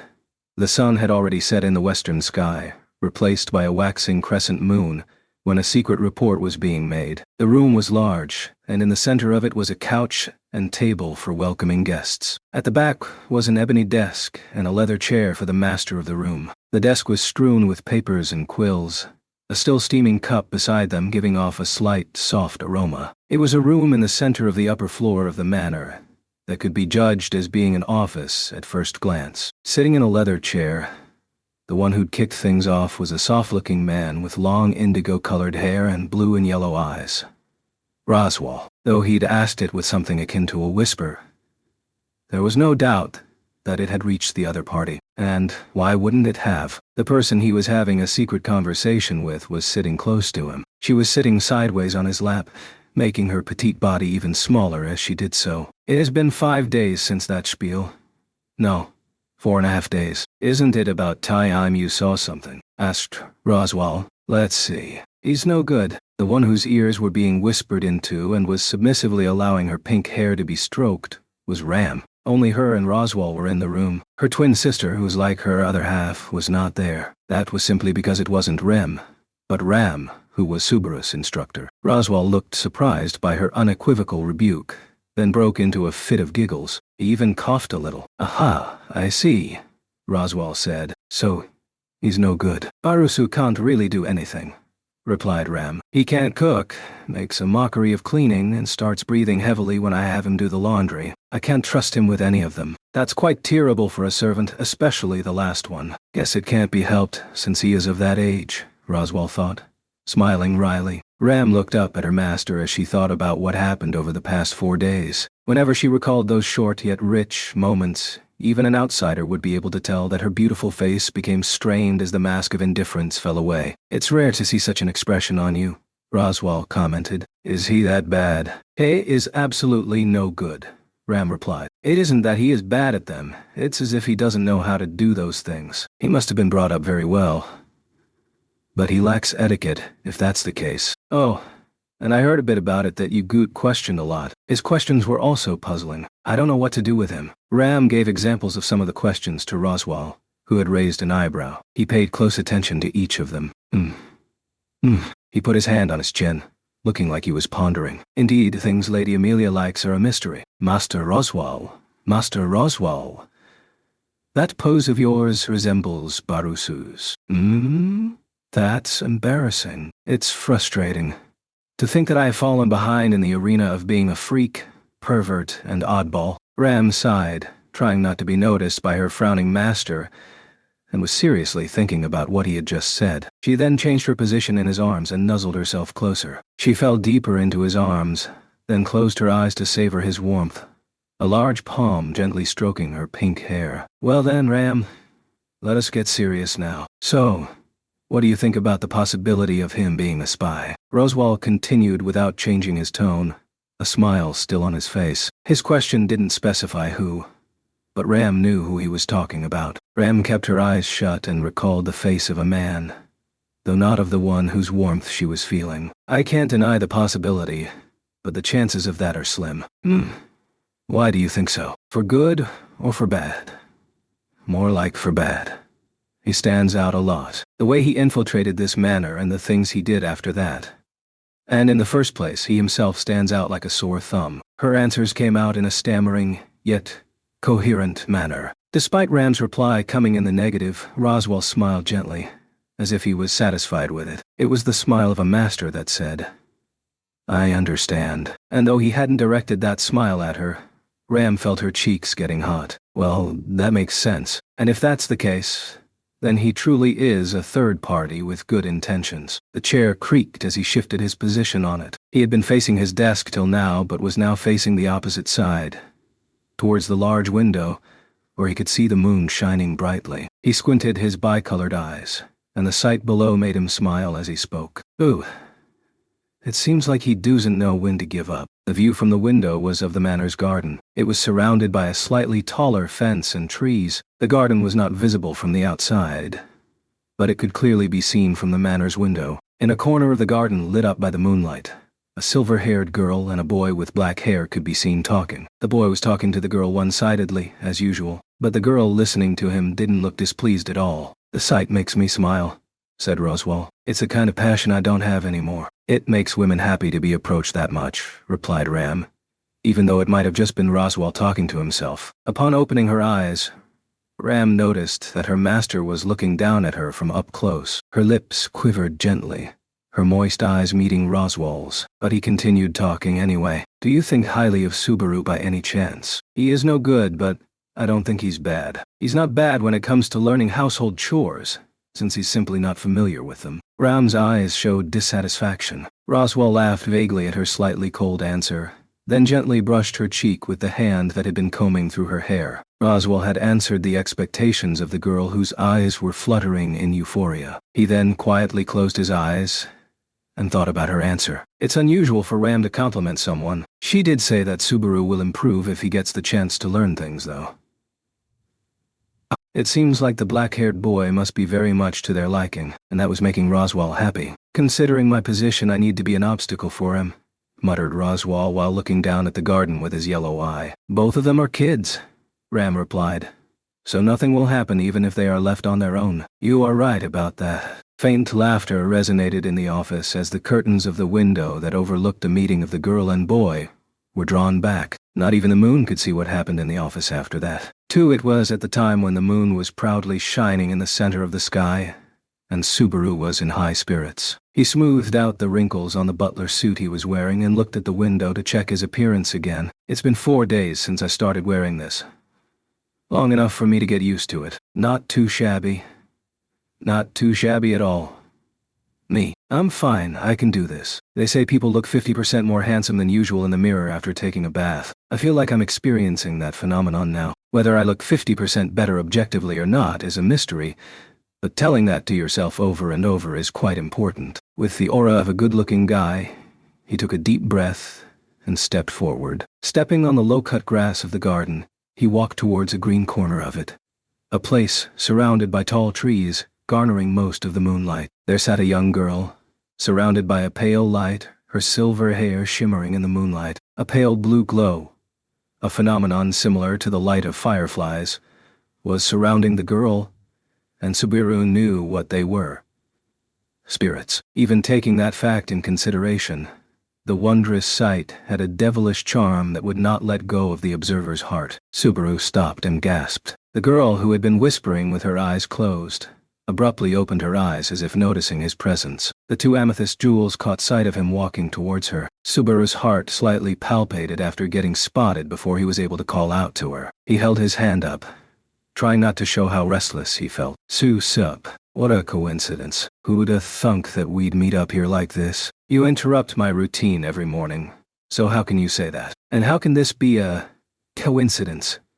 Don't we live under the same roof? The flow of the conversation went from Subaru not being able to hide his restlessness to Amelia replying with a sigh, which wasn't unusual. Subaru took a sharp breath in the face of her attitude and said, "You can do this," to himself to raise his spirits again. Hearing we live under the same roof really makes me horny. You say that sometimes, but what does horny mean? It sounds really, really creepy. Amelia hugged her shoulders and shivered as if she had felt a chill. Seeing her reaction, Subaru grinned and casually sat right next to her. The distance between them was 3 fists, and that iffy distance between them was a sign of him being a wuss. It seemed like Amelia had gotten used to Subaru sitting next to her like that, so she didn't point it out. Given that he had been sitting next to her during her morning routine and at meals, it was no wonder she no longer had any energy to do so. Subaru was pumping his fist inwardly at her unspoken acceptance. Therefore, his voice henceforth naturally oozed with uncontrollable joy. So,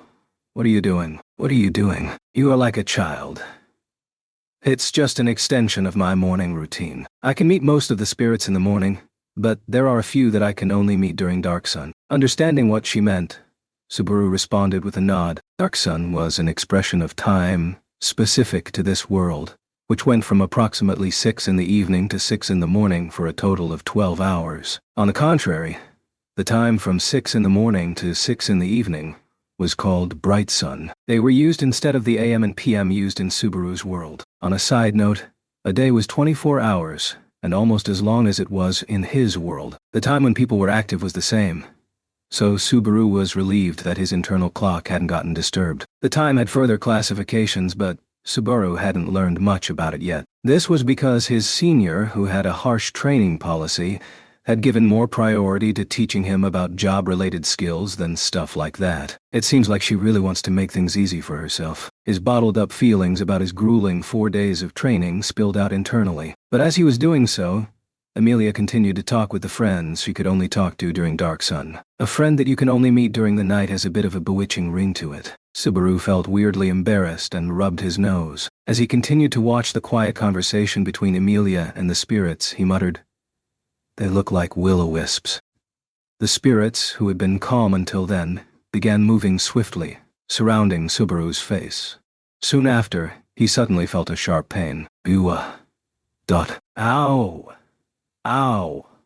Ow! It feels like I'm being poked with toothpicks. Don't make them angry by saying something insensitive like that, Amelia exclaimed. They aren't listening to me anymore. Bearing an indifferent attitude towards Subaru as he was being attacked by the spirits, it seemed like Amelia shared their feelings. However, she showed her virtue when she said, "It can't be helped," and cast healing magic on him, still in pain after the spirits had ceased their assault. A pale glow alleviated Subaru's pain, and once he finished rolling around on the ground, he looked up at Amelia. As he laid there, she continued her wondrous meeting with the spirits right in front of him. Suddenly, Subaru noticed that he was gazing at the beautiful girl and spirits in awe. This is what had made him feel embarrassed before, leading to him making a snide remark, but when he cleared his mind it didn't look all that special. His embarrassment faded away into nothingness. "I just need to empty my mind and look at it nonchalantly." "It isn't a fun thing to watch, is it?" muttered Amelia.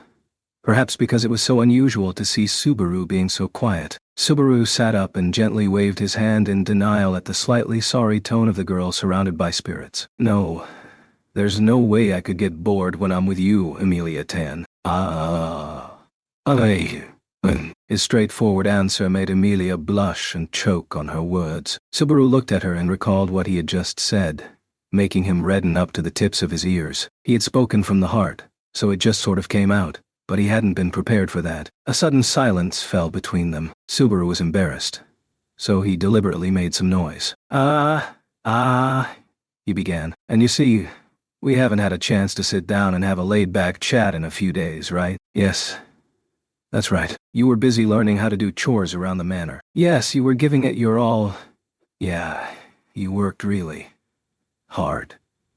Your supportive words make me so happy and miserable. It makes me want to cry. He dug his own grave with the conversation. He started to change the atmosphere, but now he was tweeting his sorrow. Subaru started drawing circles on the ground after realizing how pitiful he was. Emilia's hand wandered about in the air, an awkward look on her face as she wondered how she could comfort him. Subaru's reputation after starting his new life as a servant a few days ago was that of someone who was good for nothing. Even if there had been some sort of favoritism and they looked past his faults, or he had bribed his higher-ups with a lot of money, things wouldn't have changed. Cooking, laundry, and cleaning. Subaru had none of these domestic skills, which were essential for a servant at a manor, and had to acquire them. At present, the 3 skills mentioned above were all C-grade. I only got an S when I put a button on a loose apron. You really are dexterous when it comes to that one thing. I wanted to grow up to be different and quirky rather than simple and boring. It's the result of being brought up in a household where anything goes. I think it's crazy that I managed to develop my sewing skills and all that. Oh,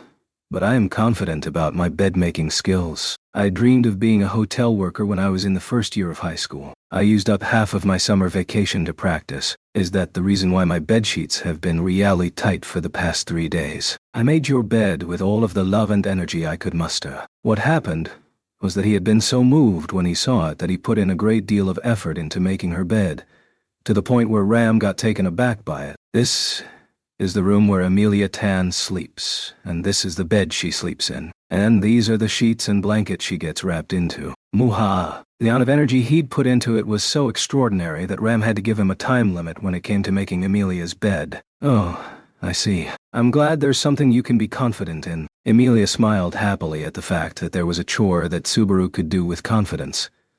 Oblivious of what had happened during that, Subaru kept quiet, not saying a word. He was crying tears of blood while his consciousness was being stabbed again and again. Besides, said Amelia to Subaru before continuing, it's admirable that you have been able to keep up with your other work without giving up. Ram and Rem were praising you in secret. Did you know that? Are you for real? My seniors get all soft when I'm not looking at them, huh? They really are doing sunderation, but they aren't doing it right if they don't do it in front of me.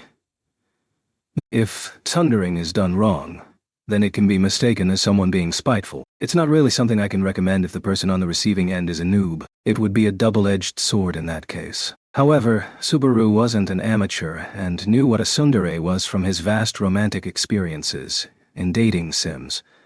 So no one stood a chance if they sundered in front of him. But the only thing they seem to be interested in is that perverted noble. Well, the only one I am interested in is Amelia Tan. So we're even. He shrugged his shoulders and tried to act like it didn't bother him, but since he was too embarrassed to say it out loud, it had only come out as a whisper. Thus, it seemed like it hadn't reached Amelia, either. She tilted her head with a bit of a confused look on her face, and then changed the topic. But isn't it hard working that hard every day? It's super hard and is seriously painful. I want to choose between your arm, chest, and lap and sleep on them. I see.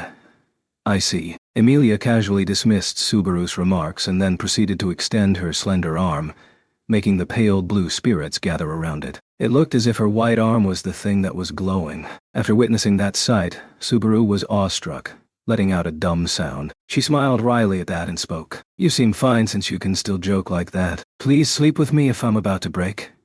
I'll think about it. Saying that kind of thing scares me, so I'll say no. I failed at making you say it. Subaru held his head and fell on the lawn. He sighed, while feeling the coolness of the grass as he looked up at the starry sky. A sudden gust of wind shifted his short bangs, making him reflexively look up at the moon. Isn't the moon pretty? He asked. Yeah, because it's out of your reach, Amelia replied. Guha. What happened? Her unintentional comment shot down the expression of love he'd taken from classic literature. Amelia hastily rushed towards Subaru, who was holding his chest and moaning in pain. And then... Amelia was shocked after she approached him. He was on the ground looking up at her. She looked at his chest with her amethyst eyes, and saw the hand placed there to express his pain. His mistakes had kept piling up, and as a result, his left hand was covered in bandages. Oh, wait, this is lame. Effort is something you need to hide. Subaru hid his hand behind him, trying to conceal his embarrassment. He touched his head with his right hand and stuck out his tongue as a sign of reflection. Tea. But Emilia's expression stayed serious. Subaru was wondering what to do as he waited for Emilia's response. But then she lowered her gaze slightly and spoke. Everyone is really working hard. To Subaru it sounded like she was admonishing herself.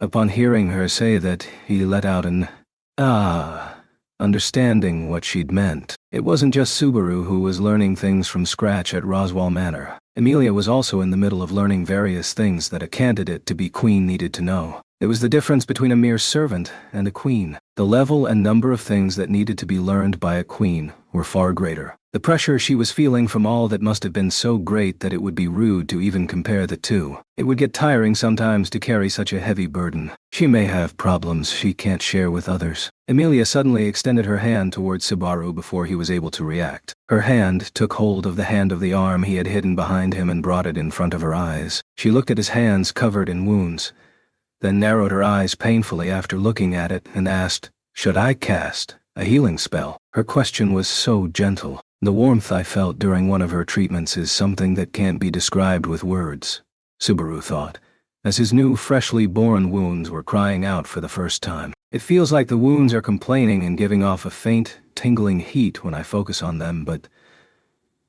no, it's fine. You don't need to treat them. Why, though? It's hard to explain, but it's like they are proof that I made an effort, answered Subaru with a grin as he pulled his hand away. He clenched his worn-out fist in front of the beauty whose eyes were wide open in surprise. It sounds unusual, but I don't dislike making an effort. If I didn't like it, then I wouldn't have trained every day. The feeling of being able to do something that you couldn't do before is a pleasant sensation. He moved his hips with the rhythm, spun around, then stood up. Emilia panicked since it forced her to suddenly look up at him. Then Subaru pointed his finger at her. It's really hard and super painful, you know, but it's kinda enjoyable. Ram and Rem are really strict teachers. That Lowly gets mad at me, and Rosie doesn't say much, so his presence is pretty much non-existent. Roswell would fly into a rage if you said that to him. Fly into a rage. Who says that in this day and age? In response to getting interrupted, Subaru bent backward and shot himself back into his original position like a spring-loaded toy with his hand held out in front of him, putting Emilia on hold. Then he spoke. Well, solving problems one by one is the way to go. There's no way I'd survive here otherwise. And if I have to do something, it's better to have fun doing it anyway. In my original world, it was fine if I could live an easy life, but a life of peace and calm isn't something you can just wish for here. If that were the case, then Subaru wished for it to be fun. It was him showing his stubbornness to the existence that had unreasonably thrown him into this world. Upon hearing Subaru's words of determination, Emilia froze in place, as if her time had stopped. She just kept opening and closing her eyes, and then her serious expression faded away. Yeah, you are right. I think so too. Subaru, you idiot. Hey. What? That wasn't the reaction I was expecting. Isn't this the part where you fall for me again? I haven't fallen for you to begin with. You are such a dummy. I am, too. Subaru was using his body to form the Japanese kanji for life, and the last part of her sentence had not reached him. Emilia was smiling as if some of the pressure she'd been feeling had been lifted. Subaru was enraptured as he gazed at her smile, unable to say a single word. She's turning into an existence that words like cute and pretty can't even begin to describe. Yes, she's an A-R-S-G. Emilia Tan's really a goddess. I was thanking you, but you are joking around as usual. As if a little mad, Emilia gave Subaru's forehead a little poke, making him take a few steps back with his hand held to his forehead. His gesture was somewhat passionate, and it wasn't just her imagination. She burst into delightful laughter after seeing his reaction. Nevertheless, I know you were working hard, but what did you do to get your hand injured that badly? Oh, this one is easy. This evening I got bit by a small animal that was playing with the kids in the village when I was helping Ram out with the groceries. Wasn't it a result of your hard work? It's more like the bigger wound is more eye-catching than the others.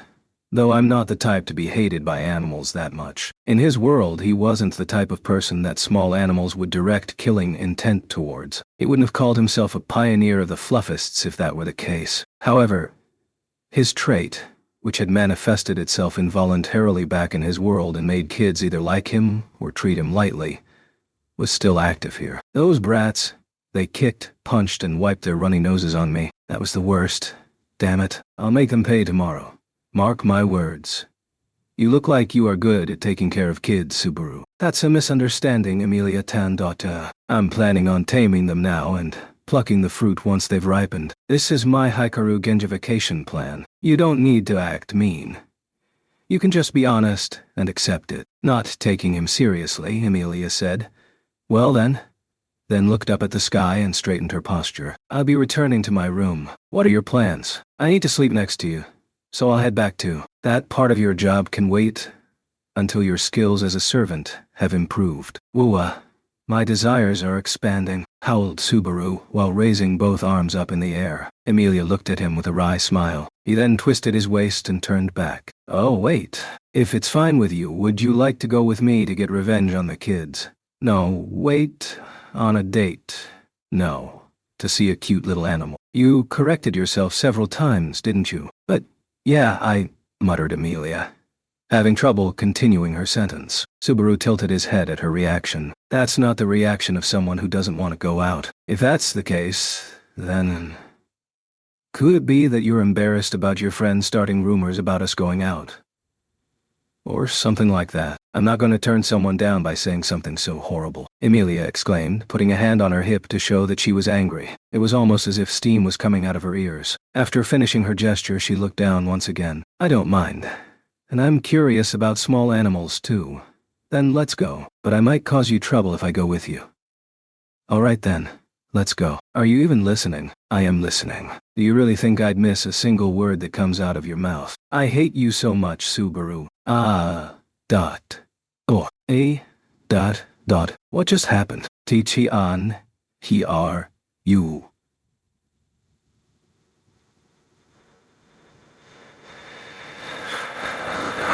Subaru covered his ears and ran around to block out the sound. Amelia laughed, as if taken aback by Subaru's boldness in immediately contradicting himself. Guess it can't be helped then, she said. But only after I'm done with my current studies and after you are done with your chores around the manor. That's the condition. Having made Amelia promise to go on a date with him, Subaru clenched his fist and raised it in victory. Seeing how easily Subaru's mood could change, Amelia shrugged her shoulders and shook her head. Speaking of which, why are you still dressed like that after finishing your work? Oh, I just figured I hadn't heard what you thought about it. So how is it? Doesn't this suit me? Yeah. Let's see. You seem like you are really good at your job. I feel like I'll get crushed by the burden of your expectations. I'll note down here that there was a conversation like that. 3. After picking a door at random, Subaru peered inside and casually spoke. You, Loli, are you getting enough sleep? You'll stunt your growth and forever be a pipsqueak if you stay up too late, you know? He has been breaking my door crossing like it's nothing, said Beatrice in a resentful tone. He saw a girl sitting on a wooden stepladder in the back of the library, glaring at him. She was holding a thick, halfway open book in her hands. You'll end up wearing thick glasses that look like the bottom of a glass milk bottle if you read manga at night in the dark, and you'll end up failing the entrance exam again and again of the university you want to go to. This incomprehensible nonsense again. Shall I turn you into stone if you act stupid, I wonder? Sure. I got you. Well then, go to bed already. Good night. He waved his hand roughly and proceeded to close the door. Wait. Hearing that before he closed the door, Subaru halted his hand and looked back. He saw Beatrice leaning over a bit. Were you here to ask for something, I suppose? She asked. Nope. Not really, replied Subaru. I figured I'd come say hi since I was on my way to bed. I was going to give up after opening 3 doors, but I got it right on the first try. This boy. What kind of a hunch does he have? Beatrice seemed tired as she pulled on one of her vertical rolls. Once she let go of it, it sprang back like a spring. It made Subaru's mischievous heart tingle a bit. Can I do that too? He asked. Only Bubby is allowed to touch Betty, in fact. Betty has had enough. So go away already, I suppose. What's up with that attitude? You were the one who stopped me. Huh. I don't mind it at all though. I'm in a good mood. So I'll forgive you. After showing off how good he felt, he left the room, putting a scowl on Beatrice's face. However, as the door was about to close, he felt like he heard a tinge of loneliness in her voice. That has nothing to do with Betty, I suppose, and that concerned him a bit. Guess I gotta open the door again to ask her what's the matter. The other side of the open door was different. It had turned back into a simple guest room. He felt slightly hesitant, but he didn't feel like walking around searching for the right door. He needed to wake up early tomorrow and finish his chores as fast as he could. I need to go to the village and make up some excuses to get the kids out of the picture. Wait, no. I need to do some research to find a place with a good view, and figure out where the flower garden is. Preparation. That's the most important thing when it comes to all kinds of war. They say your victory or defeat is decided before the fighting starts. I can do this, said Subaru as he puffed his nostrils, his chest full of anticipation for the next day. He skipped towards the room designated to him, a private room for servants, and then he took off and threw away the butler suit he was wearing and quickly changed into his tracksuit. This fits me the most when it comes to sleeping. The only thing that worries me is that it's the only tracksuit I have. I wonder if Rosie will cast a duplication spell on it if I ask him to. Now it's a rare, one-of-a-kind item in this world. It's pretty important since it can be worn as casual clothing, but it needs to be treated with the utmost care. If it starts falling apart, I can just get over it by saying that clothes can't be worn forever. It'll be sad to lose something that reminds me of my old world, but there's no point in looking back at things. And that's why I'll live hoping for a better tomorrow, gee. Subaru grinned vulgarly and dove into the bed he had made. After being met with softness, he crawled under the covers, completely ready to hit the hay. However, since he was too excited for the next day, he remained wide awake, unable to fall asleep no matter what. Shit. You gotta be kidding me, body. Are you going to trample on my hopes for tomorrow? Damn it, so my greatest foe was myself? Jesus. Subaru glared at the ceiling and sighed. But I have a trick for sleepless nights like this. Subaru smiled provocatively at his restless body. Take this. My secret trick. 1 fluffy puck. 2 fluffy pucks. A first-class fluffist can imagine the furball he wants to pet and have a virtual petting session that feels like the real thing. The gray, fluffy cat appeared inside Subaru's head, and it increased in number with each passing second. Eventually, Subaru's entire body was covered in furballs. His body was taken away to the far-off utopia. Avalon, a place of bliss and non-being. 163 fluffy pucks. Fluffy, muttered Subaru as his consciousness drifted into the land of dreams. While imagining Shangri-La, he petted within his consciousness until he could pet no further, and then the lights went out. 4. It feels like my consciousness is rising to the surface from the ocean's depths. This is the second time I'm saying this. As Subaru opened his eyelids, the sunlight burnt his eyes. He then woke his slightly sluggish body up. My head feels a bit groggy. Maybe I'm still a little tired. I did just start a brand new job, so something like this had a possibility of happening. But today isn't the day to be saying such weak things. Upon waking up, Subaru, who was someone who'd wake up in a good mood, immediately began going over the promise he'd made with Amelia the night before. Yeah, Natsuki Subaru. You will be a man today. He gave a thumbs up to no one in particular, flashed his teeth, and struck his usual pose. It was the day of promised victory. Rising up from bed was supposed to be the beginning of his wonderful day, but its beginning was thrown on its head by the twins looking at him in surprise. Subaru covered his face and pressed it against the blanket, then swung his body in embarrassment. White days. Wikuguis. So you were there all along. It's embarrassing. You guys should have at least let me know you were there. Whoa. It's really embarrassing. He floundered around, trying to banish his embarrassment. As usual, the twins' expressions didn't change much in response to Subaru. Being pointed at and laughed at don't feel all that good, but their reaction didn't feel good either. It's like I failed at making a joke. No. Wait a second. That reaction would hurt even a guy like me. You guys witnessed my delicate side, so can't you be a bit more... You know what I'm trying to say, right? The twins looked at each other after hearing Subaru's desperate plea. I was expecting to hear the usual cold, indifferent words from them. Well, that doesn't sound so good either. It was the moment Subaru thought that when they spoke up. Sister, sister, he greeted us in a very friendly manner. Rem. He greeted us in quite a frank manner. Something's off. Those were the words that crossed Subaru's mind. Their indifferent manner of speaking was the same as usual. But something felt off about it. What? Isn't something weird? Bosses, what happened to you guys? Even if y'all are pulling a prank on me, this isn't the right time to do it. While saying that, he started realizing what was off. It's their eyes. The gaze directed towards Subaru had lost the frankness it had till last night. It was as if they were looking at a stranger. And the nail in the coffin was... Sister.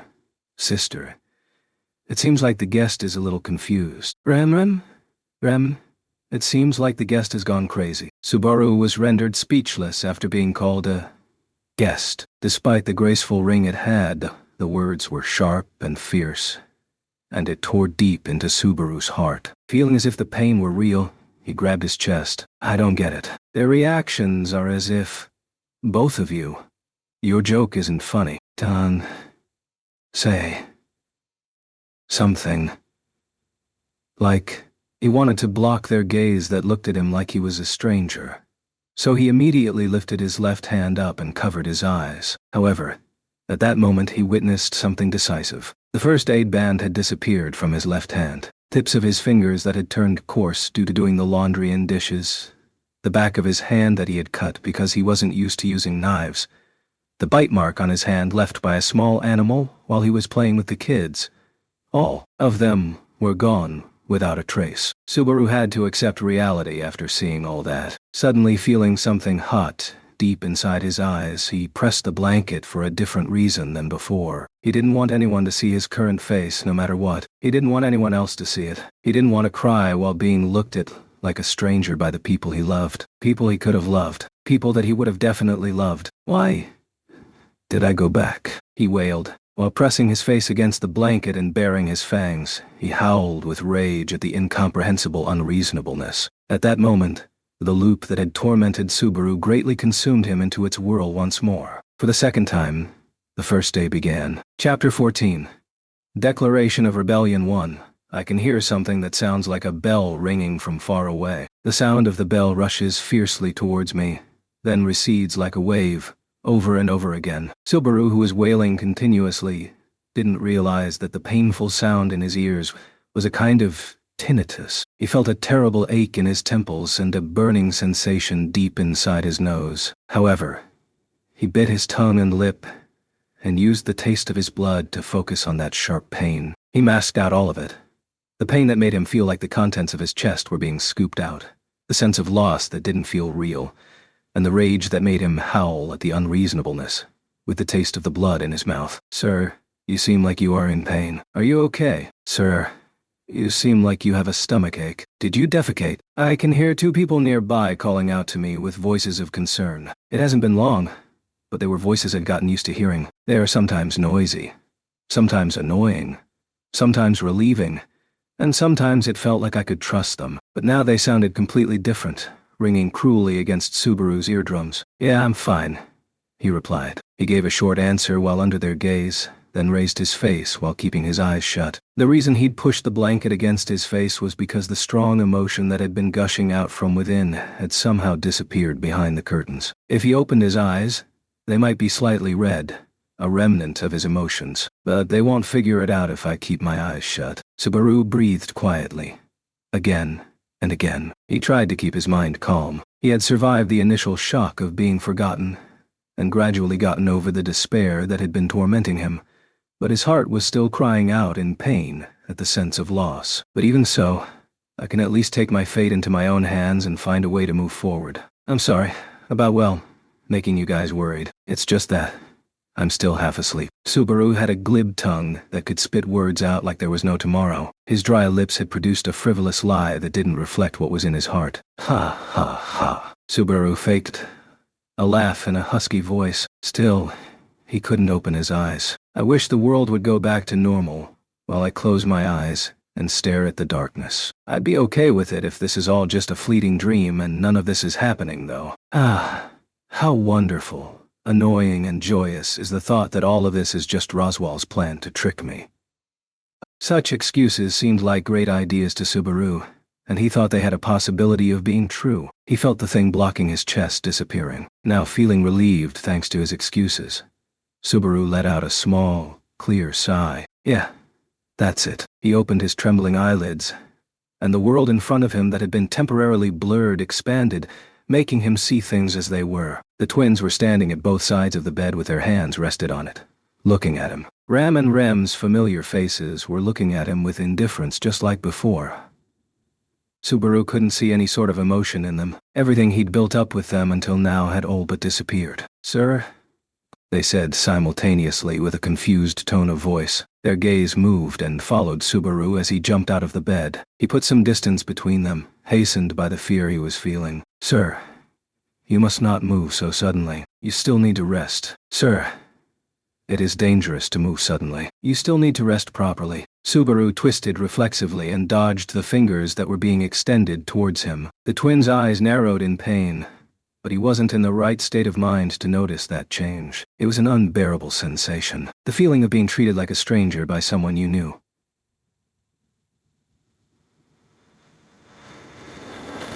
He had experienced the same feeling just the other day, in a crowded street, in a back alley, in an abandoned house, but it was most certainly different from those times. The situation was different. The time was different. The experience was different. It isn't like doing it all over again with people I barely knew. This is like a one-sided do-over with the people I definitely formed a bond with. He felt nauseous and wanted to puke, due to how odd it felt for someone he once knew to become somebody else entirely. The twin maids had begun to notice something peculiar about Subaru, who was staring at them with a feeling similar to fear in his trembling eyes. A slight silence fell in the room. Neither party could act, waiting to see what the other party would do. "So, I'm sorry. I can't do this right now." Subaru's action was only a split second faster than the twins, who tried to stop him as he got a hold of the doorknob and rushed out into the hallway. While feeling the cold floor of the hallway under his feet, Subaru exhaled loudly and ran furiously, blindly rushing forward. He didn't know what he was running from. He didn't know why he had to run, but he kept running. His instincts told him that they would catch up to him if he stopped. "There's just no way I can stay in that place. An alarm is ringing loudly in my head. My heart, my instincts, and my soul are screaming that I shouldn't stay there. I don't know why, but they just keep screaming." He ran past a number of similar doors, haphazardly running through the hallway as if he was going to fall miserably at any moment. While gasping, he placed his hand on a door, as if he had been led to it, and opened it. He slipped into the forbidden library, where a large number of books were lined up on shelves. Once the door closes, the library will be completely cut off from the outside world, after which, people will have to open every door in the mansion to find the one that leads here. Breathing heavily, he rested his back against the door and sank down to the floor. Even though he had sat down, his knees were trembling. He extended his fingers towards them to stop them from shaking miserably, but even his fingers were trembling uncontrollably, as if they belonged to a drunk who'd run out of alcohol. "I might be able to perform well if I play paper sumo, haha." His self-mockery lacked sharpness, and the dry laughter only accentuated the emptiness he was feeling. The air in the tranquil library was filled with the smell of old paper, and it flooded Subaru's tense heart with relief. The only comfort he could get now was by clinging to it, even though he knew it was something that wouldn't last. He took deep breaths repeatedly, again and again, and then, "You are truly rude to enter without knocking." A taunting voice reached Subaru, who was repeatedly catching his breath like a fish out of water, from far behind the shelves. Sitting on a wooden chair in the back of the dimly lit room was a young girl with cream-colored hair. It was Beatrice, the guardian of the forbidden library at Roswell Manor. She never changed, never budged, and maintained her distance from Subaru. She closed the book in her hand with a plop. Then, with the book that was too large for her tiny body still in her hand, she asked, "How did you break the door crossing? I wonder, back then. And now, I'm sorry, but let me stay for a bit, please." He pleaded by joining both his hands and started meditating without waiting for her reply. "I need to face reality and myself in a quiet place where nobody can disturb me. I need to calm down. Accept reality. I am Natsuki Subaru. This is another world. I'm in Roswell's mansion. The names of the twins are Ram, and the girl in front of me is Beatrice. And this is the forbidden library of this mansion. I can enter it quite easily due to my intuition that I've named Door Breaker. I don't have a wound on my left hand. I don't have proof of my effort. The promised morning won't come. The promise I made, that I have to go somewhere with someone. Oh yeah, Amelia. He recalled her silver hair shimmering in the moonlight and her shy smile. He recalled the promise he'd made with the girl under the moon, with the girl that shone equally as bright as the stars in the sky. Beatrice, you aren't adding any honorifics, I suppose. What's today's month and date? Do you know what the time is? Subaru, who had been quiet for a while, started asking questions one-sidedly without pausing. Beatrice seemed offended by it. She looked at his behavior with annoyance, and then snorted. Time? Dates and months are meaningless to Betty since she spends her time in a library with frozen time, I suppose. What's your point? Subaru asked. It's none of Betty's business, I suppose. Damn it. You are useless. I was an idiot to have expected anything from you. This boy, saying whatever he wants to.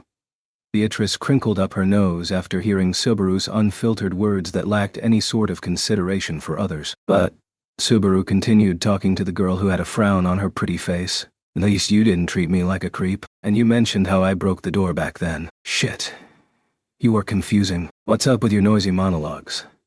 Betty doesn't want you to be noisy in the library. It ruins the tranquil atmosphere, I suppose, Beatrice replied with a sigh, looking fed up with his attitude as he glared at her in silence. It was just 3 or 4 hours ago that I teased you for being ill-mannered. What happened to the library's time is frozen thing? Subaru didn't forget to jump at her mistake even though he was completely spent. After acting upon his urge, he thought about what Beatrice had just said. Beatrice and Subaru's encounter 3 or 4 hours ago. What it means is that this is when I first woke up in the mansion. I had just broken the infinite hallway illusion and found the right door on my first try. Back then, Beatrice pulled out a huge chunk of something like mental power against my will, leaving me unconscious. When I woke up the next time, I was on the bed and Rem were there. So, in short, this is the second time I've woken up in the mansion. Things made sense after Subaru was able to remember the scenes in his vague memory. That was the only day when the twin maids came together to wake him up. On top of that, the first day was the only time he'd been in a position to use the guest room bed. So, I went back 4 days from 5 days in the future. Is that what it means? Subaru defined his current state after looking properly into the situation he was in. He had traveled back in time once again under the guidance of some mysterious power. In a way he didn't want, on a time axis he didn't wish to be in. He could understand what had happened, but accepting it was a different story. Subaru held his head and started thinking of the reason why he had gone back like this. He had only been going back in time for a day, which happened to be the day he had been summoned to this world. Using the experience from his 3 deaths, he was able to save Amelia. He thought he had escaped the loop by doing so. In fact, the phenomenon in which I traveled back in time, which I named Return by Death, hasn't happened until now. And my 5 days in the mansion went by very peacefully. And now I traveled back in time out of the blue. There wasn't any sort of a sign, either. The conditions are different from last time, huh? I just assumed I went back in time when I died. But does it actually occur after a week? No. If that's the case then, it wouldn't explain why it chose this day to return me to. I'm not sure what sort of theory is behind me going back in time, but if I think about the times I repeated things, then there must be some set of rules that it follows, and one of those deals with the place I returned to. If Subaru hadn't escaped that loop, then he'd have woken up in front of that scar-faced grocer again. But in reality, the view in front of me went from a middle-aged guy with a scar to 2 angelic maids. But I, on the receiving end, experienced hell instead of heaven. While saying that, Subaru touched his body here and there, making sure everything was in order. If it was following the same rule till now, then the reason why he had traveled back in time was clear, which is, Subaru had died. But the problem with that is, suppose I did die. But then, how did I die? Nothing was out of the ordinary before I fell asleep. Even after I fell asleep, I never felt like I was going to die or anything. Even if I was guided into a deep sleep, is it even possible to get killed without you knowing? There was a possibility that he had been killed by a poisonous gas while he was asleep. But in that case, it would mean that he had been assassinated. And it didn't make any sense if there was no reason for it. I don't think I'm worth that much at the moment at all. If the case, then Perhaps it's a forced loop due to failing to meet the clear conditions. If we consider this a game, then it's the effect of not triggering the necessary flags. But I don't know who planted them, so I have no idea what the trigger is for this one. Being a game with unclear triggers is hard. Without caring much, I'd always end up relying on strategy sites to beat games, which was a bad aspect of the internet. Talking with friends, exchanging information by word of mouth, sometimes getting false info, and then moving forward step by step. That's how it's supposed to be done. I thought I heard you mumbling a while ago. Now, the atmosphere has been ruined, in fact, muttered Beatrice in an amused tone as she watched Subaru sink into a sea of thoughts. Subaru lifted his head up and saw the girl. Her lips curled as if to say she was frustrated at him for ignoring her. Life and death. Such dull, insignificant things are only measured in human terms. All that resulted from your incessant mumbling was a bunch of delusional ramblings. It is not even something worth discussing, in fact. The girl shrugged her shoulders and brushed him off dismissively. Subaru stood up, somewhat relieved by her unchanging hostility towards him. He brushed the dust off his bottom and reached for the doorknob, but then heard a voice from behind. "You are going, I suppose?" "I have something to confirm," he replied. "I'll do the sulking after I'm done with that. Thanks for the help." "I didn't do anything. Hurry up and leave. I need to shift the door again." Her tone had no sign of gentleness, but it felt quite pleasant for Subaru now. Beatrice hadn't intended on doing so, but Subaru felt like her words had given him the push he needed to take a step forward. He turned the doorknob and took a step into the cold breeze blowing his way. The wind jostled his short bangs and his eyes hurt a little, so he shielded them with an arm. After the wind died down, he felt the grass under his bare feet. And the thing that came into his view was... she really is beautiful. My heart has been beating out of my chest ever since the silver-haired girl panting in the garden came into my view. How very thoughtful of her, Subaru commented sarcastically at the cocky girl internally. And then... Subaru.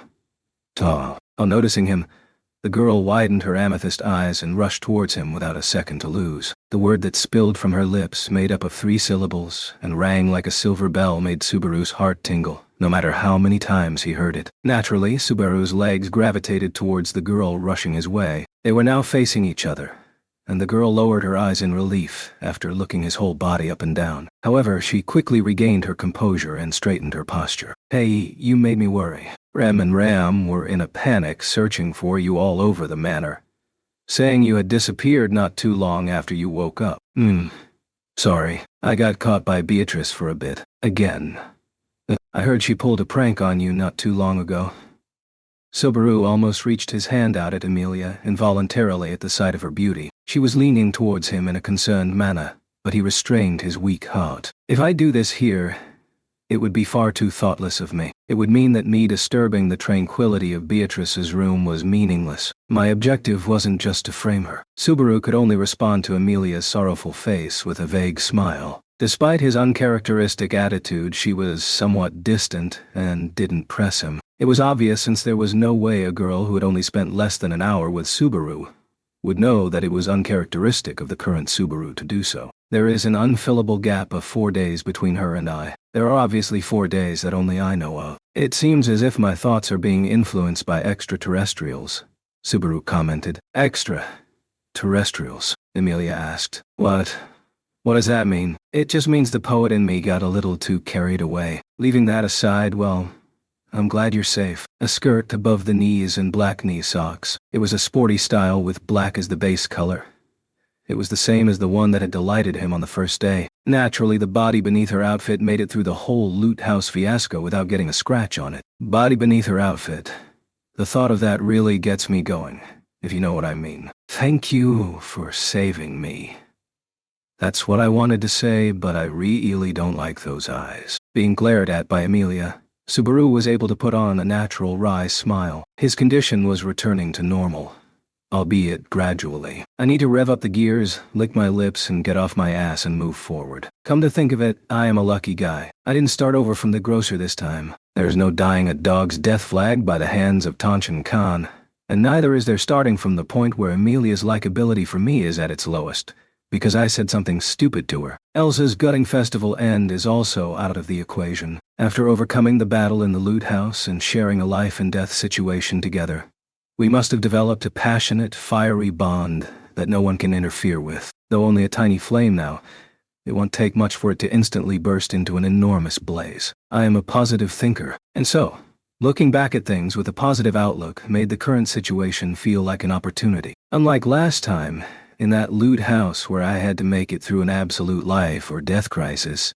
there is nothing at stake this time until I come across the direct cause of this loop. In other words, all Subaru had to do was calmly follow the route that he had already experienced and modify it so that it became his ideal route. By taking the same steps as before, he'd be able to make the promise of that moonlit night. If that's the case, then how much more promising would the promise of the moonlit night be if I took a far better route? Ha! This time I am at the climax from the start, Subaru said. Seems like you were getting pumped up. But is your body fine? Emilia asked. Oh yeah. I am in my super-duper best condition. I'm a little short on blood. My life force has been taken away from me.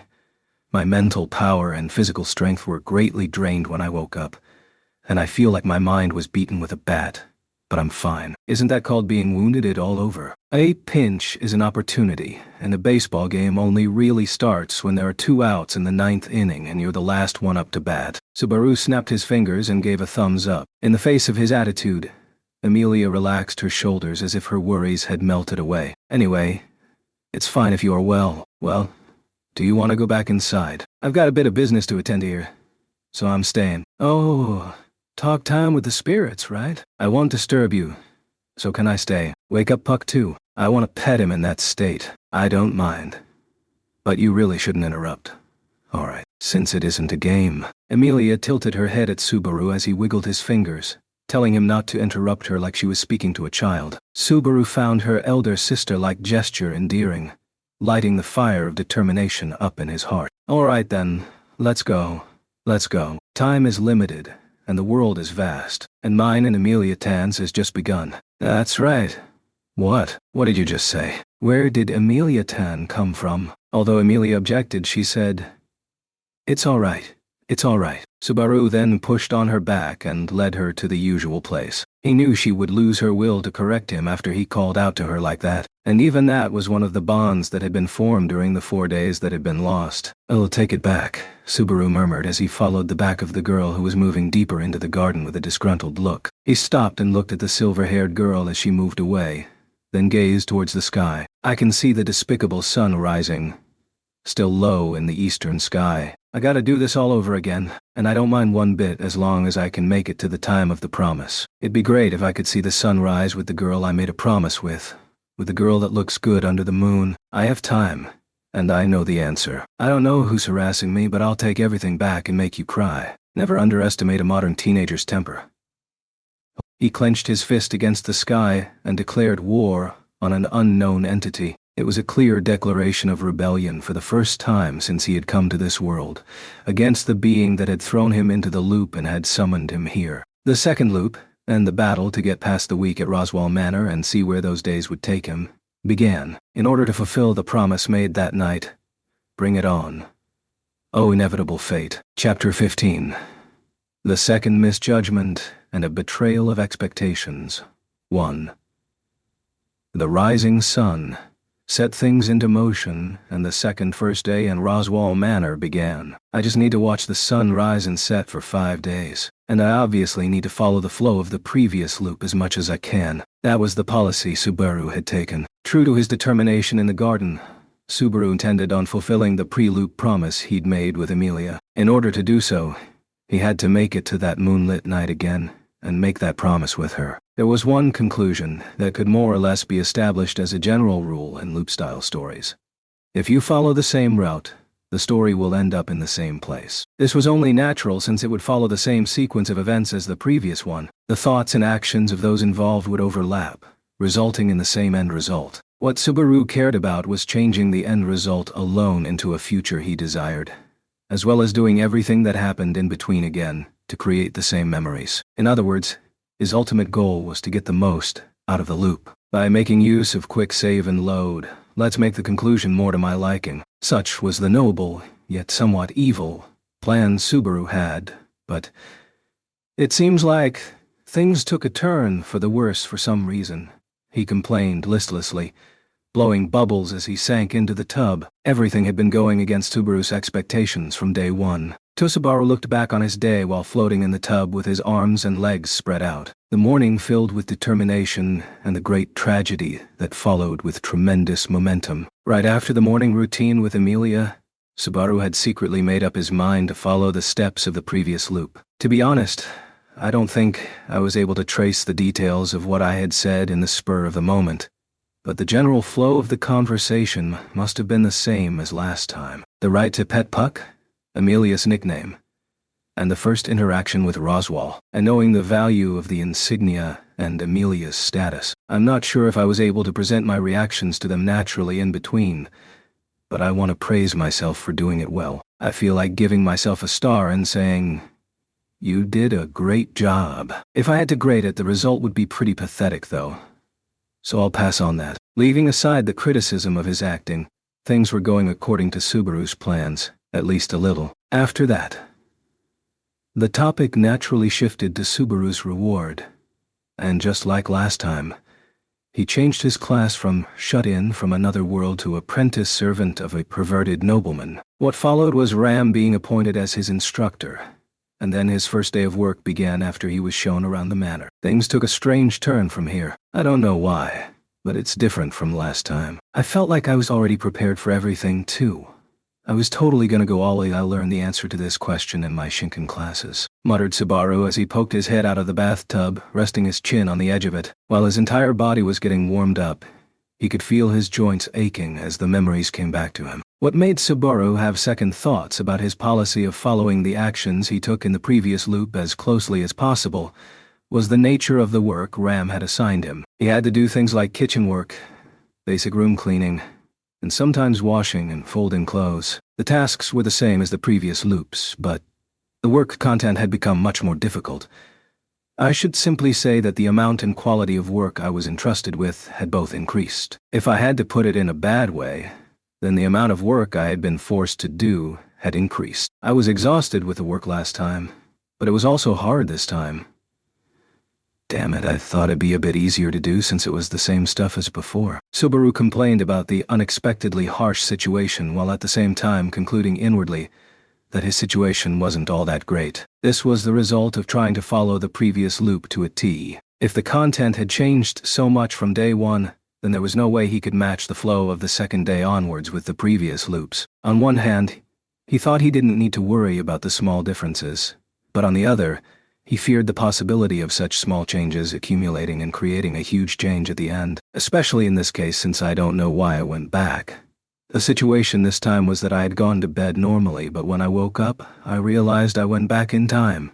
Thinking of a countermeasure, this time is a pain since, unlike the last time I died and went back, it's not as clear since I don't even know why I went back. I wonder if I can trust my memory if things are this different. Subaru couldn't help but whine, then sank into the warm water to regain his composure. He then recalled the immensely rich day when he first met Emilia in the royal capital. Although Subaru had taken a different path each time when it came to the finer details, the main events that occurred each time were the same. I won't be able to tell if I messed up until I miss a big event. One such event that had left a lasting impression on Subaru recently, besides his first day here, was his promise with Amelia. As long as I can get to it, I'll be able to do the same things as last time. And after I do that, all I have to do is figure out what happened after that. His thoughts, which he had been unable to formulate during his hectic workday, somehow managed to come together in the solitude of the bathroom, allowing him to create a firm course of action. Naturally, Subaru noticed how good he was feeling in the warm water,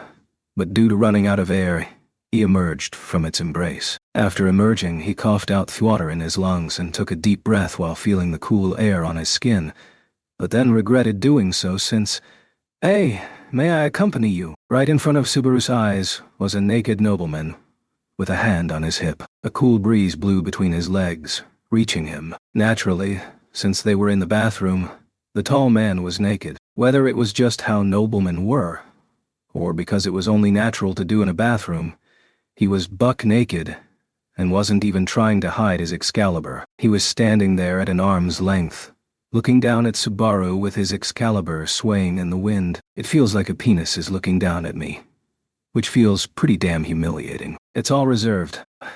I refuse. It's a facility in my mansion, so is it not my property? I'll do as I wish. Then don't ask. You can take a bath on your own. Oh, that's harsh. And you don't seem to understand. This bath is indeed my property, but... Roswaal knelt and got closer to Subaru, who was looking up at him with disgust from inside the tub, and then extended his arm and gently pulled the vulnerable Subaru's chin up. Would it not also be correct to say that you are my property too, since you are my servant? Chomp. You didn't hesitate. Subaru took a big bite of the unpleasant fingertip holding his chin, making Roswaal yelp, then backstroked away from him. The bathtub is half the size of a 25-meter pool. The huge, pointless, and spacious bathtub is lame, and it shows off that nobleman's taste for indulgence.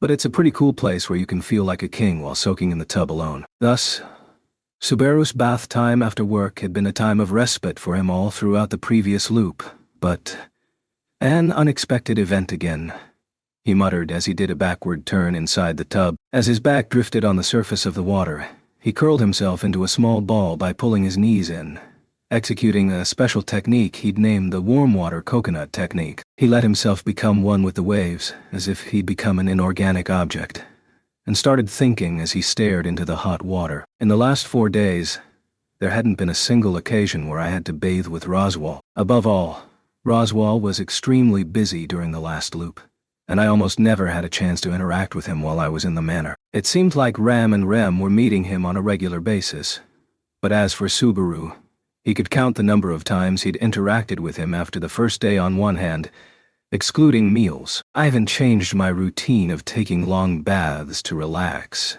after a long day of work, so I guess that means he's the one who's changed. Is Fiat fun? Roswaal asked. I'm pretending to be like the coconut boss, a tropical fruit and a lethal weapon. It's also known as the drifting killer of the beach. Despite its idyllic appearance, it can fall straight down from above the heads of unwary tourists, right on the back of the head. You really are good when it comes to babbling. Oh, excuse me, I'll be occupying the space next to you. Roswaal sat next to the floating Subaru, sank into the bathtub, and let out a long sigh. It went without saying that taking a hot bath was a universal pleasure. Subaru started putting some distance between him and the large, overly thin man that had drawn close to him, then stretched his body without a care in the world. Well then, master, isn't it a bit late to be taking a bath? I've been a little busy with work, you see. It got late while I was dealing with it. Buat, I'm glad I got the chance to talk with you like this. How was your first day? It was productive, if anything. The muscles all over my body want to do pillow talk. Wanna listen. I'm sure they'll whisper their woes into your ears until morning. It's a tempting proposal, but my bed has already been reserved for the night. Maybe another time. He started talking about it like it was nothing. Damn it. Subaru cursed in frustration at his inability to do anything. Even Subaru could guess that the relationship between the nobleman in front of his eyes and the twin maids was beyond shady, and it was an undeniable fact that they had such a relationship. Although Subaru was only interested in Amelia, and actually took it seriously by not showing interest in other women, he didn't have some warped sense of pleasure at the sight of 2 pretty girls becoming someone else like, this kinda feels like being cuckolded, but he couldn't even be mature about it and say, please make them happy no matter what. All Subaru could do was envy him. Oh yeah.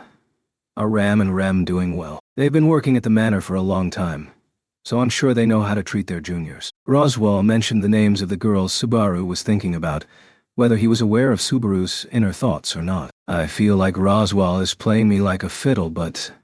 yeah, Subaru said with a nod before continuing. Not so well with Remrin, but I'm getting along with Ramshi. Rather, isn't Ramshi too unaware of social boundaries? She's been treating me the same way since I was a guest. It's fine.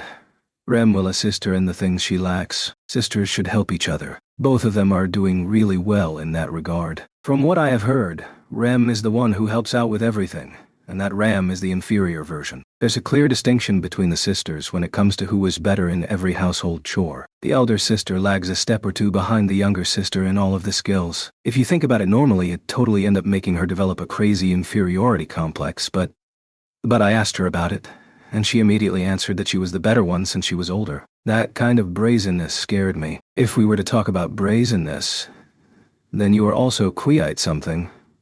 But I see. So, she answered like that. That's really... Roswell shook his head sentimentally and leered at Subaru. Being stared at by his emotionless, heterochromatic eyes made him feel like his thoughts were being read by them, so he turned his body away slightly. And then, being nosy and unreserved, "It's a good thing. This isn't something I should be praised for, yet I'm being praised for it. It feels kinda strange. I take everything literally. So be careful if you're being sarcastic, alright? I'm the kind of guy that goes home when the teacher shouts at me to go home." Natsuki Subaru was the kind of guy who would stir things up and then leave. He had a solitary nature and was born to be alone. Roswell let out a little chuckle at Subaru's words. "School, I see," he muttered, then closed one of his eyes. "I'm not being sarcastic or anything. I truly believe it to be a good thing. Since those two live in their own little world, something might change if someone steered things up a bit from the outside. Is that so?" "That's how it is." There the two were, neck deep in the bathtub, facing each other and exchanging sighs while feeling the warm, relaxing sensation and sharing in their admiration for it. But then Subaru suddenly raised his eyebrows, as if he had just thought of something. "Hey, Rosie, I have a question. Can you reply with an answer?" "I'm not used to nicknames, but it makes me happy to have one." "And you have a question?" "Well, if it's something I can answer using my broad and deep knowledge, then I don't mind answering it after giving it some deep thought. It's my first time hearing a guy say, 'I know a lot' in such a roundabout way. Leaving that aside, how does this bath work?" Subaru knocked on the bottom of the bathtub and asked the question that had been on his mind for a long time. The tub that Subaru and Roswell were in was made of stone. It was polished and smooth to the touch, and while it looked a little rough, it wasn't. The bath was located in a part of the basement, and the bathing area was unisex. However, the hot water gets exchanged each time someone uses the bath, so going in after Amelia and drinking the bath water won't give me any sort of satisfaction. It's not like I actually drank it. I noticed it before drinking it. Your adventurous nature never ceases to amaze me. Is it because you are young? But then, I wonder if that idea would have occurred to me when I was young. Roswell looked distant as he thought of the past, and after pondering for a few moments, he returned to reality. Anyway, the answer is simple. There is a layer of magic crystals of the fire element beneath the tub. When it's time to take a bath, mana activates the crystals, which heat the water. The same mechanism is used in the kitchen too, no? Yeah, so the kettle and the other things follow the same principle? No. Like there weren't any gas stoves or induction heaters. So I was wondering how things were done from time to time. While Ram and Rem were handling things quickly, Subaru was in the background, timidly peeling a carrot-like vegetable. But then I have no idea how the whole mana activation thing that he just casually explained to me works.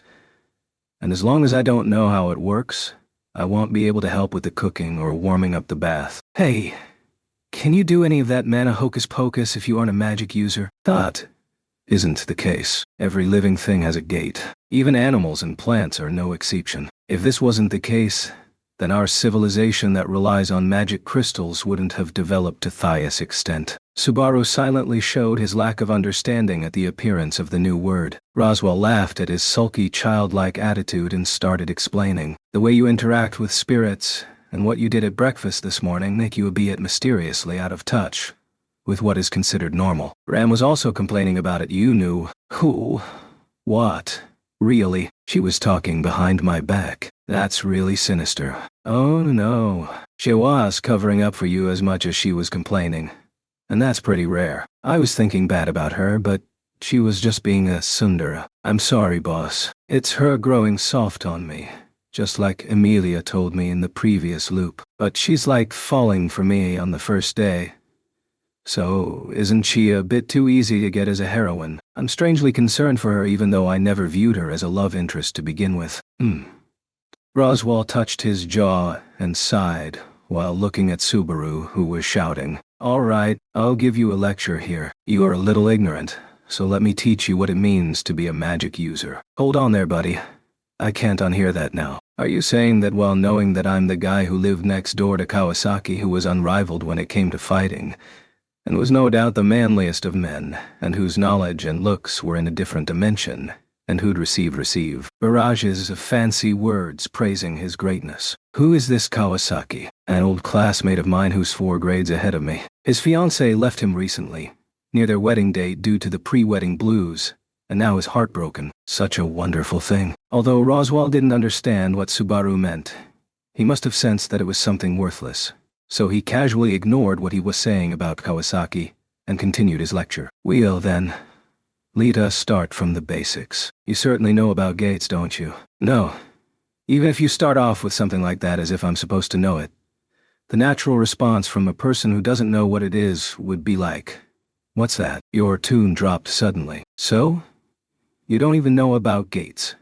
If I had to put it mildly, it would be like, no cap. Did I use it correctly? Roswell asked Subaru to grade his usage of no cap, and Subaru replied with a thumbs up to show that he had scored an A. Then they went for a high five. They pointed a finger at each other, as if saying, "Aye," confirming that it had been used properly. They then continued with the lecture. So, what is a gate exactly? What happens if you have that? And everything is like, who are you now? Shit, I'm getting high. To put it simply, a gate is a doorway that allows mana to pass in and out of your body. You absorb mana through the gate, and you release the mana through the gate. Whether you are going to utilize mana or store mana, it is essential. Gotcha. So, it's like some kind of MP faucet.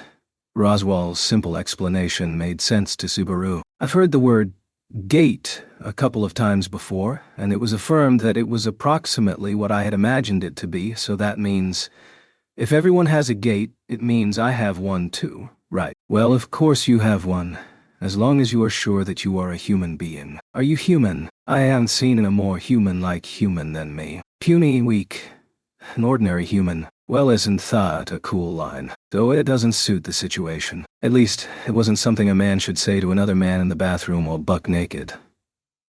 But Subaru didn't care, since this was possibly the second happiest he felt since getting summoned to this world after obtaining that information. He felt like his heart was going to burst due to the immense excitement he was feeling. Of course, meeting Emilia Tan was the happiest thing, but this one is also pretty amazing. So I can finally become the magician I'd always dreamt of.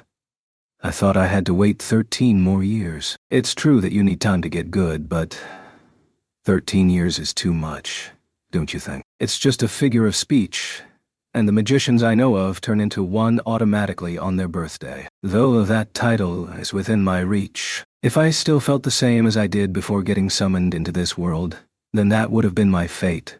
But here I have a girl that I am interested in, who I can approach with my passionate heart, burning with love. I can say this now. This is why I was summoned here. I'll just go in and pew and graduate. That's the ending. I am happy you can get that excited about the topic of magic users, but even if you have a gate, talent still plays quite a big role, you see. Though I know I'm just boasting. Not many people are blessed with as much talent as I from birth, you know. Beep. Dot. Subaru heard the sound of a flag being established. Roswell was speaking confidently, but little did he know that the buck-naked man floating in the tub in front of him was the invited one that got summoned from another world. Subaru was no good when it came to strength, no good when it came to knowledge, and his luck was zero, or rather in the negative, but a new hope appeared for him now. And that's magic. Subaru, feeling really sure about it for some reason, clenched his fists, and, unable to resist the urge, he swam towards Roswell. Hey, Rosie. Magic. Let's talk about magic. I can feel it in my bones. There's no way I'm missing this big wave. Is that Suo? Let us continue then. Magic has 4 basic elements. Do you know what they are? I don't. Aha. Pointless, purposeless, and innocent ignorance. How wonderful. I'm in a good mood. So I'll explain. The 4 elements are fire, water, wind, and earth. Did you get that? All clear. And now continue. Pretty please. Though neither of them had drunk any alcohol, They were drunk on the mood and on a high. Roswell, in a good mood due to being relied upon, nodded, then spoke. The fire element is related to heat. The water element is related to life and healing. The wind element is related to the divine protections outside the bodies of living things. The divine protections within the body are related to the earth element. They are mostly divided into these four. And, on top of that, if a normal person has an affinity for one of them, it's considered good. Oh, and as a side note, I have an affinity for all four, you see. Whoa, what a cocky bastard. But we won't be able to move forward if I get bothered by that. So I'll just pay you some lip service. Oh yeah, baby, so amazing, fuck me. And that's all she wrote, folks. Now bring on the rest of the lecture. So, is there a way to find out your element? Roswell nodded magnanimously. Ha ha. He laughed and smiled gleefully at Subaru, who was splashing his hands in the water like he had some sort of plan in mind, then extended his palm. Oof. Course. When you are a magic user of my level, you can deal with a mere touch. Well, in reality, I need to enter the gate itself to check. You serious? No cap. Well, it's here. My expectations are through the roof. Come on, cop a feel and tell me all about it. Tell me about what, you say? About me. Subaru, forgetting that they were both naked, inched closer, wagging an invisible tail quickly enough to leave an afterimage. Roswell looked at him as if he was looking at an untrained dog and smiled, then placed his palm on his forehead. All right, now please give me a moment. Oh, and do tell me if you feel an itch somewhere. My ass feels itchy, but I'll scratch it myself. I'll save you the effort, so just focus on finding out my element. Whoa. My heart is shaking with excitement. I want to forget all my worries for the time being and think about the wonder that lies ahead. I have hope. I have a dream. And I have a sense of certainty that magic is going to be my fangs in the world I'd gotten summoned into. Subaru wore a twisted smile, his Sampaku eyes glowing and making him seem belligerent. He waited for the result as his eyes glowed brightly. And then... all right, I got it. Finally, I was waiting. What could it be? What could it be? Is it fire, reflecting my fiery passion? Or is it water, reflecting how cool and level-headed I am? Or is it wind, which blows through a grassland in a cool and fresh manner like my temperament? No. Maybe my nice guy nature that likes to take care of younger people and is easygoing and reliable came out. So my element might be earth, I guess. Yeah, it's yin, all rejected.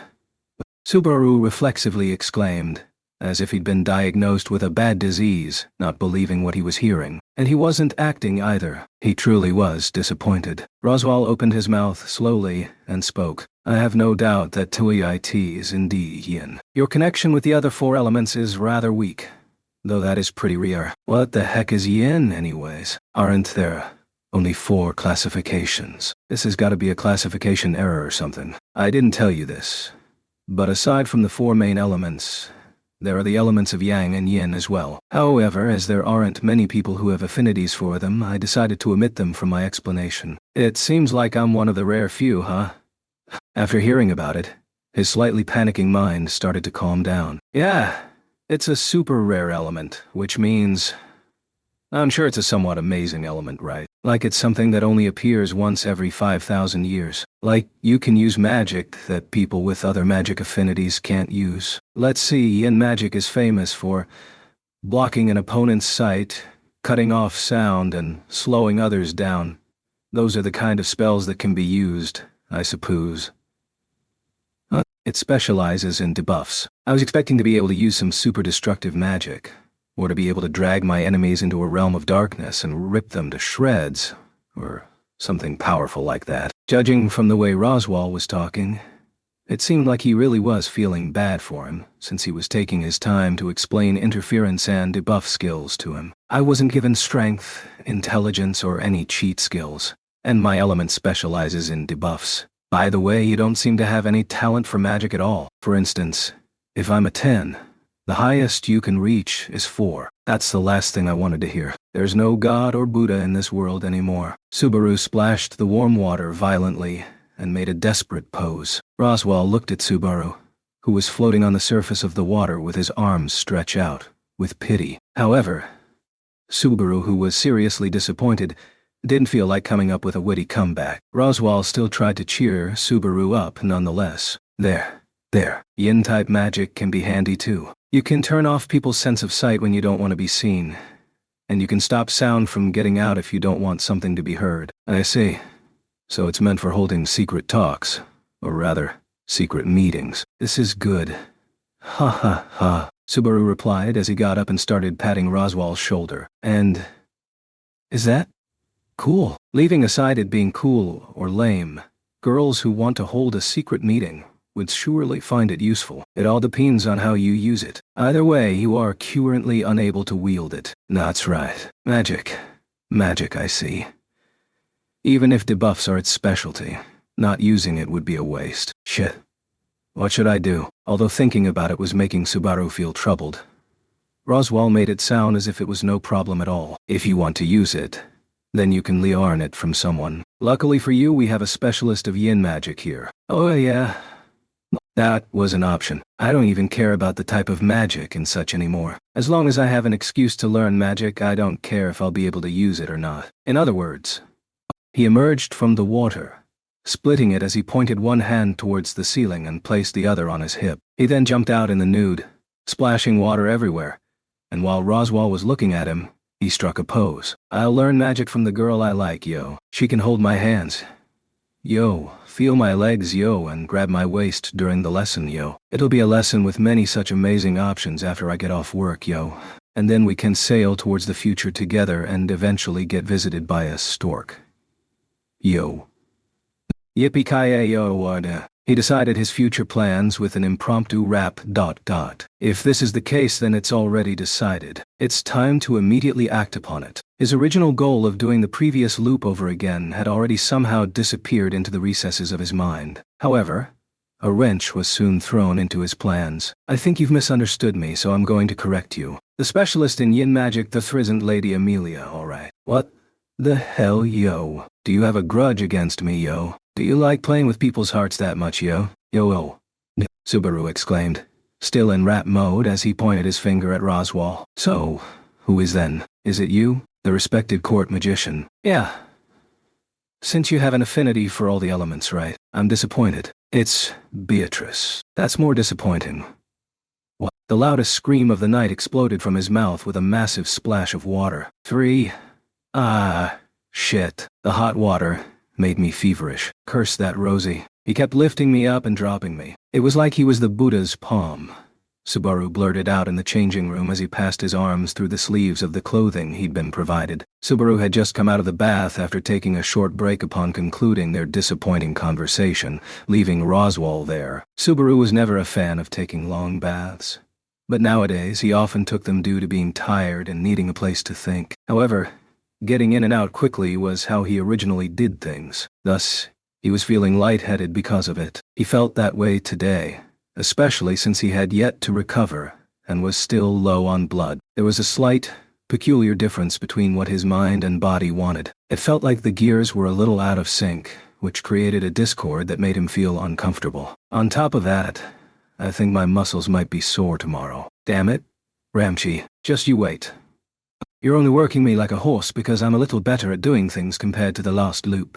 She shall kindly wait, just like you wished. While Subaru was heading out with the basket filled with his dirty clothes, someone responded to his complaint, startling him enough to make him jump in surprise. And just like that, his underwear flew from his hand and landed at the feet of Ram, who was standing in the hallway outside the changing room. Hi.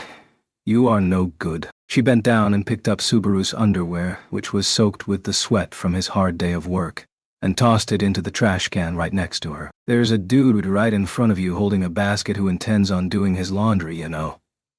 Ram is sorry. The moment she lifted it up, she felt an instinctual disgust for it. Ram wanted to get rid of it as soon as possible, so it ended up that way. Despite that, your movements looked refined. Subaru reluctantly retrieved his underwear from the trash can and put it into the basket, then faced Ram again. The maid was leaning against the wall of the changing room, waiting quietly. I wonder what she wants.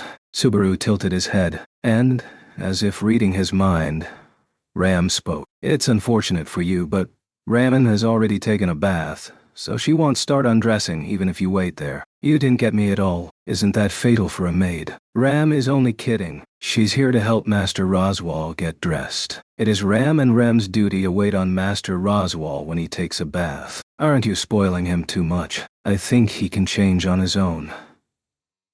But then there are people out there who have their socks put on by a maid and have never put them on themselves. Considering how vast the world is, Roswal might be one of them.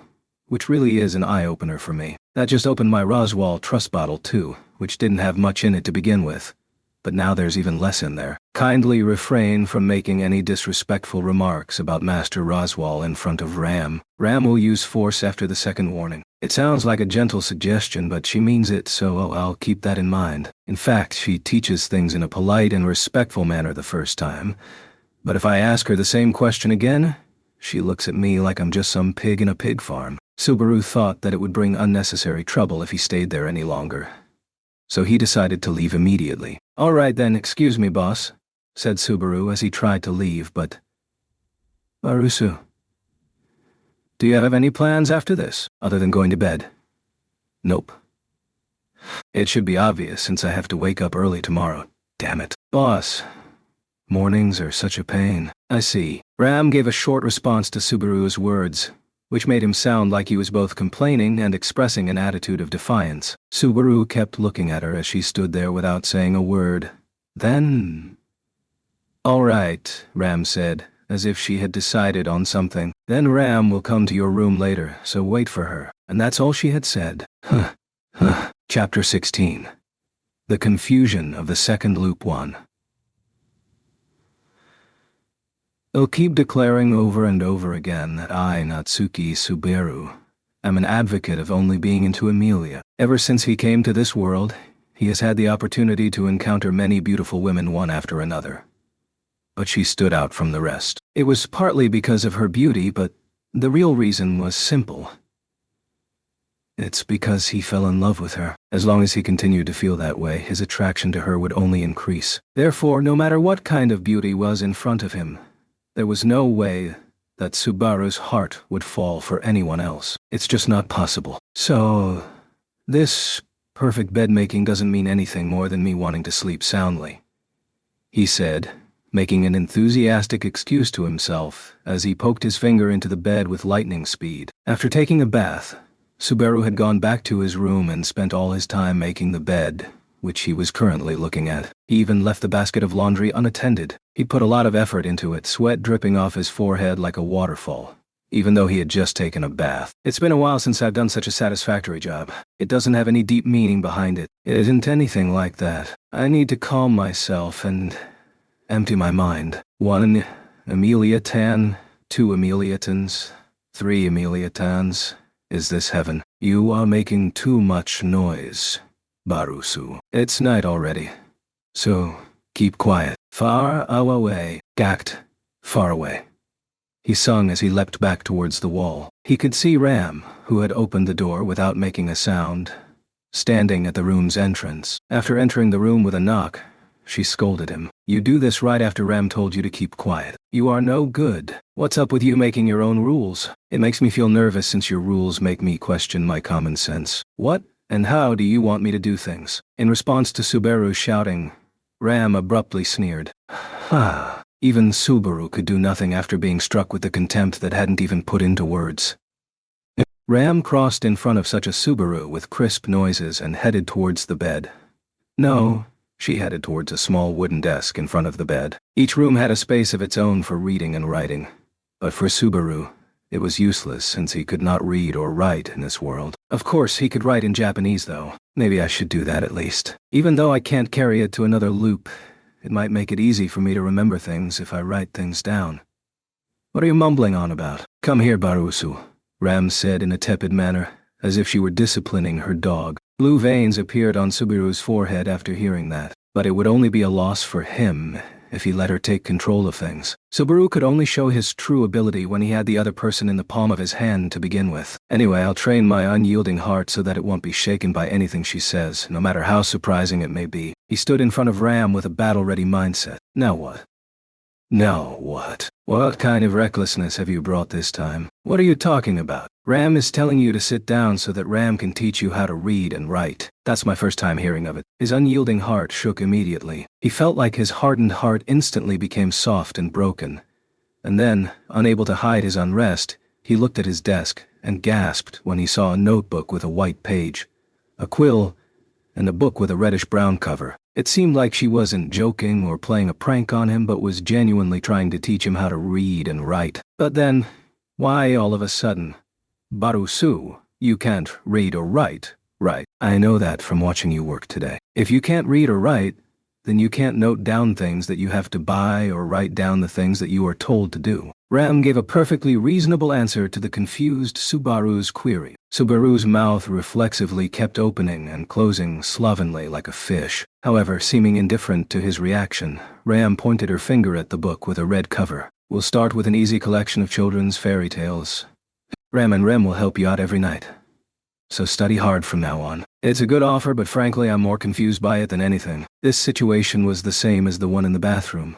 A situation that never happened in the previous loop. And according to Subaru's own estimation, the distance between him and the twins was still much greater compared to the fourth day of the previous loop. In spite of that, why is there a bona fide study session happening? It's obvious. It's because Ram wants to work less. You don't change, do you? Of course. The more work Barusu is able to do, the less work Ram has to do. If Ram's workload is lessened, then Ram's work inevitably gets reduced too. It's a win-win situation. Wouldn't I be overwhelmed with work instead though? And now she's tilting her head as if she didn't understand what I'm complaining about. Subaru lost the energy to talk back since she responded in a way that made it seem like she didn't get his point. On one hand he was baffled by it, but on the other, he was happy about it. Ugh.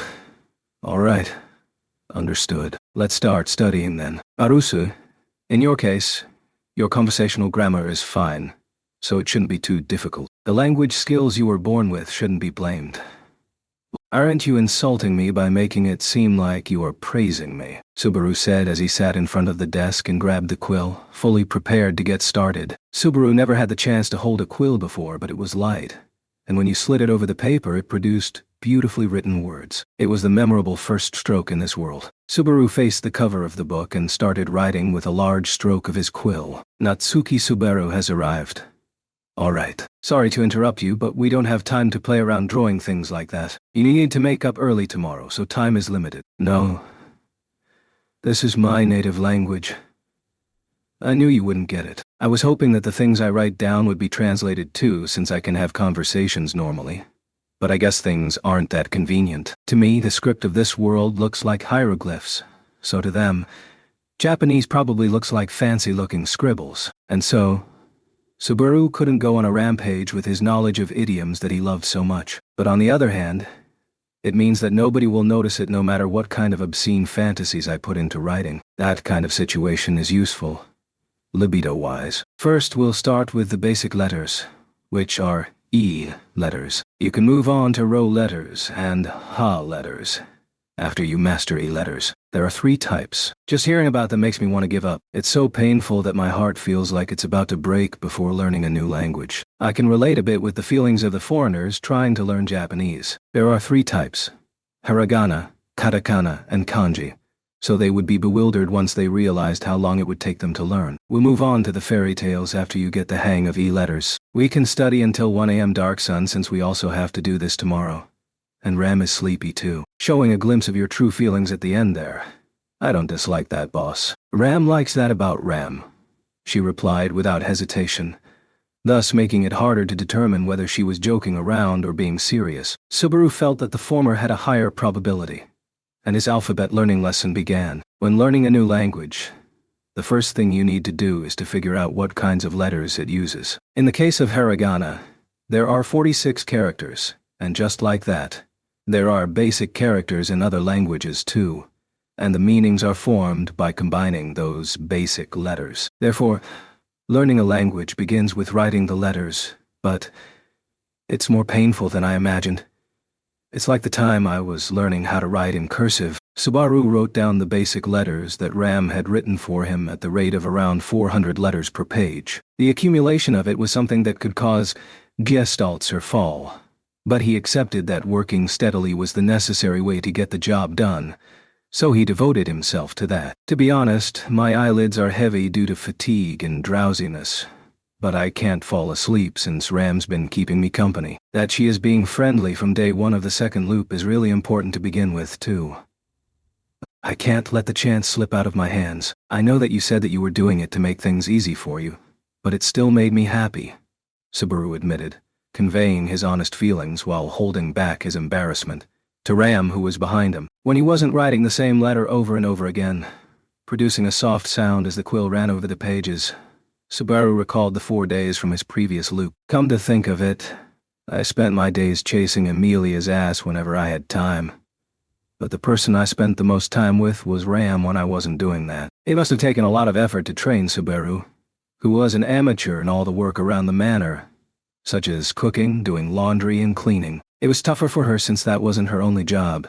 She did it while performing her regular work. Obviously, the burden would have fallen upon Ram as well, but the time he spent with her in the 4 days of the previous loop wasn't much. Ram and the others said that Ram, who was excellent at everything, did the work that didn't get done, but Subaru felt bad for indirectly burdening her. To be honest, I wasn't liked much. She was as busy as she was, and then a useless newbie came in. She had to teach him various things, utilizing her time after she was done with her work. Just thinking about it was painful for someone like Subaru, who had little experience in dealing with people. To be thought of that way was something he was used to too. Thus, Subaru was happy with the current situation where he wasn't being rejected. I know I'm going to keep causing trouble, but please take care of me, he told Ram, who was silently observing him as his chair creaked when he gently turned back. He had suddenly bared his heart and true feelings to her, but Ram silently responded with Z's. She was sleeping soundly in the bed that had been neatly made. She had taken her shoes and apron off.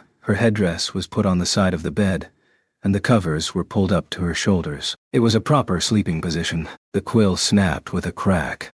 Following the sudden urge, Subaru opened his mouth wide and yawned. He couldn't hold back his sleepiness. It appeared as tears formed at the corners of his eyes, so he violently rubbed them and straightened his posture. The evening sky was dyed orange with the parting gift of the sun, and the clouds were flowing slowly, welcoming the end of the day. Subaru looked up at all of that and moved the joints in his body to check its condition. He still felt the effects of overworking, but it wasn't as bad as before. But even so, the strength of my body remains the same even after I go back in time. I guess it means that I learned how to move my body so it doesn't get as tired. It wasn't that his body was getting used to it, but rather that he was getting used to the work, which improved his efficiency. He predicted that it would lead to a slight reduction in fatigue. If there's a possibility that the loop will occur again, then I can't expect to strengthen my body through repeating things. The only thing I can do is revise the events that are going to occur and practice household chores. I can't continue with this if I don't think like that. Since... Subaru, sorry for making you wait. Are you fine? Yeah. I'm fine. Remren, are you done with your shopping now? Yes. It went without a hitch. You looked like you were having a lot of trouble, Subaru. The blue-haired girl holding a handbag with goods inside in front of him. Rem tilted her head and appreciated Subaru's effort. She was in her usual maid outfit, her hair swaying in the wind as she looked at Subaru with a slightly relaxed expression. At Subaru, who had stained his butler's uniform with mud, dust, snot, and tears. You were quite popular, she said. I don't know why, but I've always been a kid magnet. Maybe it's because there's a maternal instinct inside me that can't be suppressed and is irresistible to kids, so it keeps attracting them to me. Children are like animals, in that they assign ranks to humans. They know instinctively whether they should take a person lightly or not. You aren't complimenting me, are you? Subaru exclaimed, putting a hand on his chin to show his dissatisfaction. But Rem didn't respond. Subaru nodded his head, thinking that Ram and Rem were indeed sisters after getting such a harsh comment. With Ram, who was direct, and Rem, who said things in a reserved manner, one needed to be tough mentally to keep up with them. Of course, he needed to be physically tough too, or else he wouldn't be able to keep up with the work in the first place. With a wry smile, Subaru turned his hips and looked around while moving his neck. The high-pitched voices of the children could be heard from the square behind him. He had been in the group of children a few moments ago, struggling against their blows and drool. Everyone had been relentless, and it was a lonely battle without any allies. Currently, Subaru and Rem were in the village closest to the manor. Roswell, even if he was like that, had the status of Margrave. So naturally he was a nobleman that ruled over quite a bit of territory in his fiefdom. This village near his house is no exception, and the people who live here know us as a matter of course. The two maids in particular, since they probably go out to buy groceries often, and that's why the rate of people greeting them was high as they passed by. On the other hand, it seemed like the villagers knew about Subaru's existence. Although it was actually his first time going there, he was welcomed amicably, and it made him feel uneasy yet happy at the time. However, what's up with those kids being overfamiliar? Can't they recognize my hard-boiled dick aura that can burn them if they touch me? Subaru blurted out the title that he wanted to say in a deep voice while lighting a cig, totally imagining it.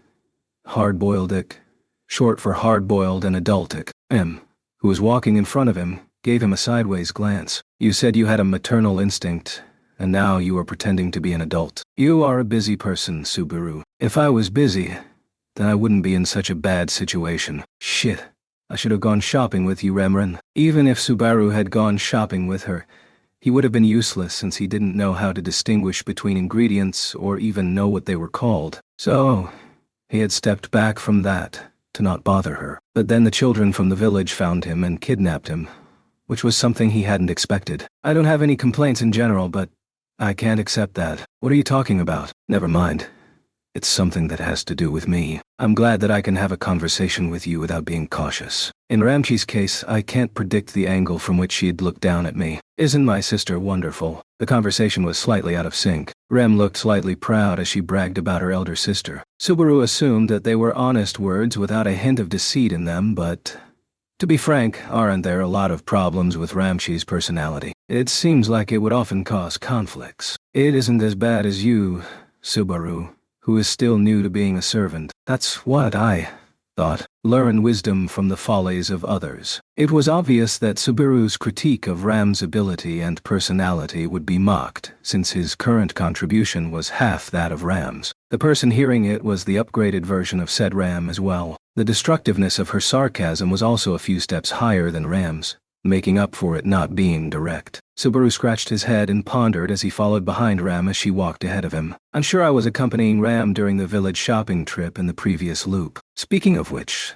Subaru, how is your study progressing? Steadily is what I want to say, but things aren't that easy. Everything must be nurtured slowly, over time. It's the same as love. I hope it doesn't wither halfway. Remren, the love in your comment just now is withered. Subaru screamed, changing Rem's expression into a slight smile that made him smile too. 4 days have passed already since Ram volunteered for the private lessons at night. She said that she would take turns with Ram while teaching me letters. But in all that time, Ram has never been the instructor. From the standpoint of the situation, it probably means that Ram couldn't afford to leave her work, and it seems like she was feeling guilty about it. Subaru continued smiling at Ram, who couldn't even come up with a response like she usually did. And then, You don't need to worry about it. It isn't like I'm being neglected, and I am not complaining about Ramchi being the instructor. No, wait. It definitely demotivates me when she falls asleep on the bed while teaching me. But still, sister is acting like that on purpose to raise your motivation. That's some positive thinking that far exceeds mine. The way you worship your sister is out of this world. You really are possessed by a demon. Possessed by a demon. Rem tilted her head at the word that was trending inside Subaru lately. It's the demon version of being possessed by a god. Being possessed by a demon. Doesn't it sound nice? Do you like demons? I like them more than God. Since God usually does nothing. But I've heard that a demon laughs with you when you tell them about your vision of the future. They get especially excited when they hear the things about the coming year. Subaru thought of the scene where the blue and red demon had their arms wrapped around each other's shoulders and were laughing loudly, and then, suddenly, he saw a definite smile on Rem's face. Oh. He had seen her smile faintly several times before, but it was the first time she had shown an expression that could be described as a proper smile. Subaru didn't know if it had struck a chord with her, but he snapped his fingers and said, That smile is as bright as Pikachu's million-volt thunderbolt. I'll tell Lady Amelia Dada. It wasn't like I was hitting on you. He straightened his posture, thrust out his hands and did the pose of meekly begging for forgiveness. Suddenly, Rem raised her eyebrows slightly, looking at Subaru taking that pose. What happened to that hand? Ponce. Oh, the dog that the kids were playing with took a big bite out of it. The scar on my left hand has a prominent teeth mark on it. It bled a little, but it stopped already. I remember that this happened to me in the last loop, so it means that I've gotten to the weird part of the loop. By the way, someone blew their nose on the back of his butler's uniform, so it had a great amount of snot on it. But the time he would notice it would be the same as the previous loop, which was after he returned to the manor. Shall I heal your wound? What, Remren? Are you the type who can use healing magic? I do easy things, like simple treatments. Or do you want Lady Amelia to do it? It's an attractive offer that can't be denied. But I'll pass. Subaru denied her offer while looking at the tooth mark of the canine on the back of his hand. It was because he had decided that the scar was, in a sense, a good mark to know where he was in the loop. It was the disappearance of the scar that made him the most aware of the fact that a new loop had begun the moment he had started a new one. Whether there is a scar or not is a good indicator. If I hadn't been bit coincidentally by the dog, then I would have ended up hurting myself with a quill or a random knife. I grew out of the phase of wanting a sword scar on my cheek when I was in middle school. Now that I think about it, I was covered in scars. So that makes me... I miss the days where I longed to have scars on my face, and I worked hard to leave scratch marks on it. One scar was not enough for me, so I made a lot of them. And it was bad luck that the scars got filled with pus since it landed me in a disastrous situation where I was called the Bandage Man. I was the only mummy man in the graduation album of middle school. Oh my, I am cute. It's said that a scar is a man's badge of honor. Come to think of it, Master Roswell also brags about a scar that he doesn't erase, around his chest. This seems like the topic is going to be graphic, so can I pass? The topic was going to stray towards the suspicious relationship between the maid and her master, without Subaru noticing it. So he hurriedly put a stop to it. Rem tilted her head curiously as if she didn't understand what he was talking about, and Subaru pushed her on the back. Never mind, he said, then hurried on home. Subaru wasn't confident that he could keep up with a graphic topic like that, and was also a bit nervous, since he was on the 4th day of his second loop in another world. I'll see if I can make it to tomorrow morning in one piece. But before that, whether I'll be able to make that promise with Amelia or not is just as important. Anyway, I'm worried about Ramshi and Remren's sexual knowledge. I'm worried that they are being tricked by that master into doing things while being none the wiser. These questions have begun to creep into my mind as I have begun to know things in more detail than the previous week of the previous loop. I'll make a little inquiry after I'm done with taking care of my situation. Subaru secretly made up his mind to do so. 3 Natsuki Subaru's first week at Roswell Manor was now facing its greatest problem. He wasn't able to follow the steps of the previous loop that he had revised, so it wasn't smooth sailing to begin with. But now, it was facing its greatest crisis, which was, I can't go meet Amelia Tan because I have to study, whispering their love to one another in the moonlit garden and making a pinky promise.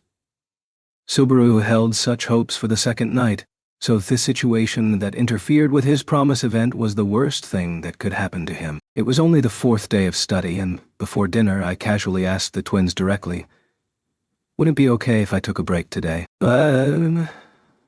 But, sister, a spineless guy called Subaru has given up already. A pathetic dog that's inferior to humans and animals is saying something in dog language, and thus I was dismissed with an unprecedented blank stare. He wanted to rush to Amelia's side even if he had to skip the lesson, but if Amelia Tan finds out that I have skipped the lessons through Ram or M, then, knowing her personality, she will definitely cancel our promise. It would be useless even if I'm able to make the promise if it gets reneged upon later. The promised couples rendezvous, and the two burn passionately in the flower garden and disappear into the nightlife district. It would be a happy end, according to Subaru, if it reached that point. But then, if I study properly, then Amelia Tan will fall asleep before I can meet her. Therefore, There was only one best answer for Subaru, which is, finish the assignments as quickly as possible and go down to the garden before the moon disappears behind the clouds. This is it. Or I can lure Ram into falling asleep with my ultimate bed-making skills and make the promise while she's sleeping and then come back and finish the assignment. I'd be able to kill two birds with one stone. In other words, you could say he was stuck between a rock and a hard place. It was a sad man's heart wavering between the assignment and the promise. I've prepared Plan B and have already adjusted my bed. The bedding is in great shape, having soaked up the sunlight, and the warmth you feel just by touching it is powerful enough to make you fall into dreamland in no time. There, Subaru concentrated all of his hidden hotelier abilities into it, and the masterpiece of bed-making was complete. I don't think I'll ever be able to make a better bed than this. It was literally a masterpiece in which he put in everything he had. It's really captivating workmanship, even though I'm the one who did this. I usually hate Ram for lying on my bed without my permission, but now I can't wait for her to come into my room. I feel as if I'm waiting for a cockroach to enter my newly purchased roach trap as fast as possible. I'm the worst. I'm not gonna rephrase it since that's how it is. However, the fact that he was waiting for his opponent with such dutifulness could be said to be a sign of his Japanese temperament, which was the reason why he couldn't be ruthless. He stood in front of the desk, tapping on his knee with his finger, and waited for her. But why does she have to be late today? If it begins late, then, consequently, it will end late too. Unlike lessons in school, there's no bell that rings when it's over. In schools, if the teacher is late, then it would be I was waiting for this situation, but in the current situation, it's a pure waste of time that keeps me stuck here longer. It's not like I don't like the idea of putting extra time into revising stuff, but I have to say that keeping my mind calm and going for the letters in this state of mind is pretty harsh. Subaru himself didn't realize that it was a ridiculous resolve to try to finish his assignments early with such feelings. As the time was ticking by, he became more and more impatient,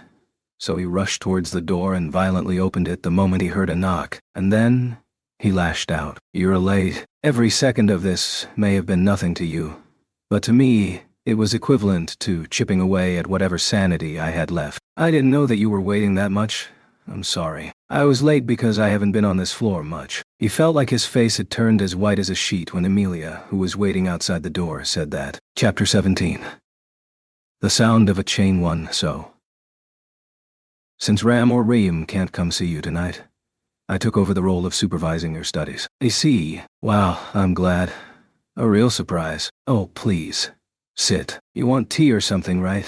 Oh, I snuck out some special tea snacks. Subaru invited Amelia into the room and started to prepare to welcome her in a rush. He rushed through the hall, went into what seemed like an employee-only hot water supply room, prepared tea and tea snacks, and then dashed back. This feat of agility was done in a matter of 2 minutes, perfectly displaying the skills he had learned while living in the mansion as an employee.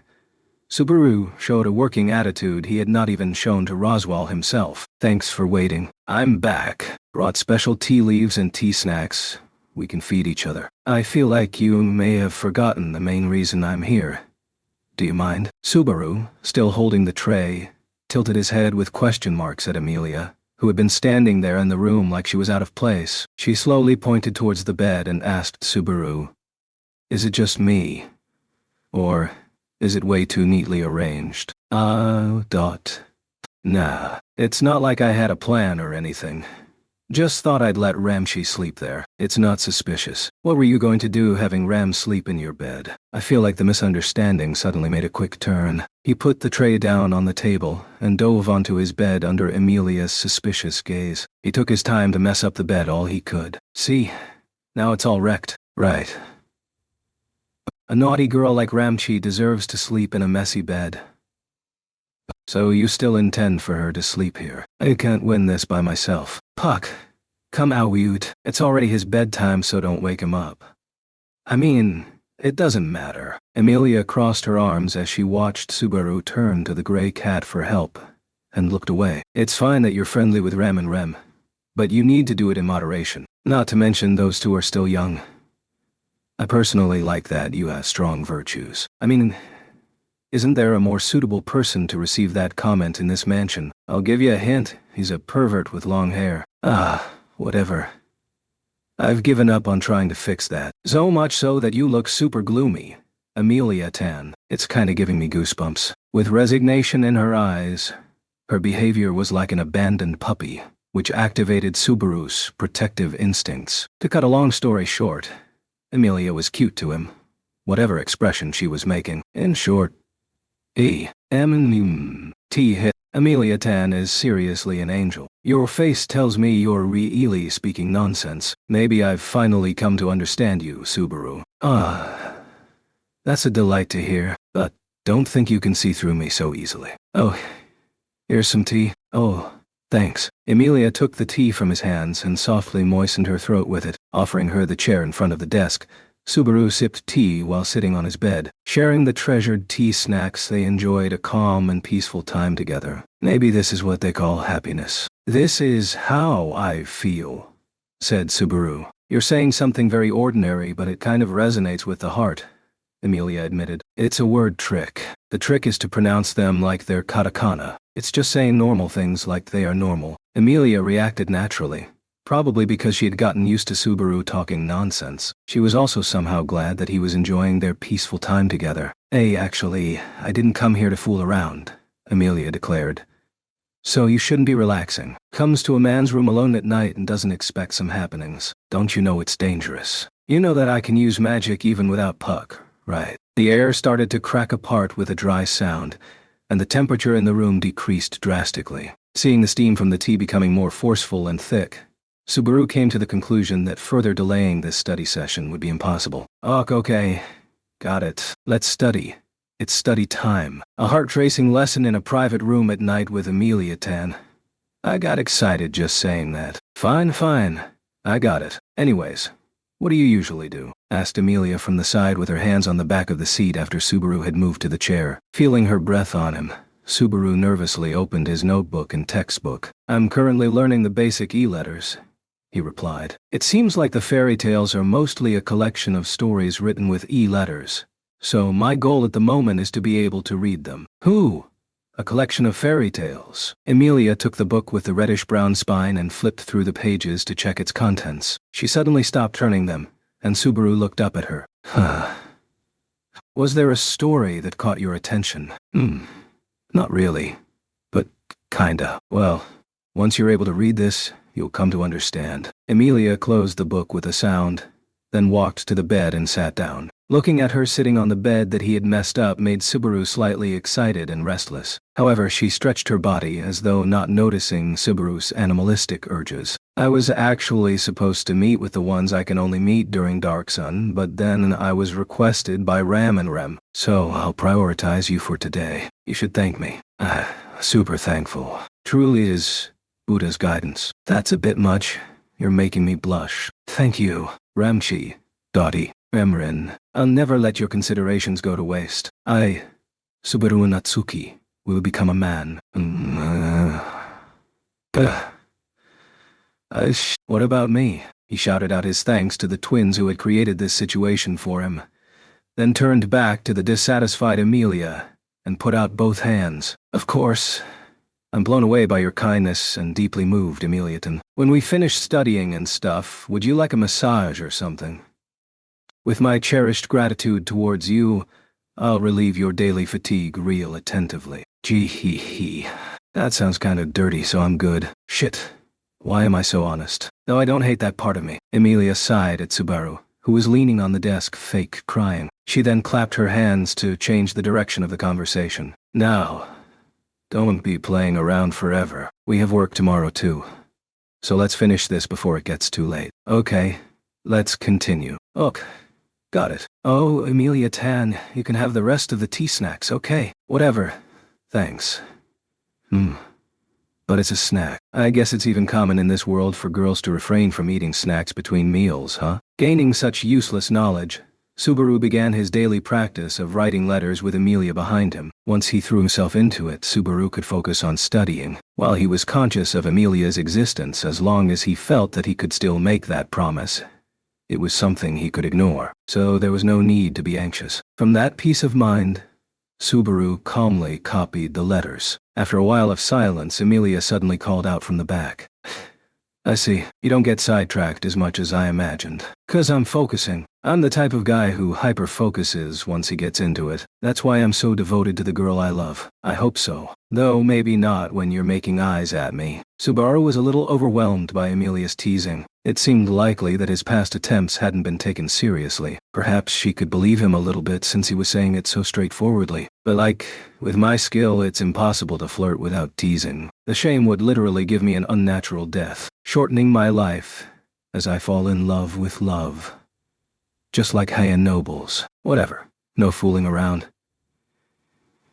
You should be as serious as this on a regular basis. Ram and Rem are going to give up on you. Amelia, on the bed with her arms around her knees, mumbled to the troubled Subaru. Her skirt was short and suggestive, but she seemed to be subtly unaware of how unguarded she was. Subaru focused on the edge of his vision as he tilted his body slightly. She would obviously notice if he turned his head, so he only secretly looked. This, indeed, is the Yin family of magic's art of concealment. Subaru burned with an odd sense of mission. Not knowing his objective, Amelia had a cloudy expression on her face as she lowered her gaze in her sensational position. Then she muttered, "Hey Subaru, I don't really want to ask you this, but why aren't you usually more serious like this? It's my policy to seriously be Andreas, and guess that kind of answer is not what you want to hear right now, huh?" Yeah, I'm serious. Ram was also complaining a little bit, that you seem like you're cutting corners here and there in your work. Maybe because it seemed like she was telling on him. Amelia spoke hesitantly. However, all Subaru could do was internally frown in pain that she was right on point. I gotta admit that it's a totally accurate evaluation to say that I've been cutting corners here and there while on the job. In fact, Subaru was not seriously devoting himself to his work. Rather, you could say he was making adjustments to gain the same results as before. Compared to when he hardly understood his work, Subaru now, more or less, had gotten used to it. You could say that if he had an employee skill of all CS, he currently had all CAIs. In reality, he had just begun to climb the tall hill of an employee, but maybe that slight difference didn't manage to deceive the eyes of those senior to him. Naturally, the sense of guilt slowed down Subaru's mouth. Seeing Subaru, who could not utter another word, Amelia murmured, "I thought so," before continuing. "Well, it's not like you don't feel guilty. You're faithful at strange moments, Subaru. Like how you aren't slacking off while studying. Well, I guess I have my reasons. Studying benefits me. I realized it when I said it, but I kinda act in my own self-interest, huh?" Thinking back, that was a terrible thing to say. He had been causing trouble for the twins due to his own circumstances, working hard for the things that would only benefit himself, and cutting corners even outside of that. I messed up big time, huh? I will attend to it with a renewed attitude starting tomorrow. Please forgive me, my queen. That's all right. Wait a second. Amelia tilted her head, as though she'd felt something was off about her response. While feeling at ease at her softened attitude, Subaru promised himself that he would make his words reality starting tomorrow. At any rate, it was a good place to restart. After that, he wouldn't have to retrace his previous work, and he wouldn't have to intentionally cut corners at his work either. He would be able to return the debt of gratitude to both Ram and Rem.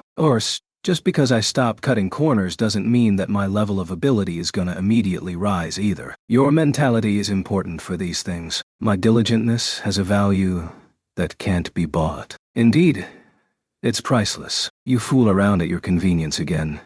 Did you finish studying? Yeah. Today is share. Oh yeah. I have a favor to ask you. Amelia-tan, can you hear me out? Fiddling with his fingers, he glanced up at Amelia using his secret technique. Puppy dog eyes. It was a gesture targeting her maternal instincts, but she looked slightly disturbed. No, I have a really bad feeling about this one. Such a negative impression that you were disgusted. It's nothing like that. I just wanted a reward for working hard starting tomorrow. A reward. Just to let you know, I don't have any spare money, alright. I was also completely and utterly broke till I received my salary. Just hear me out. So since I'm gonna work seriously starting tomorrow, let's go on a date. Putting his thumb up with shining teeth, he made his signature pose, content with the results. Amelia blinked her eyes at Subaru's usual posing and said, Date, what do we do? Simply, if a man and woman go out alone, that is a date. Only the goddess of romance knows what happens during that time. Oh, you went on a date with Rem today, Subaru. My date virginity has been taken. I lost my chastity. Emilia Riley laughed with an "Ugh" at Subaru, who had broken down into tears with his arms wrapped around himself. Waving her hand, she said, I get that you want to go out together, but where do you want to go? There's actually a super lovely dog right near this mansion. There's also a field of flowers, and it's really pretty. I want to forever commemorate our co-starred scene amongst the blooming flowers with my magical item. His initial equipment had also been collected after the battle in the loot house and stored in the corner of the room. The contents in the plastic bag were untouched, and not to mention the cell phone. The snacks and instant ramen were also in good condition. If I had a charger and an outlet, I would fill up the storage with pictures of Emilia Tan and change my phone wallpaper every day. I really want to do that. Why was I summoned to another world, Thomas? Calling the name of the great inventor, all he could do was lament the gap in the level of civilization of this world. His cell phone battery showed one less bar, and it was only a matter of time. Eventually, I may have to bet on charging it with lightning magic or something. That's like a solution in a children's manga. So a village. Emilia looked deep in thought with a hand on her cheek, while Subaru talked to himself. That reminds me how she was troubled like that before, he recalled. Based on his memory that it was not something negative like not wanting to go out with him, he tried to recreate his memory of how he had pushed through in that situation. Right. The dog is super cute. Let's go. But I might cause you trouble, Subaru. And to the village people. The kids are also innocent and like an army of real angels. Let's go. Okay. I got it. I'll go with you. The field of flowers is really colorful and wonderful. Let's go. Wait. Really? He almost felt tricked, as there was less pushback than last time. If that's going to make you motivated from tomorrow, I'll hang out with you. You can't fool around, alright? I won't. I'm super speedy. If anything, I have the energy to abandon the dog and the kids in the field of flowers so that it can just be the two of us. That defeats the whole purpose of the date. Emilia skillfully countered Subaru's comment. After that, the two continued to exchange joking comments. Then, as she realized it was getting late, Emilia stood up and said, Well then, if you're tired, Subaru interjected, you can just sleep in that bed. You seem to be panting and the sheets are messy, so no thanks. Shit. Why is it so messy? It's Ramshi, getting in the way even when she's not even here. It seemed as though Ram's face, who had been the number one person he was thankful for a moment ago, was floating in the night sky, looking down at him in disdain. Next to Subaru, who was imagining a scene of him being a corpse under a sky full of stars, Emilia walked towards the window and also looked up at the sky. Yes, the stars are pretty tonight. I'm sure the weather will be nice tomorrow. Yeah, and it will be an unforgettable day. Can't believe it. Turning around with her back facing the windowsill, Emilia was about to reprimand Subaru for his jokes yet again. However, her lips stopped moving when she saw him. It was probably because she saw that his expression was unusually serious. Noticing Emilia, who suddenly went quiet, Subaru blinked. What happened? If you take your time too much, Sleepy Me will irrationally make you a body pillow, Emilia Tan. After all, you are a weird boy. Subaru. A sudden and outrageous assessment. Did I do something? Subaru was surprised by the unexpected comment. Leaving the window behind, Emilia crossed the room and passed by Subaru's side with an adorable "Nothing," before looking back at him with her hand on the doorknob. Well then, Butler Subaru, work hard tomorrow. Rewards are rewards, because they are given to only those who worked hard. She raised her hand like she was saluting and flipped her silver hair, leaving a wry smile behind. Her shadow disappeared outside the door before hearing his response. Even if he reached out his hand, he couldn't reach her anymore. The door shut with a light sound, leaving Subaru alone in the room. However, hey, are you kidding? I'm so motivated now. Like really. The promise he wanted to make was again made, and Subaru could face the night again. Will I be able to get through the fourth night and pick her up on the morning of the fifth day? The duration of the battle would be approximately 6 hours. Well, let's get on with it, dear Destiny.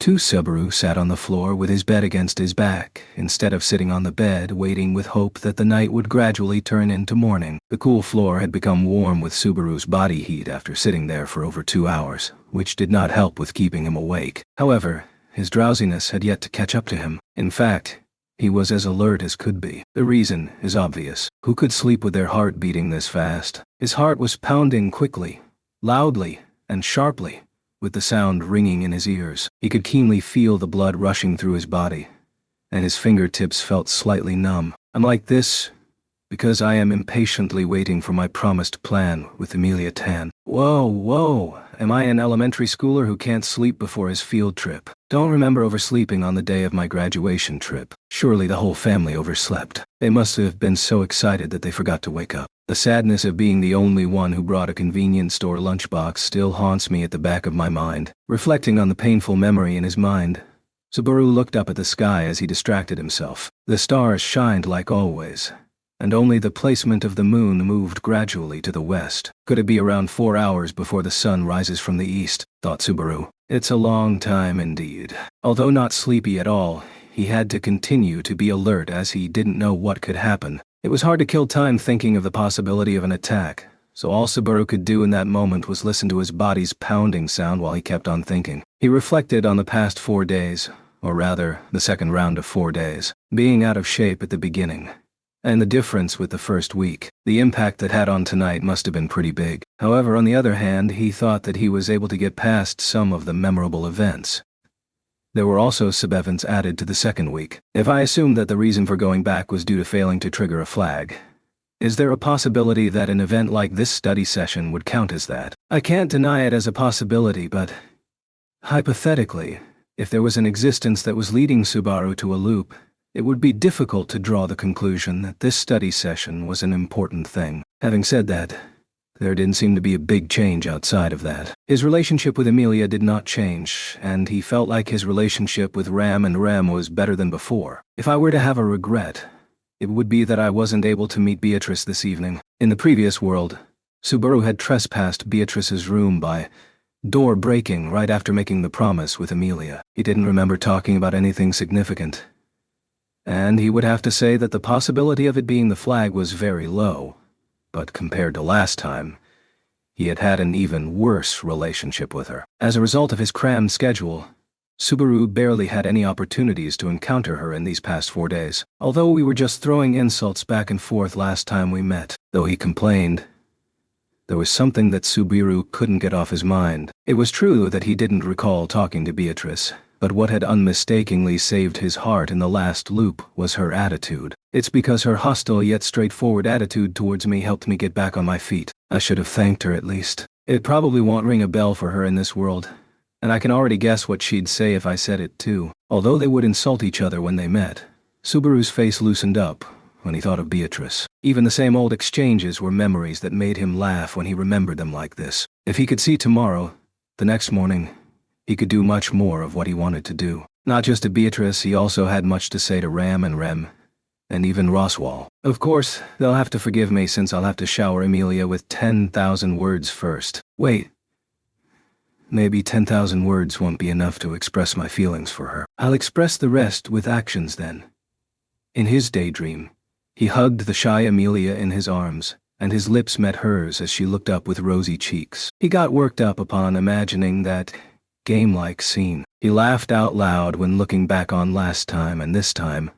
A total of 8 days. As if being taken in by his inner peace, his eyelids started to become heavy, even though there were still more than 3 hours till morning. It seriously wouldn't be a joke if I fall asleep now. It's not like I'm just playing an online game.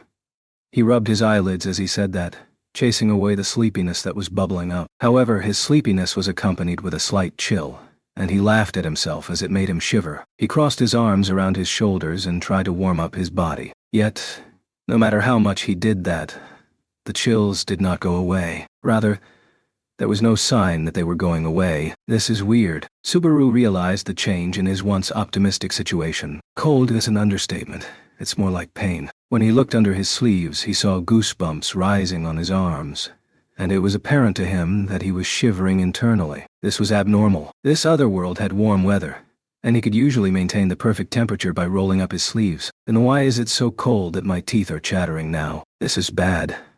No way could it be. He began shaking, though from terror rather than the chills, and fell to the floor. He tried to brace himself with his arms, but the chills could already be felt throughout his whole body.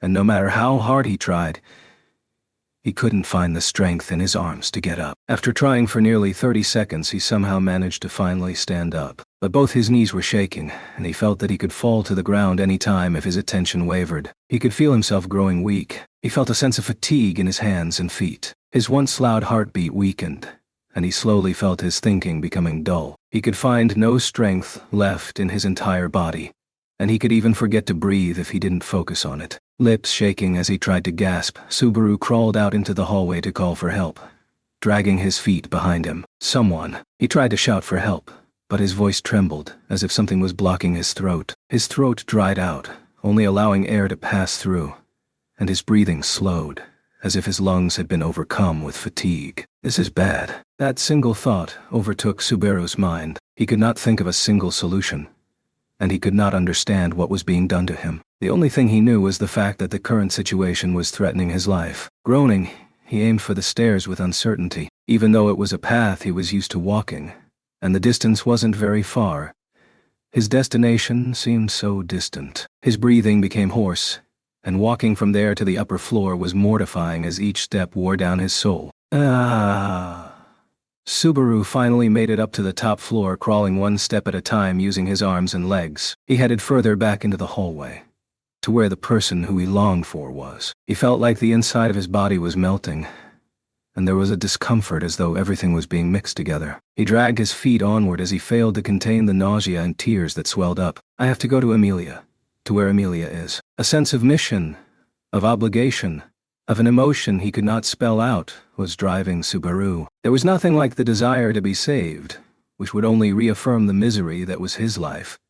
But while ungraceful, there was simply a pressing sense of absoluteness that he had to go there. Amelia's room was at the end of the hall on the upper floor of Roswell Manor's West Wing. When he arrived at that floor, Subaru was only faintly breathing. If there was someone looking at him from the side, they may have looked away due to how pathetic he looked. Leaning against the wall, dripping feces and urine, face dirty with tears and vomit, his figure failed to maintain its basic human form. His whole body felt exhausted, and none of his muscles obeyed his commands. To Subaru, the place he was approaching seemed as far away as the clouds. He was breathing heavily, and his ears were ringing with high-pitched and loud noises. Therefore, it was simply a coincidence that he noticed that odd sound. It seemed like the clinking of a chain. The strange sound stopped Subaru's step.